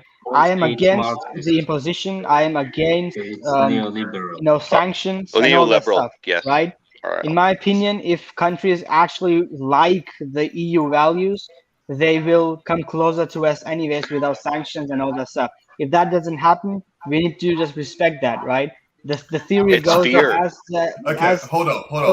One second. just one last thing, right? The theory goes, just one last thing. The theory goes that if a population is educated enough, it's going to lean more towards liberalism. That's the basic theory of If a psychology, population is right? indoctrinated enough. Let's let go. Yeah. Like, Sure. what You could BabaYaga say is about education to is say, indoctrination. right? You How- could say how can you education Of course, is it's indoctrination. How can No, you hold say- on a second. No, Sure. One by beginning, one. You'll as agree with me someone- on this, brother. You'll agree with me on this, brother. Look, the whole idea of a population being more educated means being more liberalism is a complete crock of shit. And Nazi Germany proved that. There was never a population in any country that was more educated than Nazi Germany. They had more PhDs than any country on the fucking planet. So that argument is completely full of fucking crap. Period. So- Paragraph. I said it was a theory and not a fact. Do you realize the difference between a theory and a fact? Early A theory is something that's backed up with facts. A theory No, is backed with not facts. necessarily. Like Not germ necessarily. theory is backed with facts. What happened in Pakistan? What you said is Iran speculation. Khan. You What about speculated. Iran Khan? How do you understand this? What happened in your country? Iran Khan was a president took out of office to put a puppet of the United States to introduce all Western values. And I'm against it because it was. I actually it wasn't saw something Imran organic. Khan playing cricket. He was very good. I am definitely so. Prata, I'm definitely against what happened in Pakistan, right? I am against inorganic changes, right? But Because don't they just never work. imagine that. They never work. Imagine millions of, say, Chinese immigrants moving into the country and having a voice in the future of that nation, in the future of that people, and voting for their own best interests. And then you would have some idea of what you're talking about and what you're representing as European values. So, so the thing is that when I say European values, right, I talk about the foreign policy and how they strive to have European values in other countries. That's what I'm trying to represent. So Stop flapping. Neoliberal strategy, right? To make color I in don't the country. I don't know about neoliberal strategy. The thing is that if European Union actually wants to spread its European values, it has to do it in some other way in a multipolar world, because otherwise it's not going to happen. It has no right to spread its values. Sure, Because that's why. they've been proven to be bankrupted. They're bankrupt. Like their ideals are bankrupt. Yeah, that's the thing. So Just when I look talk at about Europe. organic, It's right? dying. When I say organic change in a country, now that implies that that country themselves are ready to change their values, right? I'm not saying that Europe is going to spread their values in the sense that they are going to manually do it. No, that's not the point. Smash. What Europe needs to do, because the values that we have in the West, they are good. But we have to tell people why they are good. We have to convince them. We don't have to impose nothing. We don't have to use democracy. We have to go and say, oh, look, this couldn't be that bad because it worked for us. Perhaps it might work for you too. Try it if you want. If you don't, it's your problem. But this is what Europe and the West has to change. This stupidity with our values, organic, not organic. I completely agree. I completely agree with you, Prata. I have no problem with anything you said. I am also for. One by one. Objectively negative outcomes. We have cratering birth rates. We don't reproduce below replacement. The economic situation is fucked. The military situation is increasingly bad. Everything is going downwards. And this is a direct result of the policies and the social mores that we've had imposed upon us. There is no basis on which to make the statement that European values are positive or good in any way, shape, or form. And as such, we have no moral reason or backing to spread those ideas and those ways of doing things to other nations, because we can see that they're failing miserably. Our people are dying out. That's it. Simple as that. It's not a subjective question. It's not a question of philosophy. It is objectively measurable in the state of our societies. I agree 1,000%. That's empiricism. It's true on its face. Hey, BabaYaga, you say that some Germans are afraid of being labeled with the N-word. I'm not so sure of it. The N-word, not the R-word. The R-word. The worst word. I'm not so sure of it. Don't you know the Teletubbies? Wait, hygiene purpose. BabaYaga, when you're not talking, right? Wait. You know the Teletubbies. Most of Germans are like Teletubbies. So, BabaYaga, when you're not talking, you need to mute, because there is some feedback, audio feedback. You know, when we talk, right? It actually, we can hear ourselves through your mic. So if you're not talking, you need to mute. Yeah, just in case. Yeah, and you can answer RL. Okay, so I am not sure your Teletubby what you're going with that, RL, to be honest. I know what the Teletubbies are because I get kids, but yes. What were you meaning by that? I'm telling you, the Germans are like Teletubbies. Like sock puppets, or I don't people who understand just either, follow? RL. Or... I'm not sure what you mean. Like I think you gotta stupid? explain. Like, what I mean? Really? no. No. I'm sorry. I What do you mean by that They're exactly? like TVs. They spread misinformation. They're evil. They're No, they're not like evil. media. Their They're brain garbage. Have a is penis like on a their head? sponge. It's like a sponge absorbing everything television is telling to them. You're Without dehumanizing an entire questioning it. people. No, Errol, I wouldn't say so. It's more like people are afraid of having a divergent opinion because and this kind of social control. Yes, people believe if they have a different opinion than the mainstream, other people won't talk to you. This is what happened during this is called wars.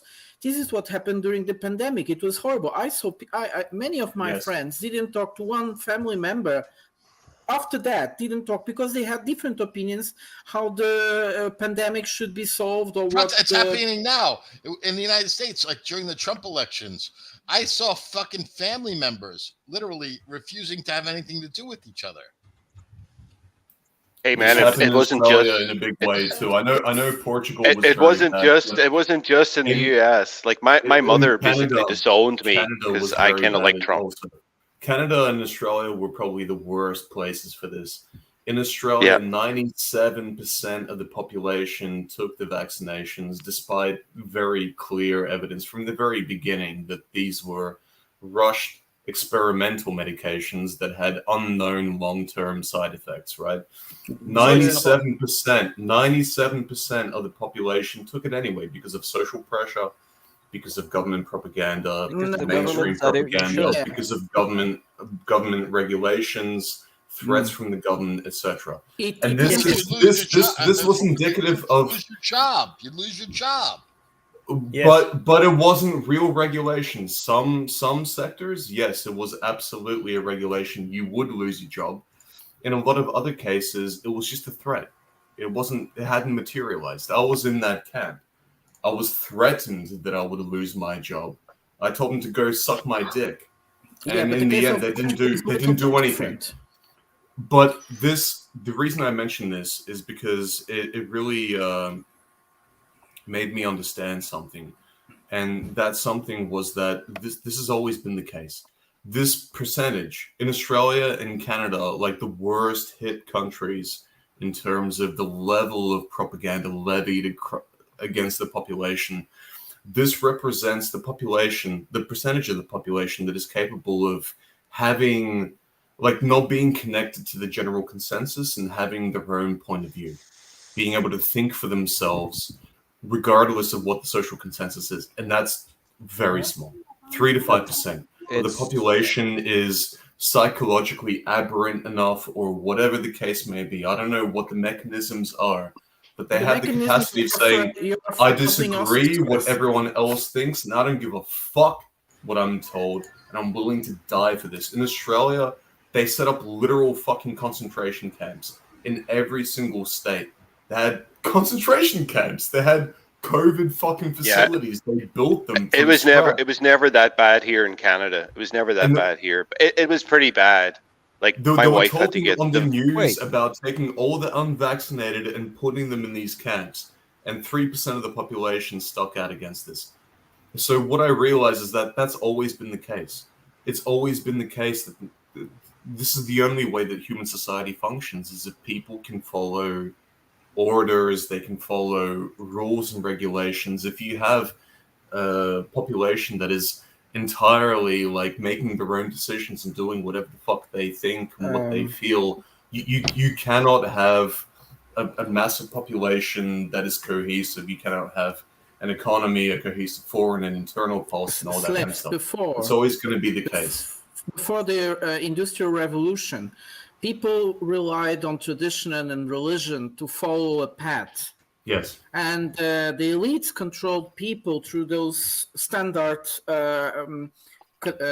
behavior Yes. constructs.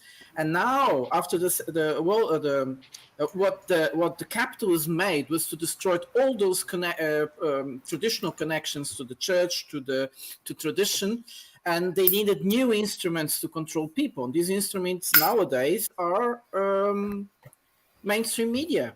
And the way Yes. the And public schools.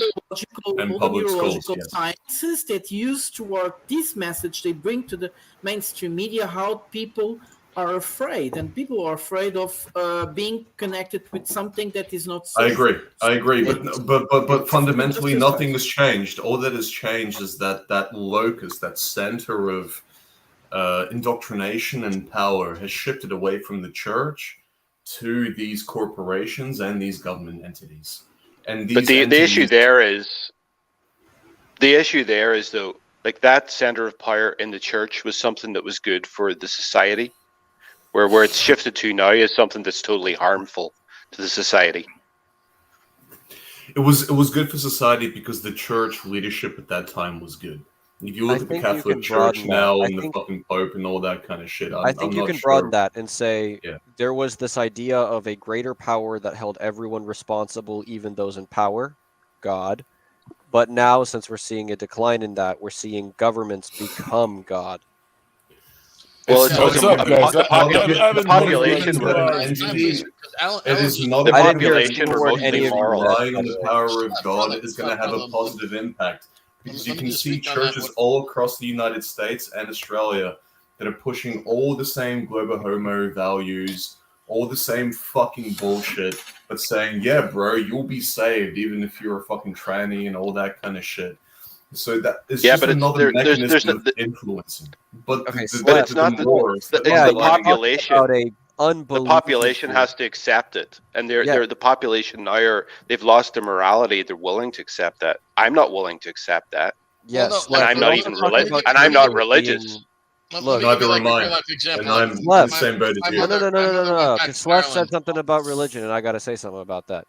Okay. I mean, you're talking about churches across the U.S. and Australia and just generally the West accepting this kind of stuff. You're seeing paid institutions accept this. But if you go to any Orthodox church across the entire North American continent, you will never, ever hear any sort of bending to that logic. No, absolutely, Alan. I totally agree with you. But for example, I have a very close friend of mine that's a Southern Baptist preacher in North Carolina. I don't know if you've ever heard of the SBC, the Southern Baptist Congregation. That institution it's the Southern Baptist Convention, you heathen. You're right. Whatever. Fuck. I'm not a Christian, so fuck you. But my point is, don't get me wrong. I don't have anything problem. Go on, the Lesbian magazine again. But no, my point is that his congregation actually left the SBC because they have been totally infiltrated by the global homo. The alphabet army. You said the global homo again, JS. Are you a Jacob Dreisen fan? I don't know who Jacob Dreisen is. Oh, because he uses that term all the time, global homo. I honestly don't know who he is. Could you? He's gay. No, he's a guy out of Washington D.C. He has a blog. Yeah, I don't know. He's been on he's pretty good. I've seen him before. He's been on with Scott Ritter and Duran and stuff like that. Yeah, he uses that term all the time. As much as you and I might agree, or as everyone might agree with that, it's a very pundit-sounding statement, right? It doesn't sound like you're trying to argue something. It sounds like you're just labeling something with a nebulous definition. Why wouldn't you say something like the elites or something more spicy? Why stick to globo homo?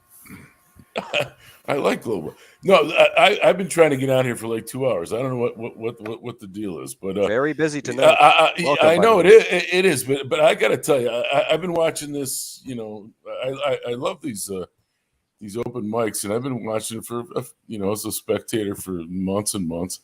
And lately, it's getting a little bit taken over by, I think, guys like Mash. Mash should be called Mash Up. He's just coming in here, and he's screwing. He's just mashing everything. He's not saying anything. He's just mash. I think he's a ChatGPT freaking construct. That's I mean, me. he doesn't say anything. Human All he does is like screw up the whole conversation. I don't know why. I don't know. There should be a way to like just boot these Gen Z. No. Gen Z. No. It's good. I apologize. Please introduce But yourself. you guys start concentrating on one silly thing, and it takes up a ton of time. And you guys, I see JS. I love Vaughn. Ellen, I've seen on here. Maddie's been on here. I haven't seen BabaYaga, but I like RL. And they say all kinds of great stuff. Then some guy comes in there and kind of takes over the conversation, and I get pissed off because I can't hear the good guys that I like to hear, because they also and Prada too. I start hearing all this stuff, and they're just trying to like. It just blows my mind. I like to hear the good stuff. I mean, you waste way much time. Please introduce yourself. No. I am first going to say BabaYaga. I know somebody was talking about earlier about Canadians and Americans. I live in Buffalo, New York, so I am right on the border of Buffalo and Canada. And You're about an hour and a half from me.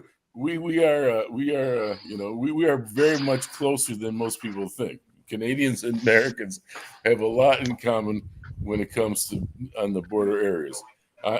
So I live in Buffalo, New York. I'm old, as you can tell, with all the gray hair. 65. I was in the Army when I was a young boy. I was a medic in a helicopter ambulance unit.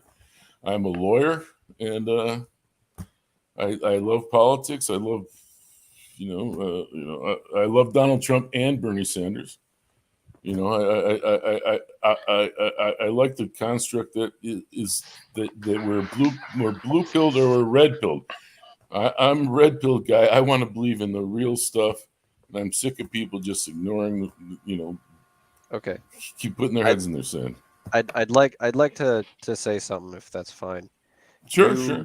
You said something about people interrupting the things the guys you like to hear. And as much as I really appreciate the nice things you said about all of us, I think I speak for everyone when I say we're nobodies, dude. I'm some kid. I'm just a dude who wanted to talk to some guys on the internet, right? Because I have no friends or whatever you guys decide, in the chat, whatever my daily insult is. You're breaking up a little bit. Do you identify as a member of the terrorist group Incel? Yeah, exactly. Sometimes it's that. But that's my point. It's what? I didn't hear that. The whole point. So what? There's incels and old cells on here then. No, what I'm trying to say. Hold on, I'm getting off my track. I'm getting off track. My point is, there are always going to be new people here. It's always going to be a forum. Okay. No, I completely. I love that. I mean, but my point is that sometimes it gets even a reflection of us who get stuck on these new ideas or new people who come in, because we might stagnate with the ideas we already hear. Because now that you're here, you might be able to join the Telegram chat that we're in. This Telegram chat, we have 24/7 access. There's always someone talking to somebody. I have to mute that bitch all night long and then catch up the day later. Right? We have Martin.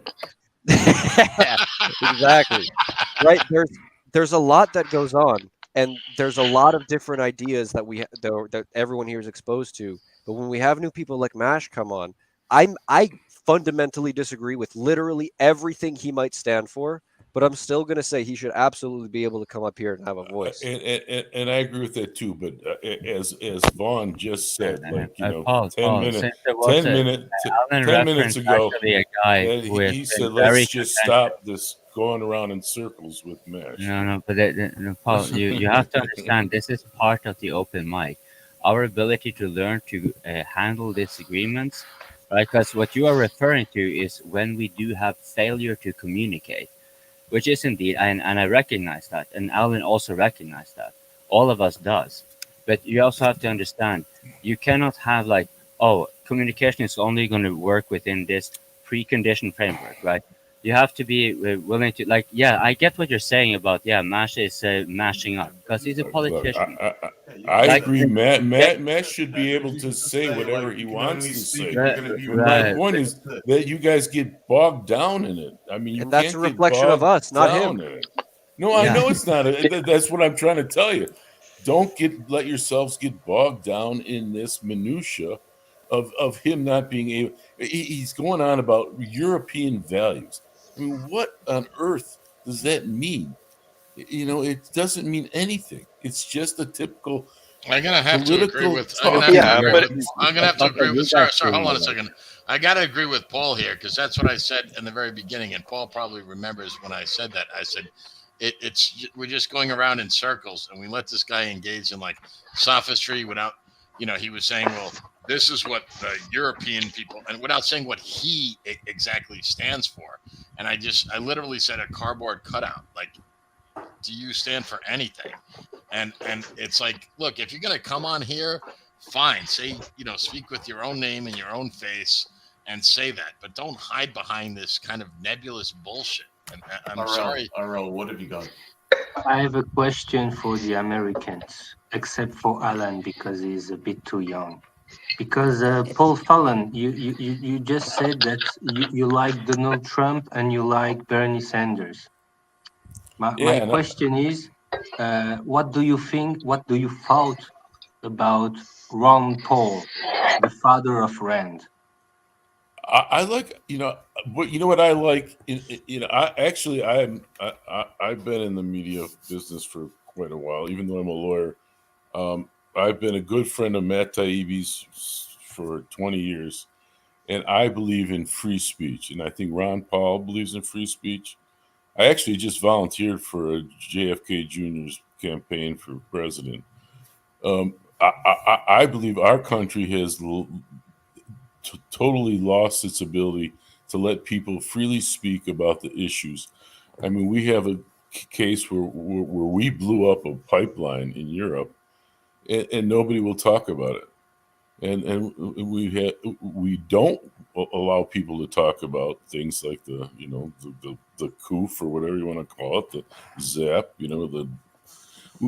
We have lost the Democrats in this country have taken over such a position because I think Donald Trump blew their brains out of their heads, and they lost all faith in free speech.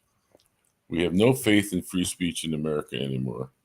And people can't speak their minds. They're afraid to speak their minds.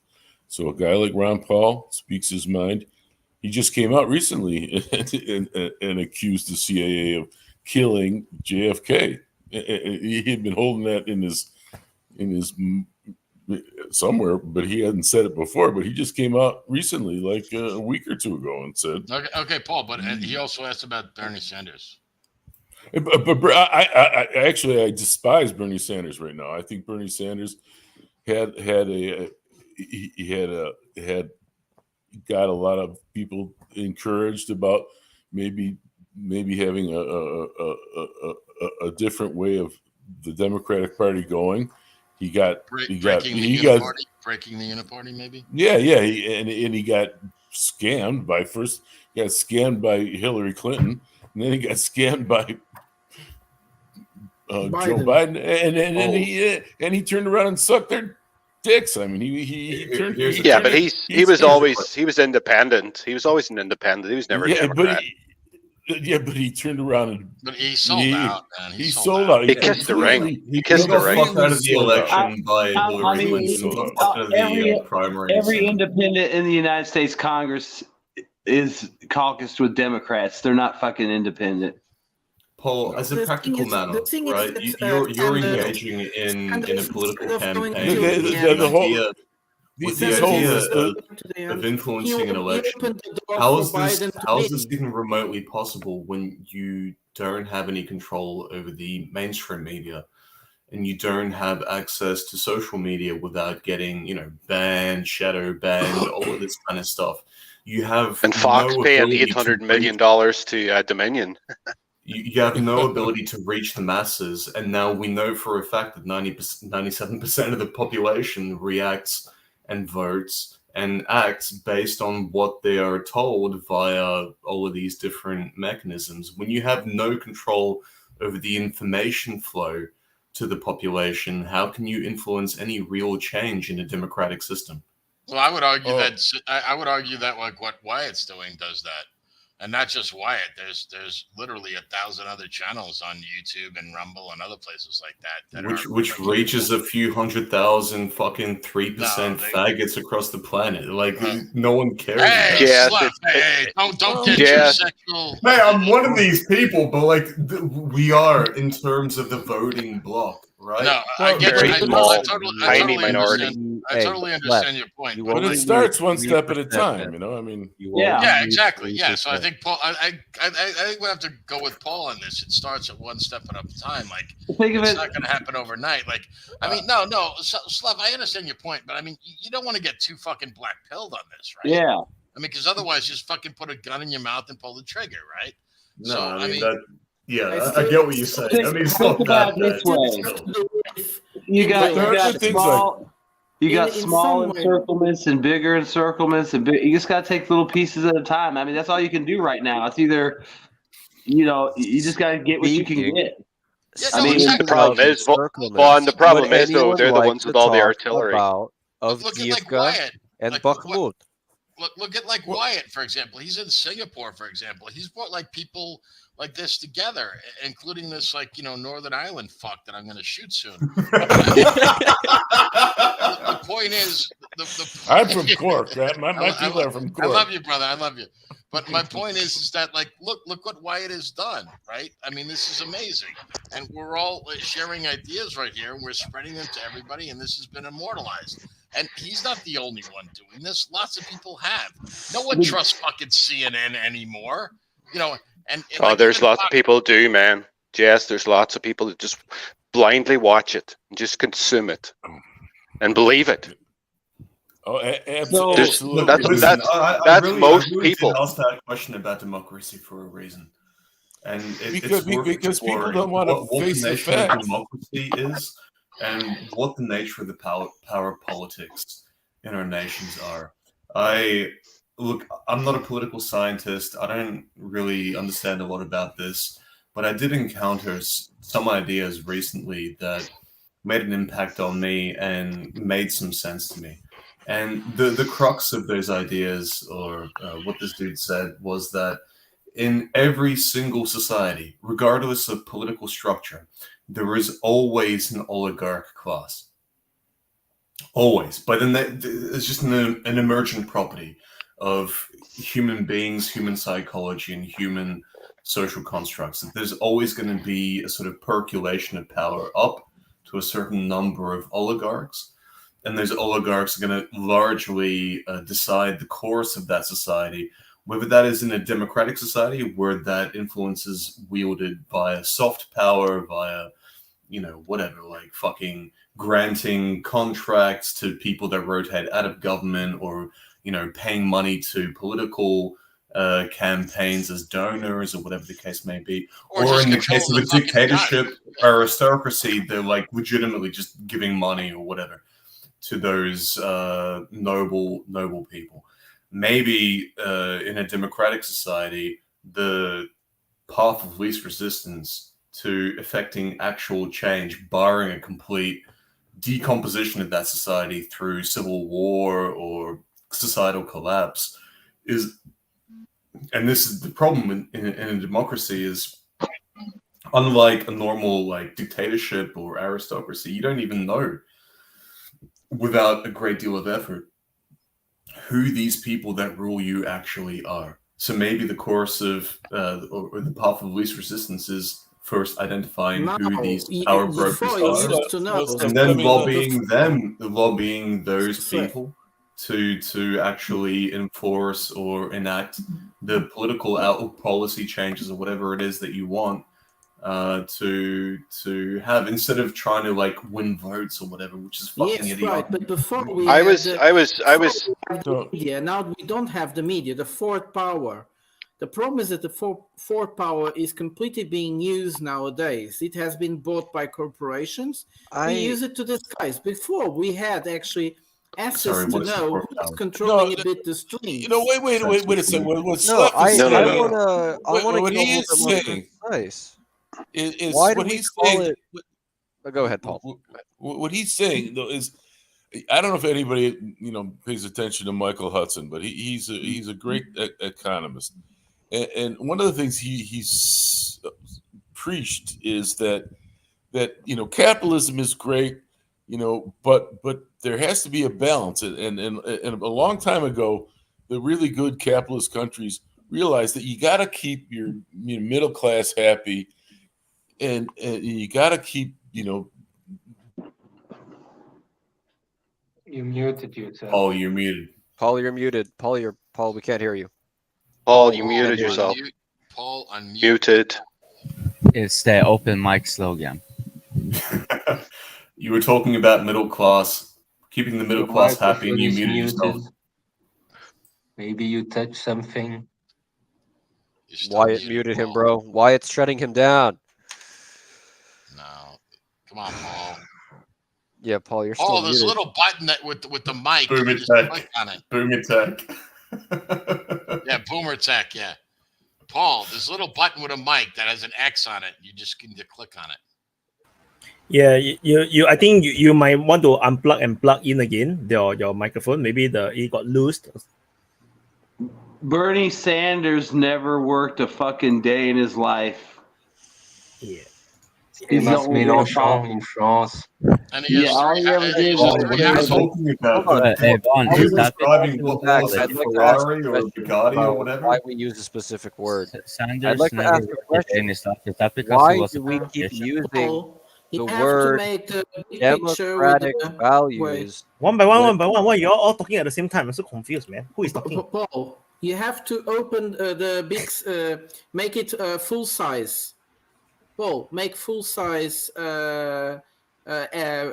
monitor for the where you see your face. Make full size, and then see what GS was talking about.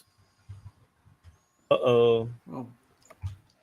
Yeah. Wyatt, talk to him in the private chat. Explain how we can turn on his. Paul, I believe in you. Yeah, You can do this. he have to unplug and plug in and then see whether it works or not. Because I think it's not it's not he muted himself, but I think there's a connection problem. Oh, you think his mic unplugged? Maybe the connection just broke or something. Paul, Oh, yeah. drop private chat. Give me your email first. Give me your email in the before private you chat. go, Paul, make sure. Paul, before you Paul, leave, you are so right. That is the best point I've ever heard. That's fucking awesome, Paul. Paul, if you can hear us, give us a thumbs up. Yeah, okay. yeah. Give me your email in the private chat. You're fucking muted, Paul.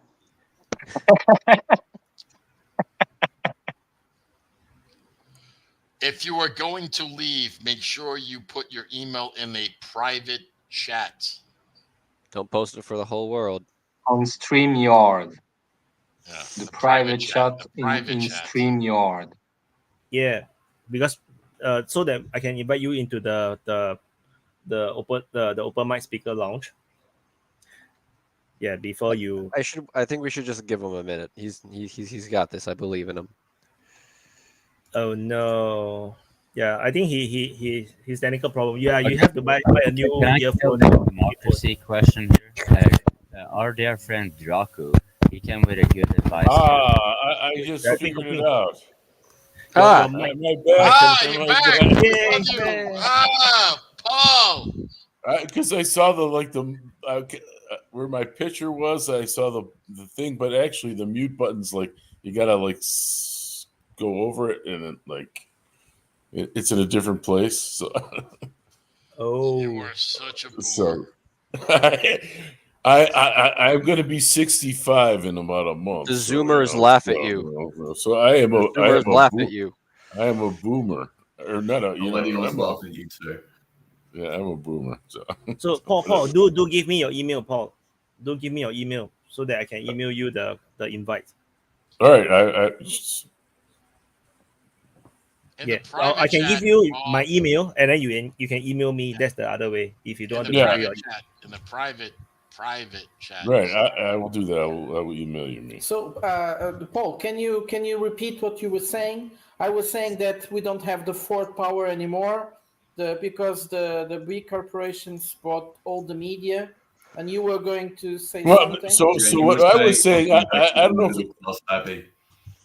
I don't know if you're familiar with Michael Hudson.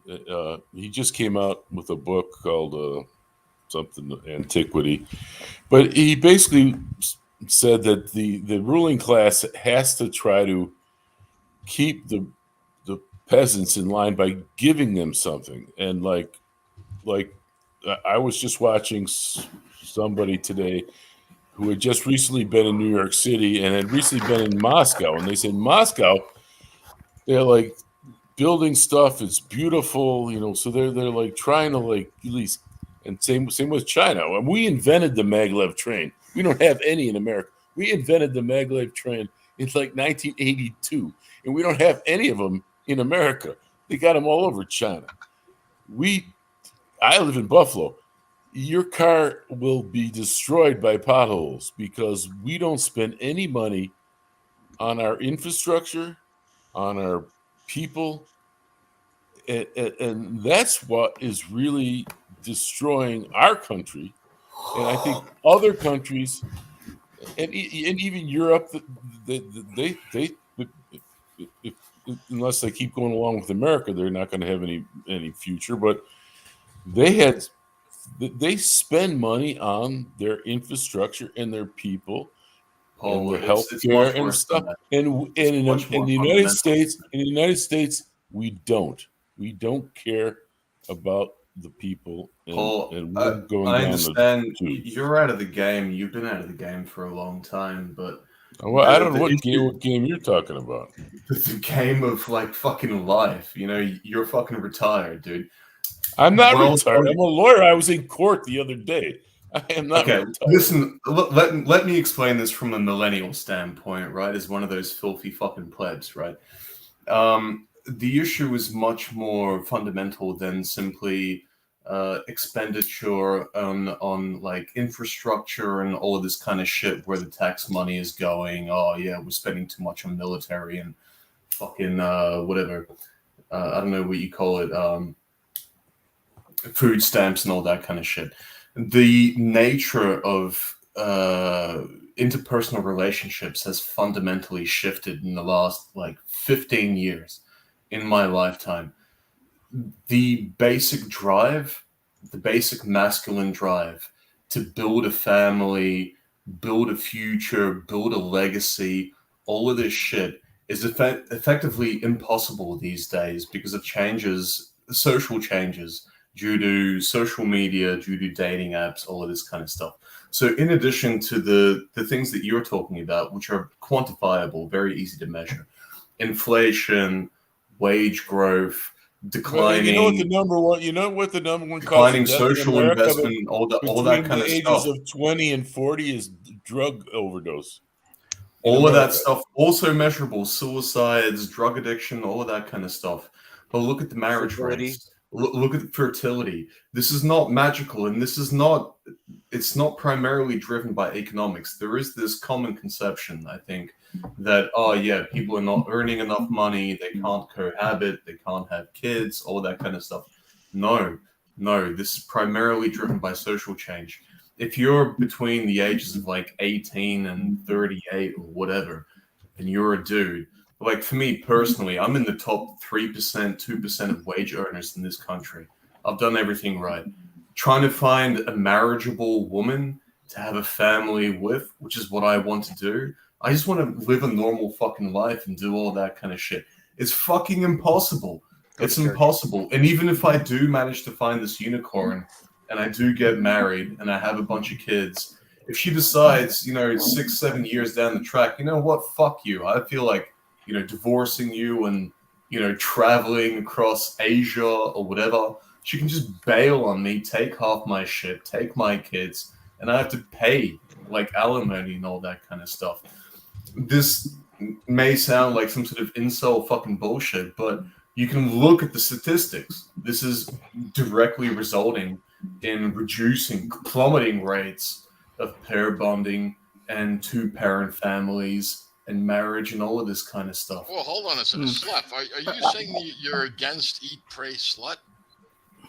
I'm against what? Against what? Eat, pray, slut. You didn't read the book? Eat, pray, No, slut? I have not read the book. No, I don't. I don't listen to communists. You're probably familiar with the other title was called Eat, Pray, Love, but it was actually Eat, Pray, Slut. And It was a bit before my time, but what I can tell you is when I it was was a like kid. the whole Sex in the City bullshit. Yeah. So Yeah. when I was a kid, when I was a kid, my mom had admin rights to the television, and I've seen the entire fucking Sex in the City series like great. 3 or 4 times over. 'Cause my mom used to watch. We have Wakar in line. He's one of the best specialists for Wakar, war. We have to thank talk you. about Mad slide bombs. respect. I just wanted to say thank you. 1,500. Hey, Slef, I've wait a seen you second. speak a bunch of times, and I really appreciate your input and insight and all that kind of stuff. Wanted to pay my respects. Okay. Sorry, Prophet, to cut you off. Carry on. Yeah. Wakar, what do you think about the 500 slide bombs the Russians just invented? Yeah. Yeah, thank you for. I'm just off from the fasting month, and we're trying to build up the. Yeah. I think it was an interesting discussion that I followed for last 1 hour, and really enjoyed the discourse. I just want to take from where Slef left, and then we come to the bombs. I think we've discussed this earlier. The demographic problem the West is basically facing. It has been over a period of last 40 years. It starts from the Frankfurt School, if you have followed Pat Buchanan, and then it permeated into the society. And now we have serious challenges because of atomization of the society, especially in the West. And there are serious problems related to, youth not being available and immigrants and all that. So it has been, I think, an evolutionary process for the last 40 years. So we can't blame the, let's say, millennials. At times, people blame the baby boomers. But unfortunately, there was no, I think, effort made to stop this trend, especially the replacement problem and the demographic challenge the West faces. Even in the war, if you look at how the wars are fought, as Pat Buchanan has predicted, that basically demographics is the destiny, and you actually need the youth for wars, for labor, for engineering, for running your country. So I think that's where we are, and this is a serious problem. But I still feel that in case there is an effort for going back to some basic principles of family system, this can be stemmed and it can be stopped. But I think it's going to take another 2 to 3 decades. Even the Chinese are now facing this demographic problem because of this one-child policy. So it's just a long debate. Now, I think that because Wakar, you were talking about the Frankfurt School, and that for people who don't know, may be very ignorant on this. This dates back to the it was basically a Jewish intelligentsia that started this in the United States at Columbia University. Wakar, correct me if I'm wrong.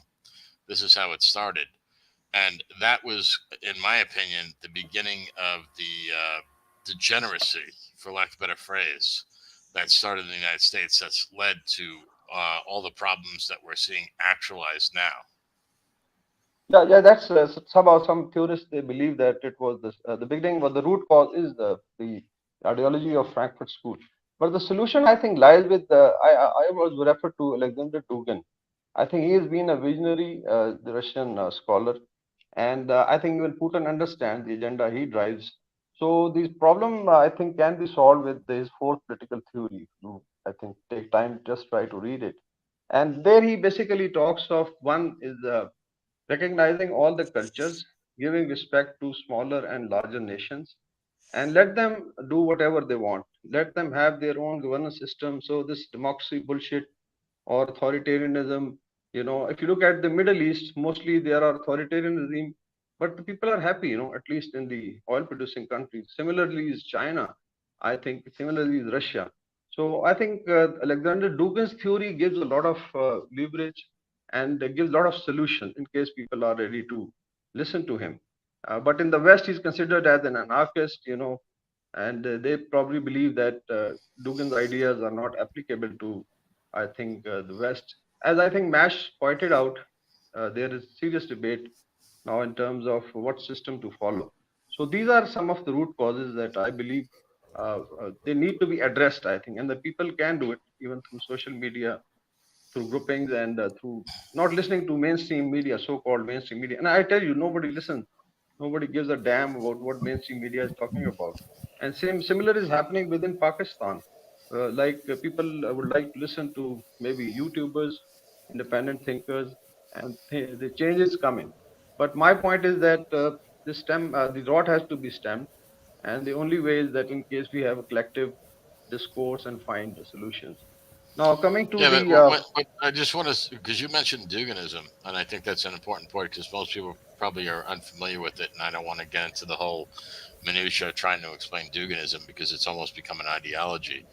But Duginism is diametrically opposed to Western hegemony.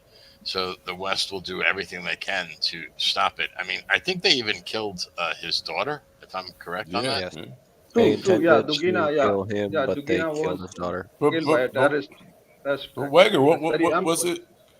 Isn't there some? I mean, obviously, Pakistan is right in the crosshairs of U.S. hegemony and Chinese multipolarism. I mean, they're like, I just saw something. I forgot what it is. China is trying to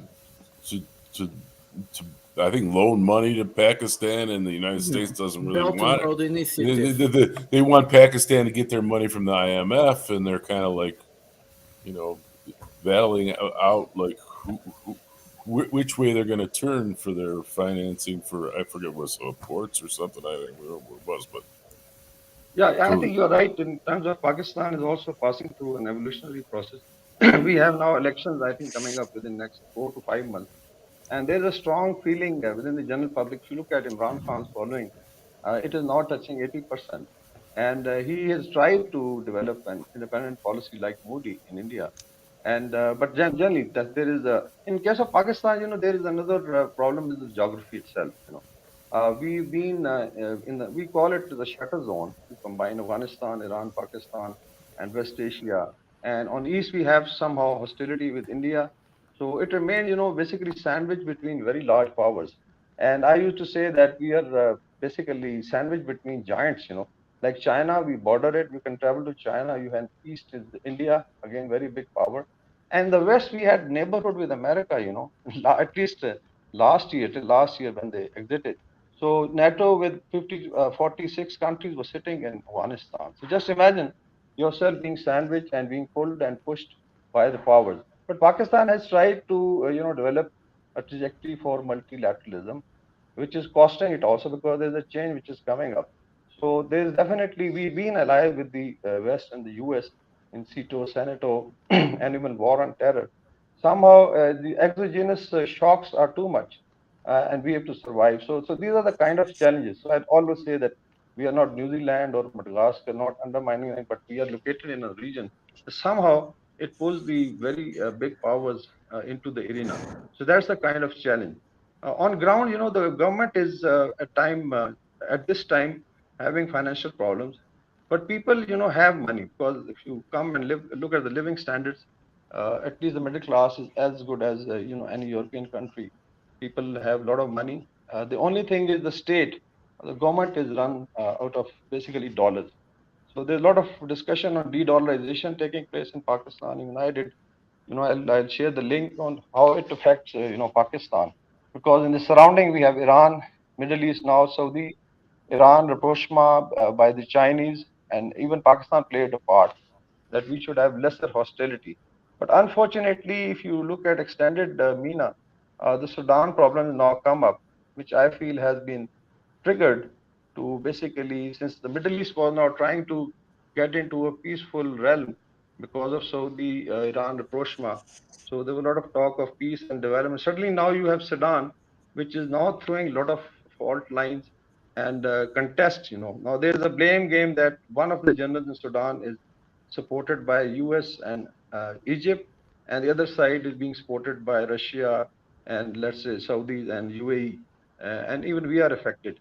So another game of chaos is starting in the region, which will start affecting. So there's a lot of which is happening in the region, but I still feel that the Middle Eastern countries have understood the game, and gradually I think they'll start getting out of the clutches of the West.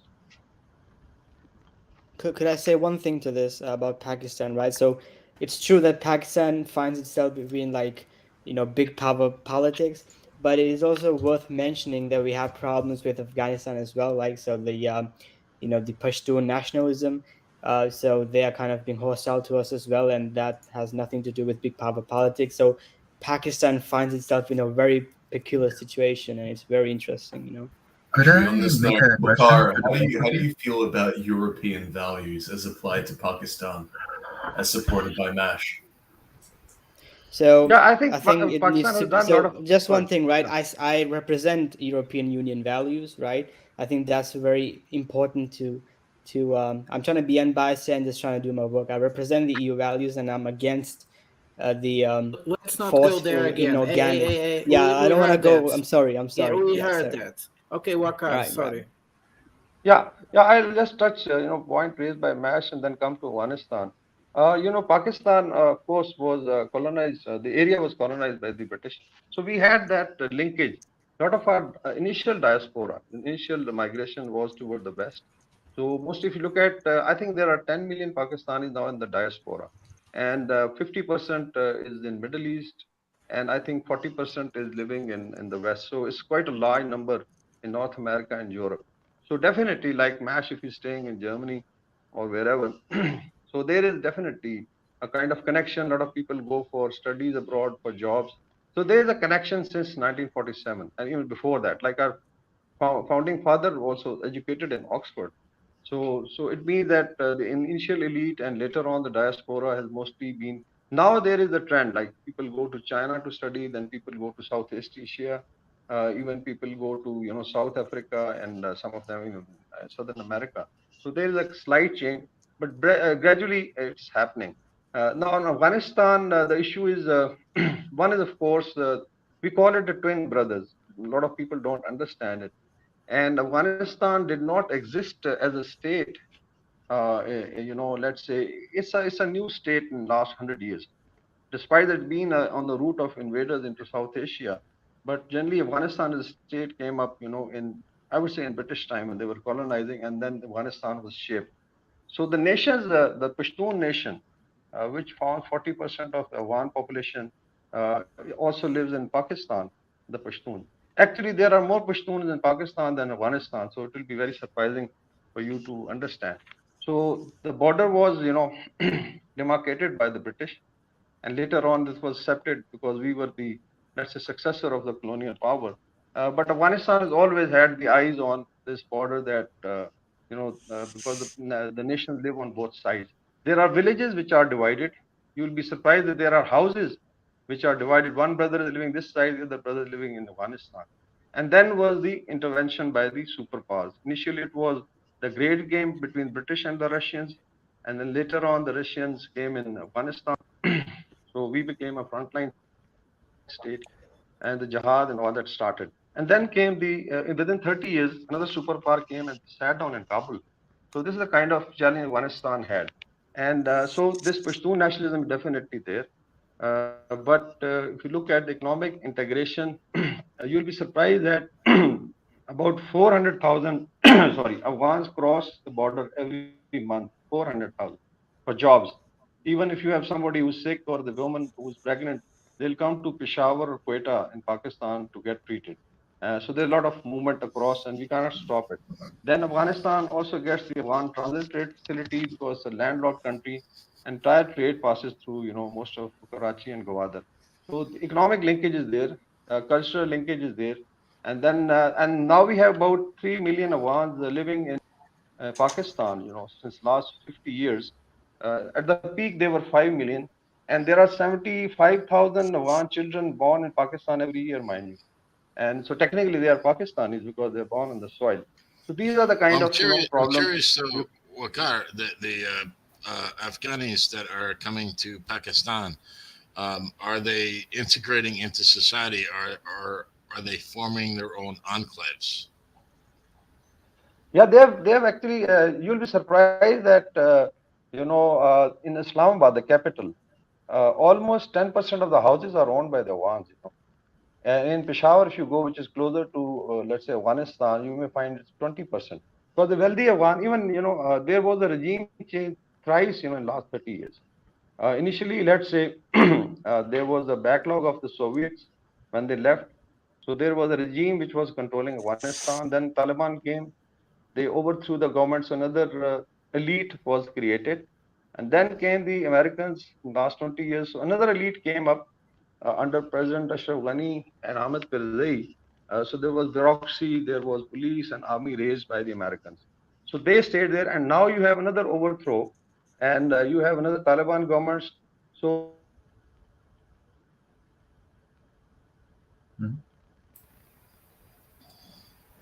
Wakar, we lost you, brother. While we're waiting for Wakar, Similin, what did you want to say or ask? Yeah, it was precisely a question towards Wakar Wakar. wanted to say that But I can actually Afghanistan- make it towards Mash because he's also there. It was to cover a question that I did a while ago, Am I audible? and I'll explain first my position and then I'll ask to Mash. So, the question that I had made a while ago is how the... Oh, Wakar is coming back. Wakar? There?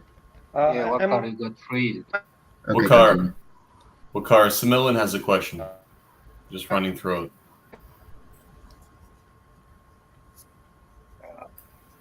Similin, go ahead. Go ahead and ask the question. Yeah. So Go ahead. first I'll explain what's happening here, and then I'll make the question. So here, my perception of the influence of the internal conflict within U.S. and that what the media brings here from that is before that whole conflict really sparked, there was no discussion about, say, like, oh, gay marriage. There was no discussion about black people being discriminated. There was no sort of discussion about that. It was just where is here? With that, Argentina. Yeah, and 2010, 2012, all that stuff started to pop up. All that stuff came to the surface. Now you have gay rights, whatever the fuck those are. Can I speak to that a little bit? Go ahead. I have a theory about that. Because I remember when that was going on, about all of a sudden, we kind of nicknamed it grievance culture, where it actually became in vogue. I believe in French that means in fashion. I could be wrong on that, but Jay, it's called European values now. Okay, fuck you. Basically, basically there was what we started to call a victim hierarchy. So it was basically everybody was trying to outdo the other person by claiming how much more of a victim that they were. Whether it was you were minority, like let's say if you were Hispanic or black, or well, actually Asians didn't count because they're smart and good at math, but if you were gay or transsexual or whatever, and this became, I call it the victim Olympics. And that is what I believe will ultimately be the downfall of the United States, because you can't have a society that lacks cohesion on such a basic level, where you can't even agree on what is a man and what is a woman, because Okay. I can give you an exact timeline. Wait. The question was for Mash and Wakar. Yeah, the question was, in Pakistan, what's the influence of external media? What kind of external media is consumed primarily from which region, basically? What's the influence and what kind of media is consumed from what region? I think we have a lot of. Am I audible now? Okay. As far as the media is concerned, I think all kind of media is seen in Pakistan. Mostly it was, I would say initially when the cable came, it was CNN, BBC. Then we had Al Jazeera, came up. And now we have, an assortment of media, like TRT is very popular. Then we have RT, the Russian TV, then Chinese CCTV. CGTN, and even Southeast Asia, because internet is now accessible by almost 70% of the population. So I would say that still in the elite, maybe you can say that Western media does dominate, but now we have alternate. Of course, if you want to listen to alternate media, so everybody has an access, and gradually Yeah. that's how it. Like Al Jazeera brought a lot of change in Pakistan, and now Pakistan also has some English channels like PTV, which is their own view. Then of course is the Indian media, again very popular, especially the entertainment media. So it's all kind of even the Iranian, like there is a press TV, Iranian press TV, and they have their own branches. So all kind of media I think is available. The only thing is that mostly it's English, which is more popular because few people speak Arabic or Persian. But in case of India, we can communicate almost the same language. So it's all kind of media is now available as a choice.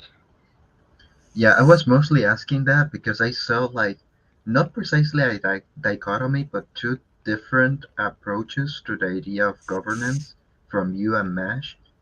So that's why I wanted to know what media was consumed.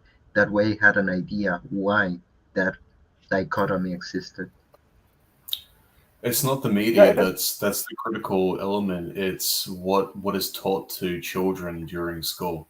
It's controlling the educational curriculum. Because if you pump Fair enough. ideas into children's heads when they're still little and they have zero capacity to think for themselves, then that's it. You form their perceptions for life. If you take a fully grown adult and then you try to radically change the narrative, even if it's spread everywhere in mainstream media, there will be some element in the back of their heads that goes, I don't agree with this. It doesn't align with what I was taught when I was little. So when you don't have that in, say, Pakistan or India or Afghanistan, or this is why the Taliban reacted so violently to any attempt by the Americans to set up schools and teach children. This is why they bombed schools and all that kind of stuff, because they understood these things. But just quickly, RL, after this I'll pass it on to you. But JS, on your point, with respect to all the progressive stack tranny shit, I can give you an exact timeline. Where that kicked off in full gear, it was directly after the great financial crisis of 2008. So you had the Occupy Wall Street movement in 2009, 2010. I remember I was watching this shit in real time from Australia, obviously, but I was watching this stuff in real time. There was a concerted movement, a socio-political movement to hold the Wall Street, bankers, investment bankers, etc., to account for the insane malfeasance that led to that financial crisis, that then led to financial bailouts for all of these people that devalued. Basically, the common man was taxed to bail out these people for their mistakes, right? And so you had this political movement that was basically saying, no, fuck you. Let them fail. Let them fail. They fucked up. Let them fail. Let them go bankrupt, right? And in the course of those political protests, that's when you first saw all of these university freaks move out. Initially, it was just a cohesive political movement that was basically saying no bailouts, no nothing, let them fail.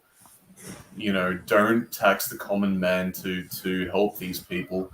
And then they injected these political people, and that's when you first saw the progressive stacks, these little tent encampments filled with insert minority here, diverse peoples, drum circles, all of this kind of shit. If you want to speak at the communal event, you have the progressive stack. If you're a white male, you're on the bottom. You get to speak last. If you're a fucking African American, trans, lesbian, disabled woman in a wheelchair, you get to speak first. All of that kind of shit. The first time I ever saw any of that was during that moment. And that movement fell apart as a result of that divide and conquer tactic. And immediately after that, if you look at the incidents in mainstream news media of like race baiting bullshit, white cop shoots black, whatever, aspiring student. He was a good boy, didn't do nothing, all that kind of shit. 2011, 2012, logarithmic increase, like orders of magnitude increase in race baiting, religion baiting, all of that kind of stuff. So the GFC, just like the Google test of the word usage. Yeah, I exactly. So that was a direct result to the GFC and the backlash to that. The people, the oligarchs that have control over the financial system and the media basically went, holy fuck, we pushed a little bit too far. We need to divide the masses as quickly as possible to make any further pushback untenable. And that's when things, shifted up like a couple of gears. And that's, what led to where we are today. But Slef, don't you think that mainly this push towards as JS calls global homo, which I don't disagree with, but it's kind of an American thing. I mean, maybe it's a little bit of a European thing too, but the Democratic Party sees this as their base. I mean, they will do anything to appease the LGBT community. There is no difference. There is no difference between Democrats and Republicans. Is the idea here that the LGBT community is hijacking American politics? The Democrats think this is if they keep them happy, if they keep the blacks happy, which they're losing some of them, but if they keep the LGBT, that is their base, and the rest of the world is going like, we aren't down with this, and that's kind of where we're at right now, don't you think? I mean, hold on, everybody. I want to let Joshua hasn't had a chance to speak. And he's here. Joshua, give us your bona fides and who you he's are. Muted. Unmute yourself, Josh. I'm on a microphone and I have a screaming child sometimes, so I try to keep it muted. But I don't agree with the idea that the LGBT community has somehow hijacked American politics in any way whatsoever. If it has, it's because it's been let in, and for the exact reason that people identify, the divide and conquer kind of thing. If it's ever the case that you really like, you're gonna mock blue-haired, trannies and all of them, and that you're gonna claim that all of a sudden they're gonna take over the security state apparatus to gear the United States in whatever direction or another. No, I don't think anyone's arguing that. No. Yeah, I don't think we're arguing that. No, it's not even that. It's that to any extent, there's an influence that they have. I think they're being. Actually, I can answer the alphabet agencies. They are literally recruiting transsexuals into the FBI and the CIA. Like, why would Wait. Let me try to put this concisely back, because Vakar was actually explaining this and he was touching this. And yeah, Vakar goes very wide and loose when he starts talking, but he was onto something that kind of, let's tie corruption. Okay, this is a fairly big thing. Hold on. The reason, because Joshua had a hard time believing that the LGBT movement could be right. I know. So let him express why he had a hard time. I'm going to give a concise explanation why, because it ties to what Vakar was saying earlier, in the sense that you want to have consider how often the United States and the West have been trying to go into any country for whatever reason, moral reasons. Now consider this can be applied also internally. You can use this as an instrument. So you can take a movement which is genuine, but you can throw it back. Come on, Joshua. I would like to jump in. Just Paul Fellon, you talk about the LGBTQ community. How much are they? How many are they? Are they 100,000? Are they 1 million? Are they 10 billion? I can answer this. I can answer this. No. I can answer. That's my question. Okay. How can they have if You- they you are wanna know. They're a serious so voting I can bloc. answer this They are question. a serious they are so voting bloc. tiny, how for you can guys. they have an influence? Yes. Oh, absolutely. They're a serious voting bloc. They vote in unison for the Democratic Party. The Yeah, so there's Democratic tons of Party people that uses are them not as like like a No, Okay, guys. all right. Listen. Let's Paul posed 2 questions to me, right? And I want to answer those questions. Number 1, is this an American internal issue? No, it isn't, because unfortunately, the Americans they're not the superpower that rules the entire planet, certainly, but they do certainly rule the West. And we absolutely take cues from the United States. And if anything, we're worse than the United States. So if you look at Australia, think of Canada California on steroids, right? Just so you understand my personal environment, I'm pretty sure most of Western Europe is in the same boat. Canada, New Zealand, same fucking story, right?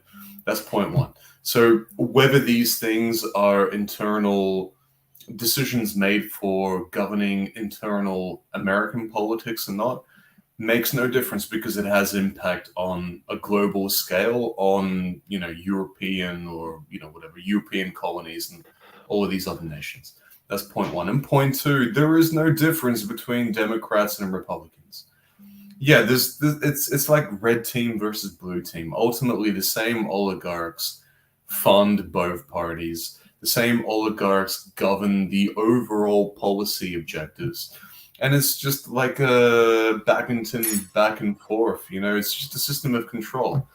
I would system argue of with managing the path down to argue ensure with that Joshua the same idea. there is no rapid decomposition of the nation. Okay. There is no civil war. There is a stable environment. Just a second, though. You got to hang on, because there is a difference. There is a guy in charge. The Democrats are running the country in the United States. No, I mean, the Republicans aren't any better. They'll vote just the same way as the Democrats, but they're not in charge. Blackstone, and the Democrats BlackRock, will do anything they can. Will do anything to hold on to power. That means they will solicit they will kowtow to the LGBT community, because they know that they're going to vote for the Democrats. They will do the hate Trump community. The Hillary Clintons, Russia stole our election, people. They will go to the bat for the Black Lives Matter people. They are just lining up votes so they stay in power. So they got the final say. Their policies when it comes to the general and there's Ariel are the same. But for now, they're the ones that control money. For now, and then they will change, and they'll be the other same around. But let's take the topic of Joshua. He was saying something right. It's not the gay people. It's not. It's a small group that presents him. It was never elected. They present itself as the holy defenders of the LGBTQ rights. Nobody ever voted for these people. These people are very strange. Most of them came from small little political groups, and they present themselves like being a big monopole of gay people.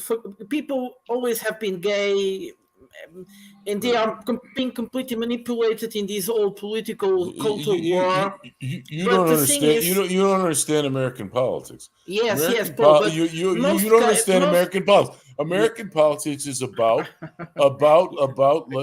their constituencies. If you can control the Democratic Party's number one. When was the last time a constituency represented American their politics? Constituency is black women. All right. Black women is what we talk about. Talk about American politics, Paul. Like, I'm just telling you. When the election gets stolen in 2020, and when every single year you have millions. The phenomena is almost not global. The entire idea the phenomenon is global. flies out the window. Okay, guys.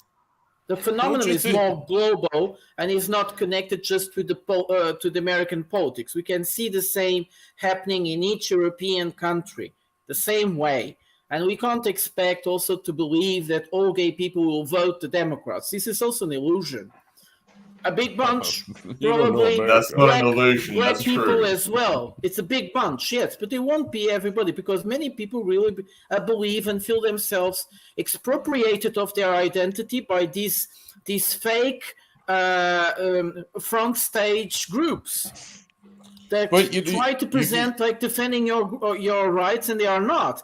And in many countries, like in Russia, they actually made people's life really horrible in the way they are trying to control local politics through these front stage groups like LGBTQ. And the result was that gay people in Russia are suffering from all kinds of stupid laws, yes, because of these front stage groups that abuse the idea that they represent other people. And many gay people understand that too. So you see many, like in Italy and some other countries, where people come and say they don't represent us.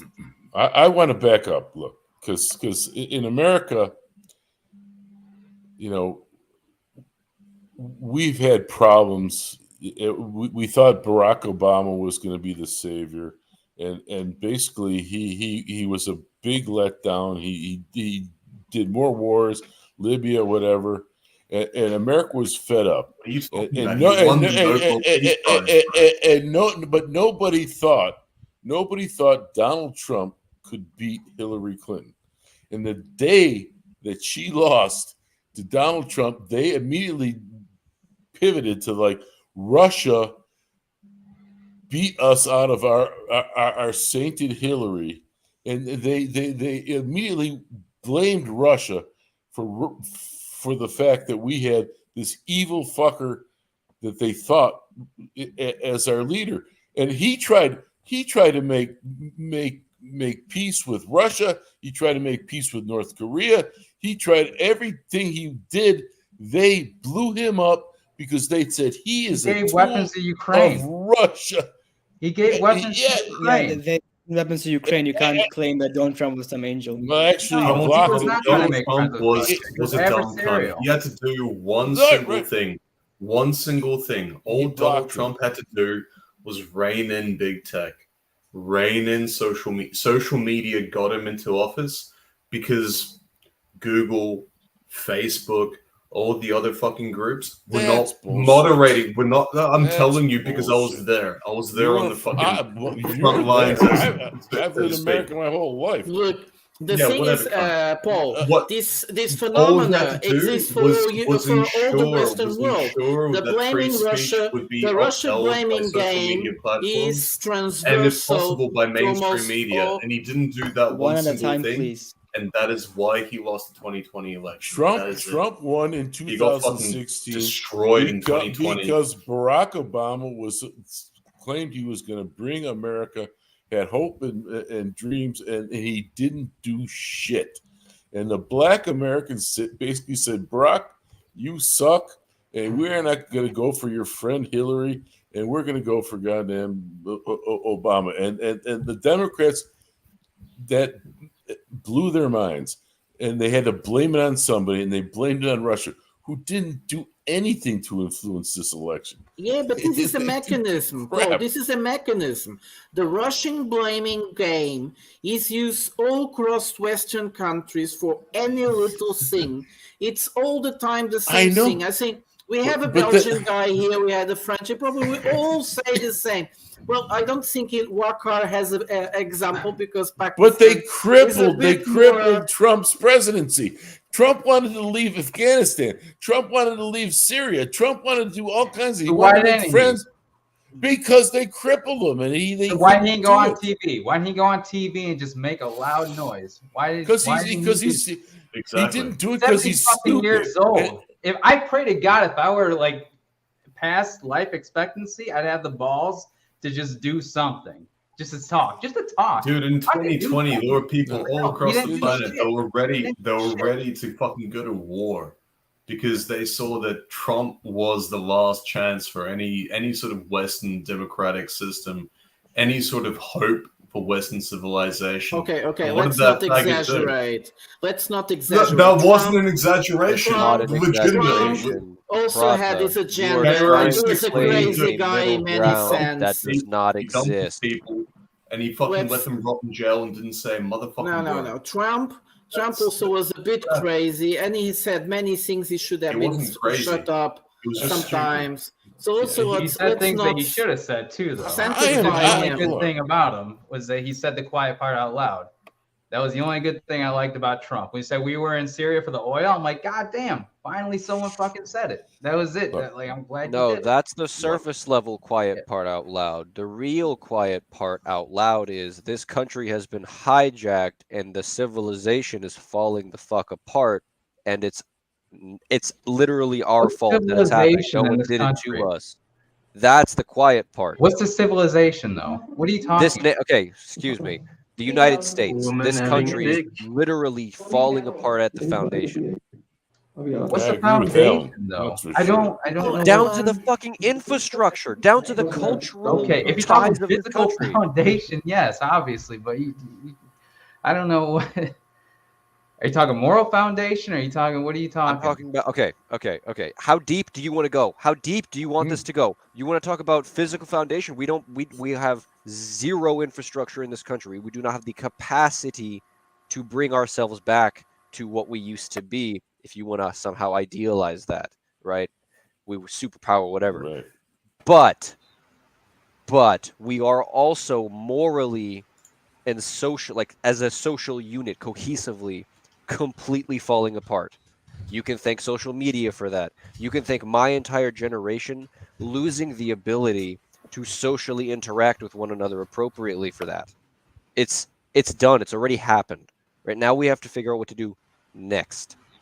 And that's not, oh, well, this politician did that, no, it's everyone participated, right? So who mentioned something about the big tech companies? Was that Slef earlier? Yeah. He hit it on the head, right? Reining them in would have been a good idea, but where we are now, someone else mentioned. Well, but you saw the big tech companies with the Twitter files. All of a sudden, we found out that the government was telling Twitter that people can't talk about the vaccines, they can't talk about the lockdowns, they can't talk about Now I agree with anything Paul on that. at all. It's a systemic. This is the intention. It's a feature, not a bug. All this tech shit, it's folding together in a way that will actually enable the U.S. to continue as it does as a prosperous country. That's why they are fucked up with TikTok, because they can't control TikTok. Okay, well, they then can't let's tell put it this TikTok way. what to do. Let's put it this way then. Is this not a sign of, you said, systematic corruption completely then? It could be corruption. Doesn't mean it doesn't benefit the U.S. Oh man! Have you seen those videos? Have you seen those videos where the guys go around like the college campuses and ask people like how many states there are in the United States? And I they live say it. 5. I live it. they have the how stupid. Yes, And well, that's the reason they what- want to ban. That's the reason they want to ban TikTok. Is because it's making people stupid. It has nothing to do with like the data. Like Facebook and all those people are sharing the data. Data's like the whole fucking game, with that whole bullshit. It's that people are just goddamn being turned into like brainless. Well, All right. but Stop. Wait. By Take the next design. step. Take the next step. Who's doing that? Who's responsible for that? People making money. I don't know. We know who is, but who's going to stop You it? can't blame it on the Chinese. Don't try to blame it on the Chinese. No. Or the Russians. No. It's money. It's the money.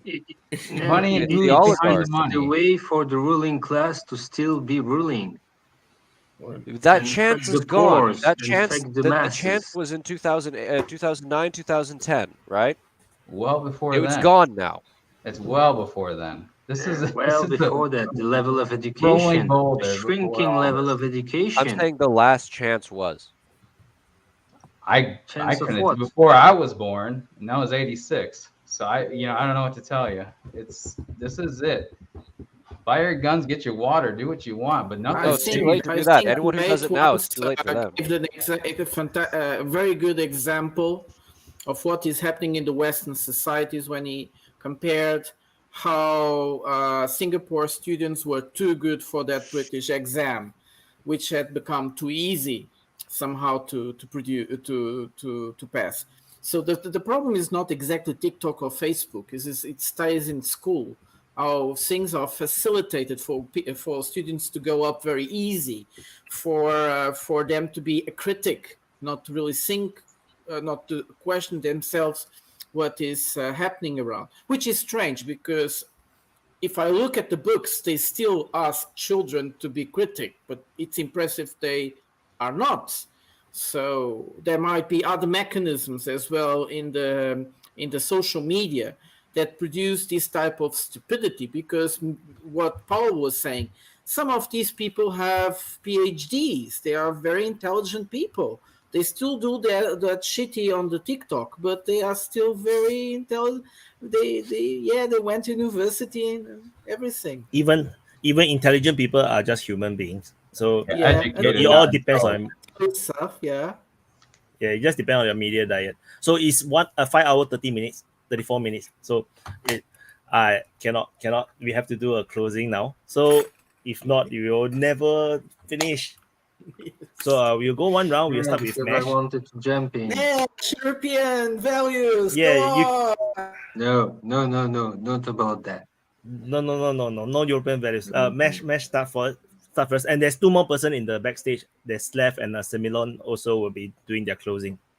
Mesh first. Closing statement. Right. So I came here as a representative of the EU values. I did not say that I stand for EU values per se, right?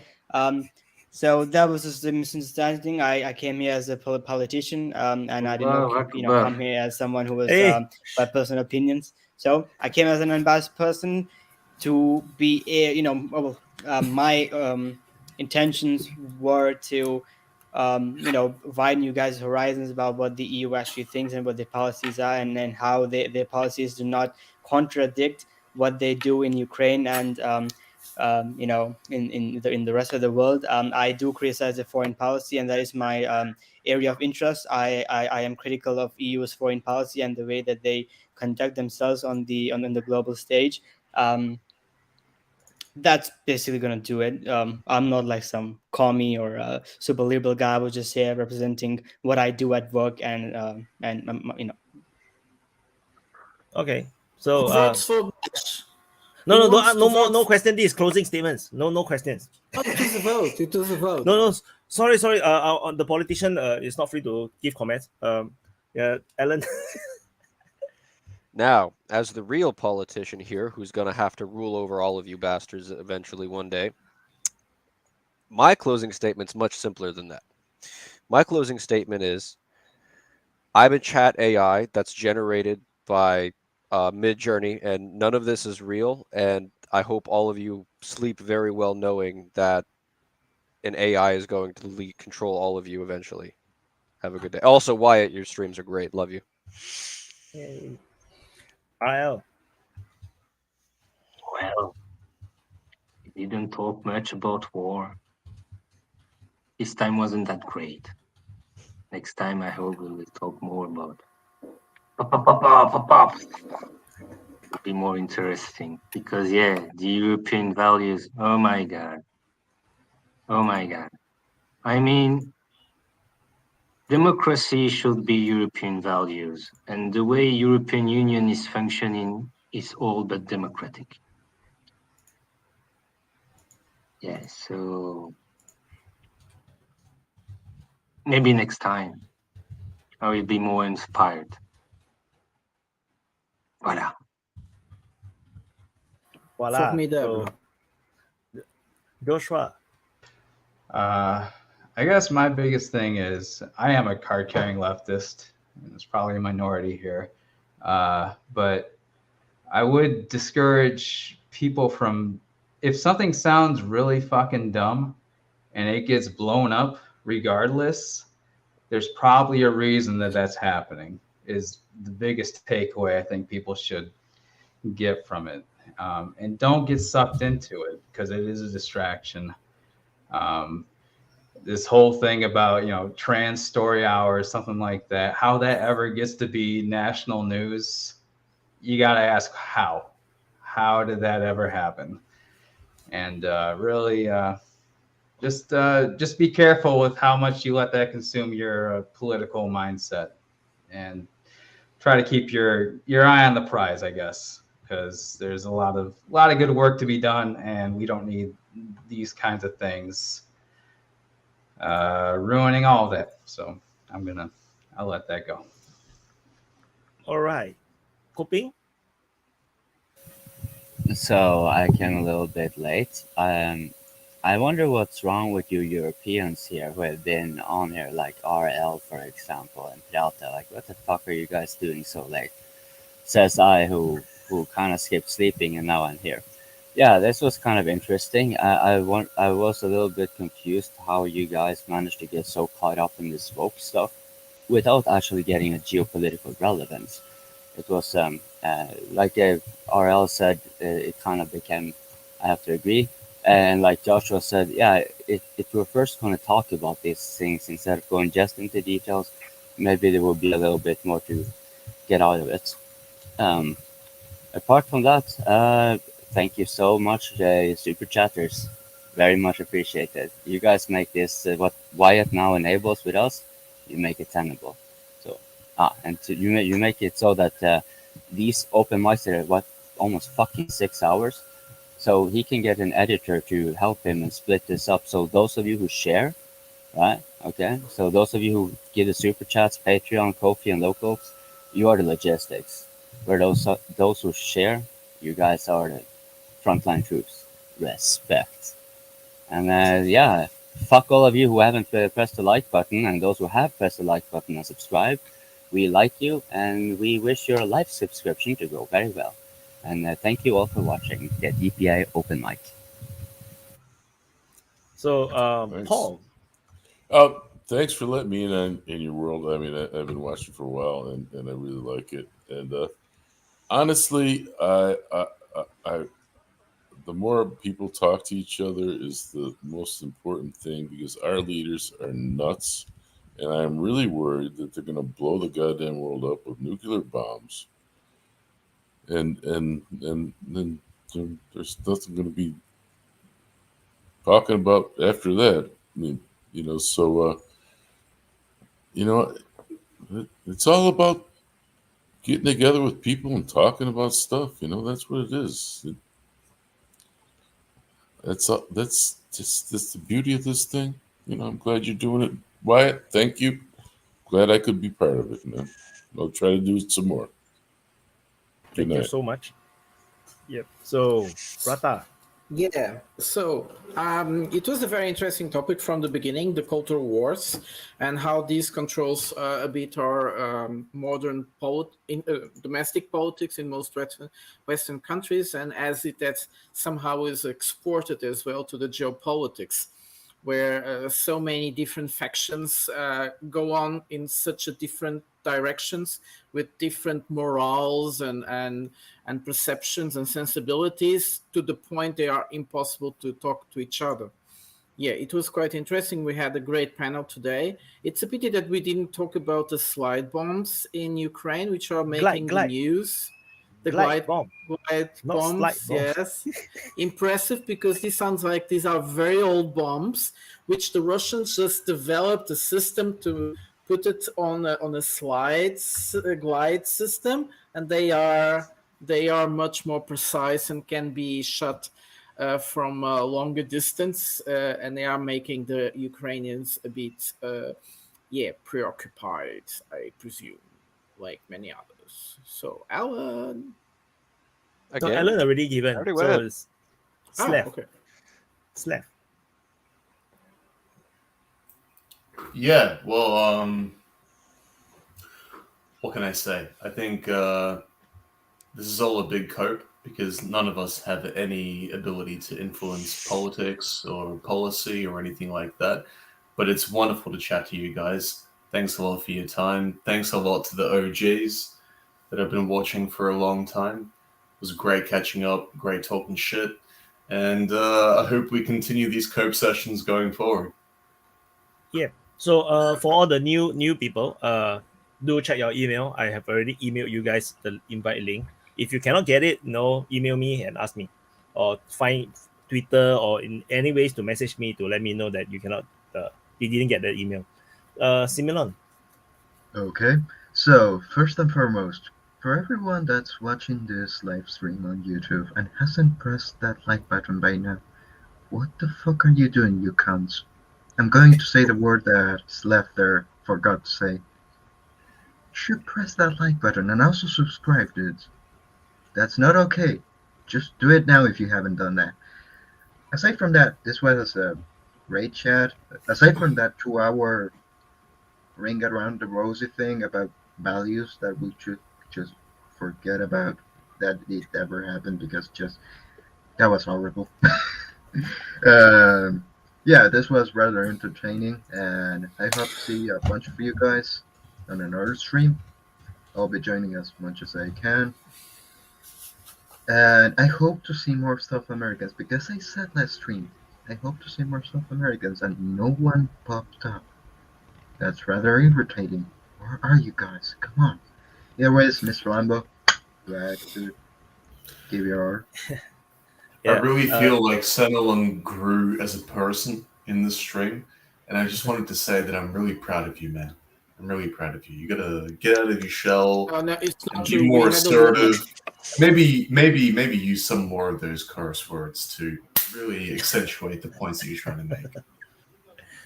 So, Mr. Lambo came in very late. I think he haven't even spoke yet. So,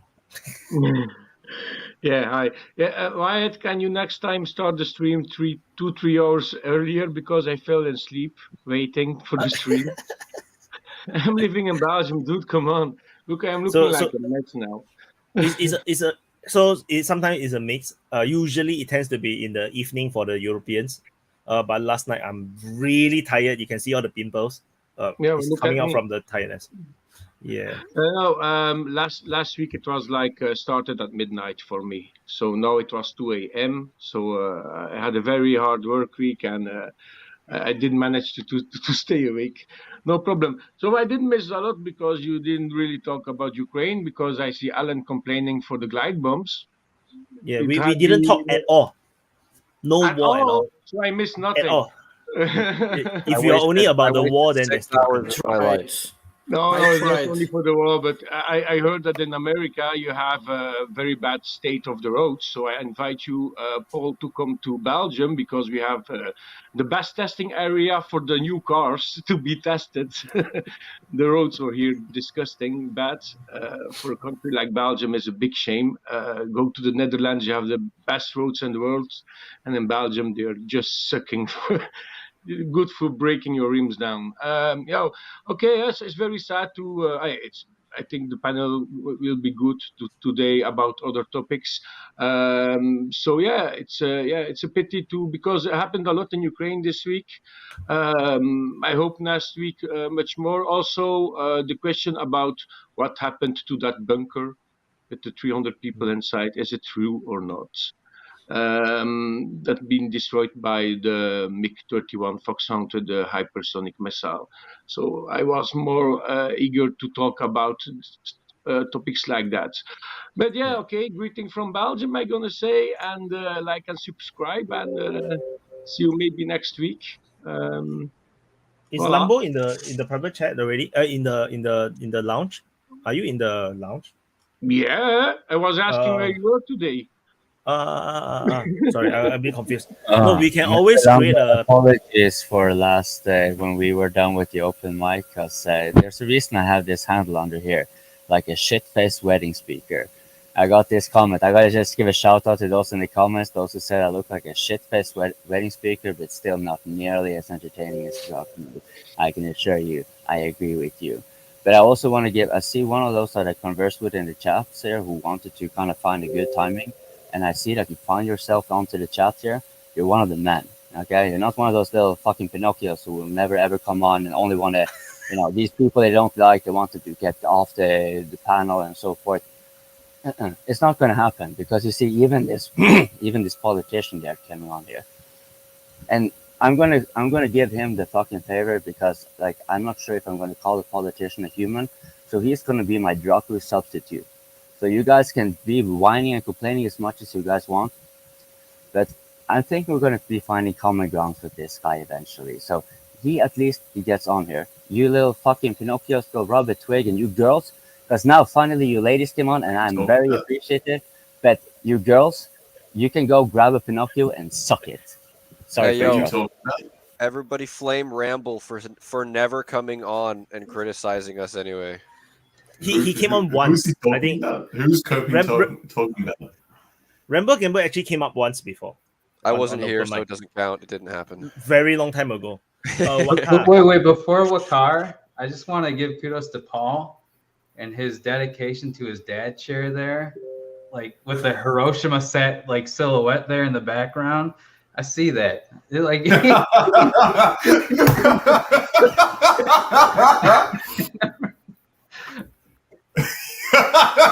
is fucking disgusting. And just quickly before Wakar, I just wanted to reiterate, Wakar, I fucking love you. Thank you for all the analysis that you've given us over the last however many months. I always find everything that you say to be, you know, very informative in the way that you deliver it, to be very accessible, and I'm legitimately, unironically appreciative for all the input that you provided to these various forums. So I just wanted to say that and reiterate that. That's all. See, Koping, you started a new trend. There's no two closing, only one closing. Waka. Okay, thank you very much. I think Wyatt and the group, it has been enlightening always, and it's really wonderful. And I love the chat, and inshallah we'll keep chipping. Two quick points. One is that we are in the post-truth, so don't be too much excited. This is part of the evolutionary process, I feel. Humanity at large, and there are similar problems in the West and even in Asia. So just don't be too much disturbed. So this is part of evolutionary process, populism and post-truth tribalism, and we are all becoming tribes. Quick one on the slide bombs and the glide bombs. I think the firepower is going to increase. We have problem with the NATO tanks and logistics. So unless sense prevails, I fear that in coming summers, the firepower is going to increase, and there's going to be a lot of suffering for the Ukrainian people and Ukrainian forces. So I think best thing would be to look for peace and stop this madness and go on to the negotiating table. And I look forward to any further discussion later on. It was really a pleasure, and I really appreciate remarks by Slef and everybody. And thank you, sir. Thank you very much. Thank you so much. And I want to ask you guys, should we have like a U.S. open mic, like purely talking about U.S. politics and culture war and stuff? I got my panel for that. I'm getting Joshua. Take it up. Because the American politics and things is really there's a totally different world. Like panel is you have a very specific topic that you talk about. Oh, okay. Yeah, I mean we can also use that but it will be like a more open. That means like an open mic format, but it's really for American topics. So I think we could have one for the war because this one was so much American politics. One more focused just for these new developments of the war. I don't know. Sure, sorry, but definitely not 5 hours.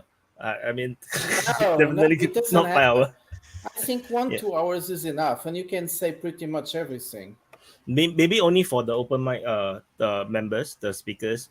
So yeah, if you guys want to contribute only on the wars, you still have to join the open mic first. Like really, I just thought that the American politics side, maybe a lot of people may not be interested, but the Americans are very interested, and DPA do have a huge population of audience that is from United States.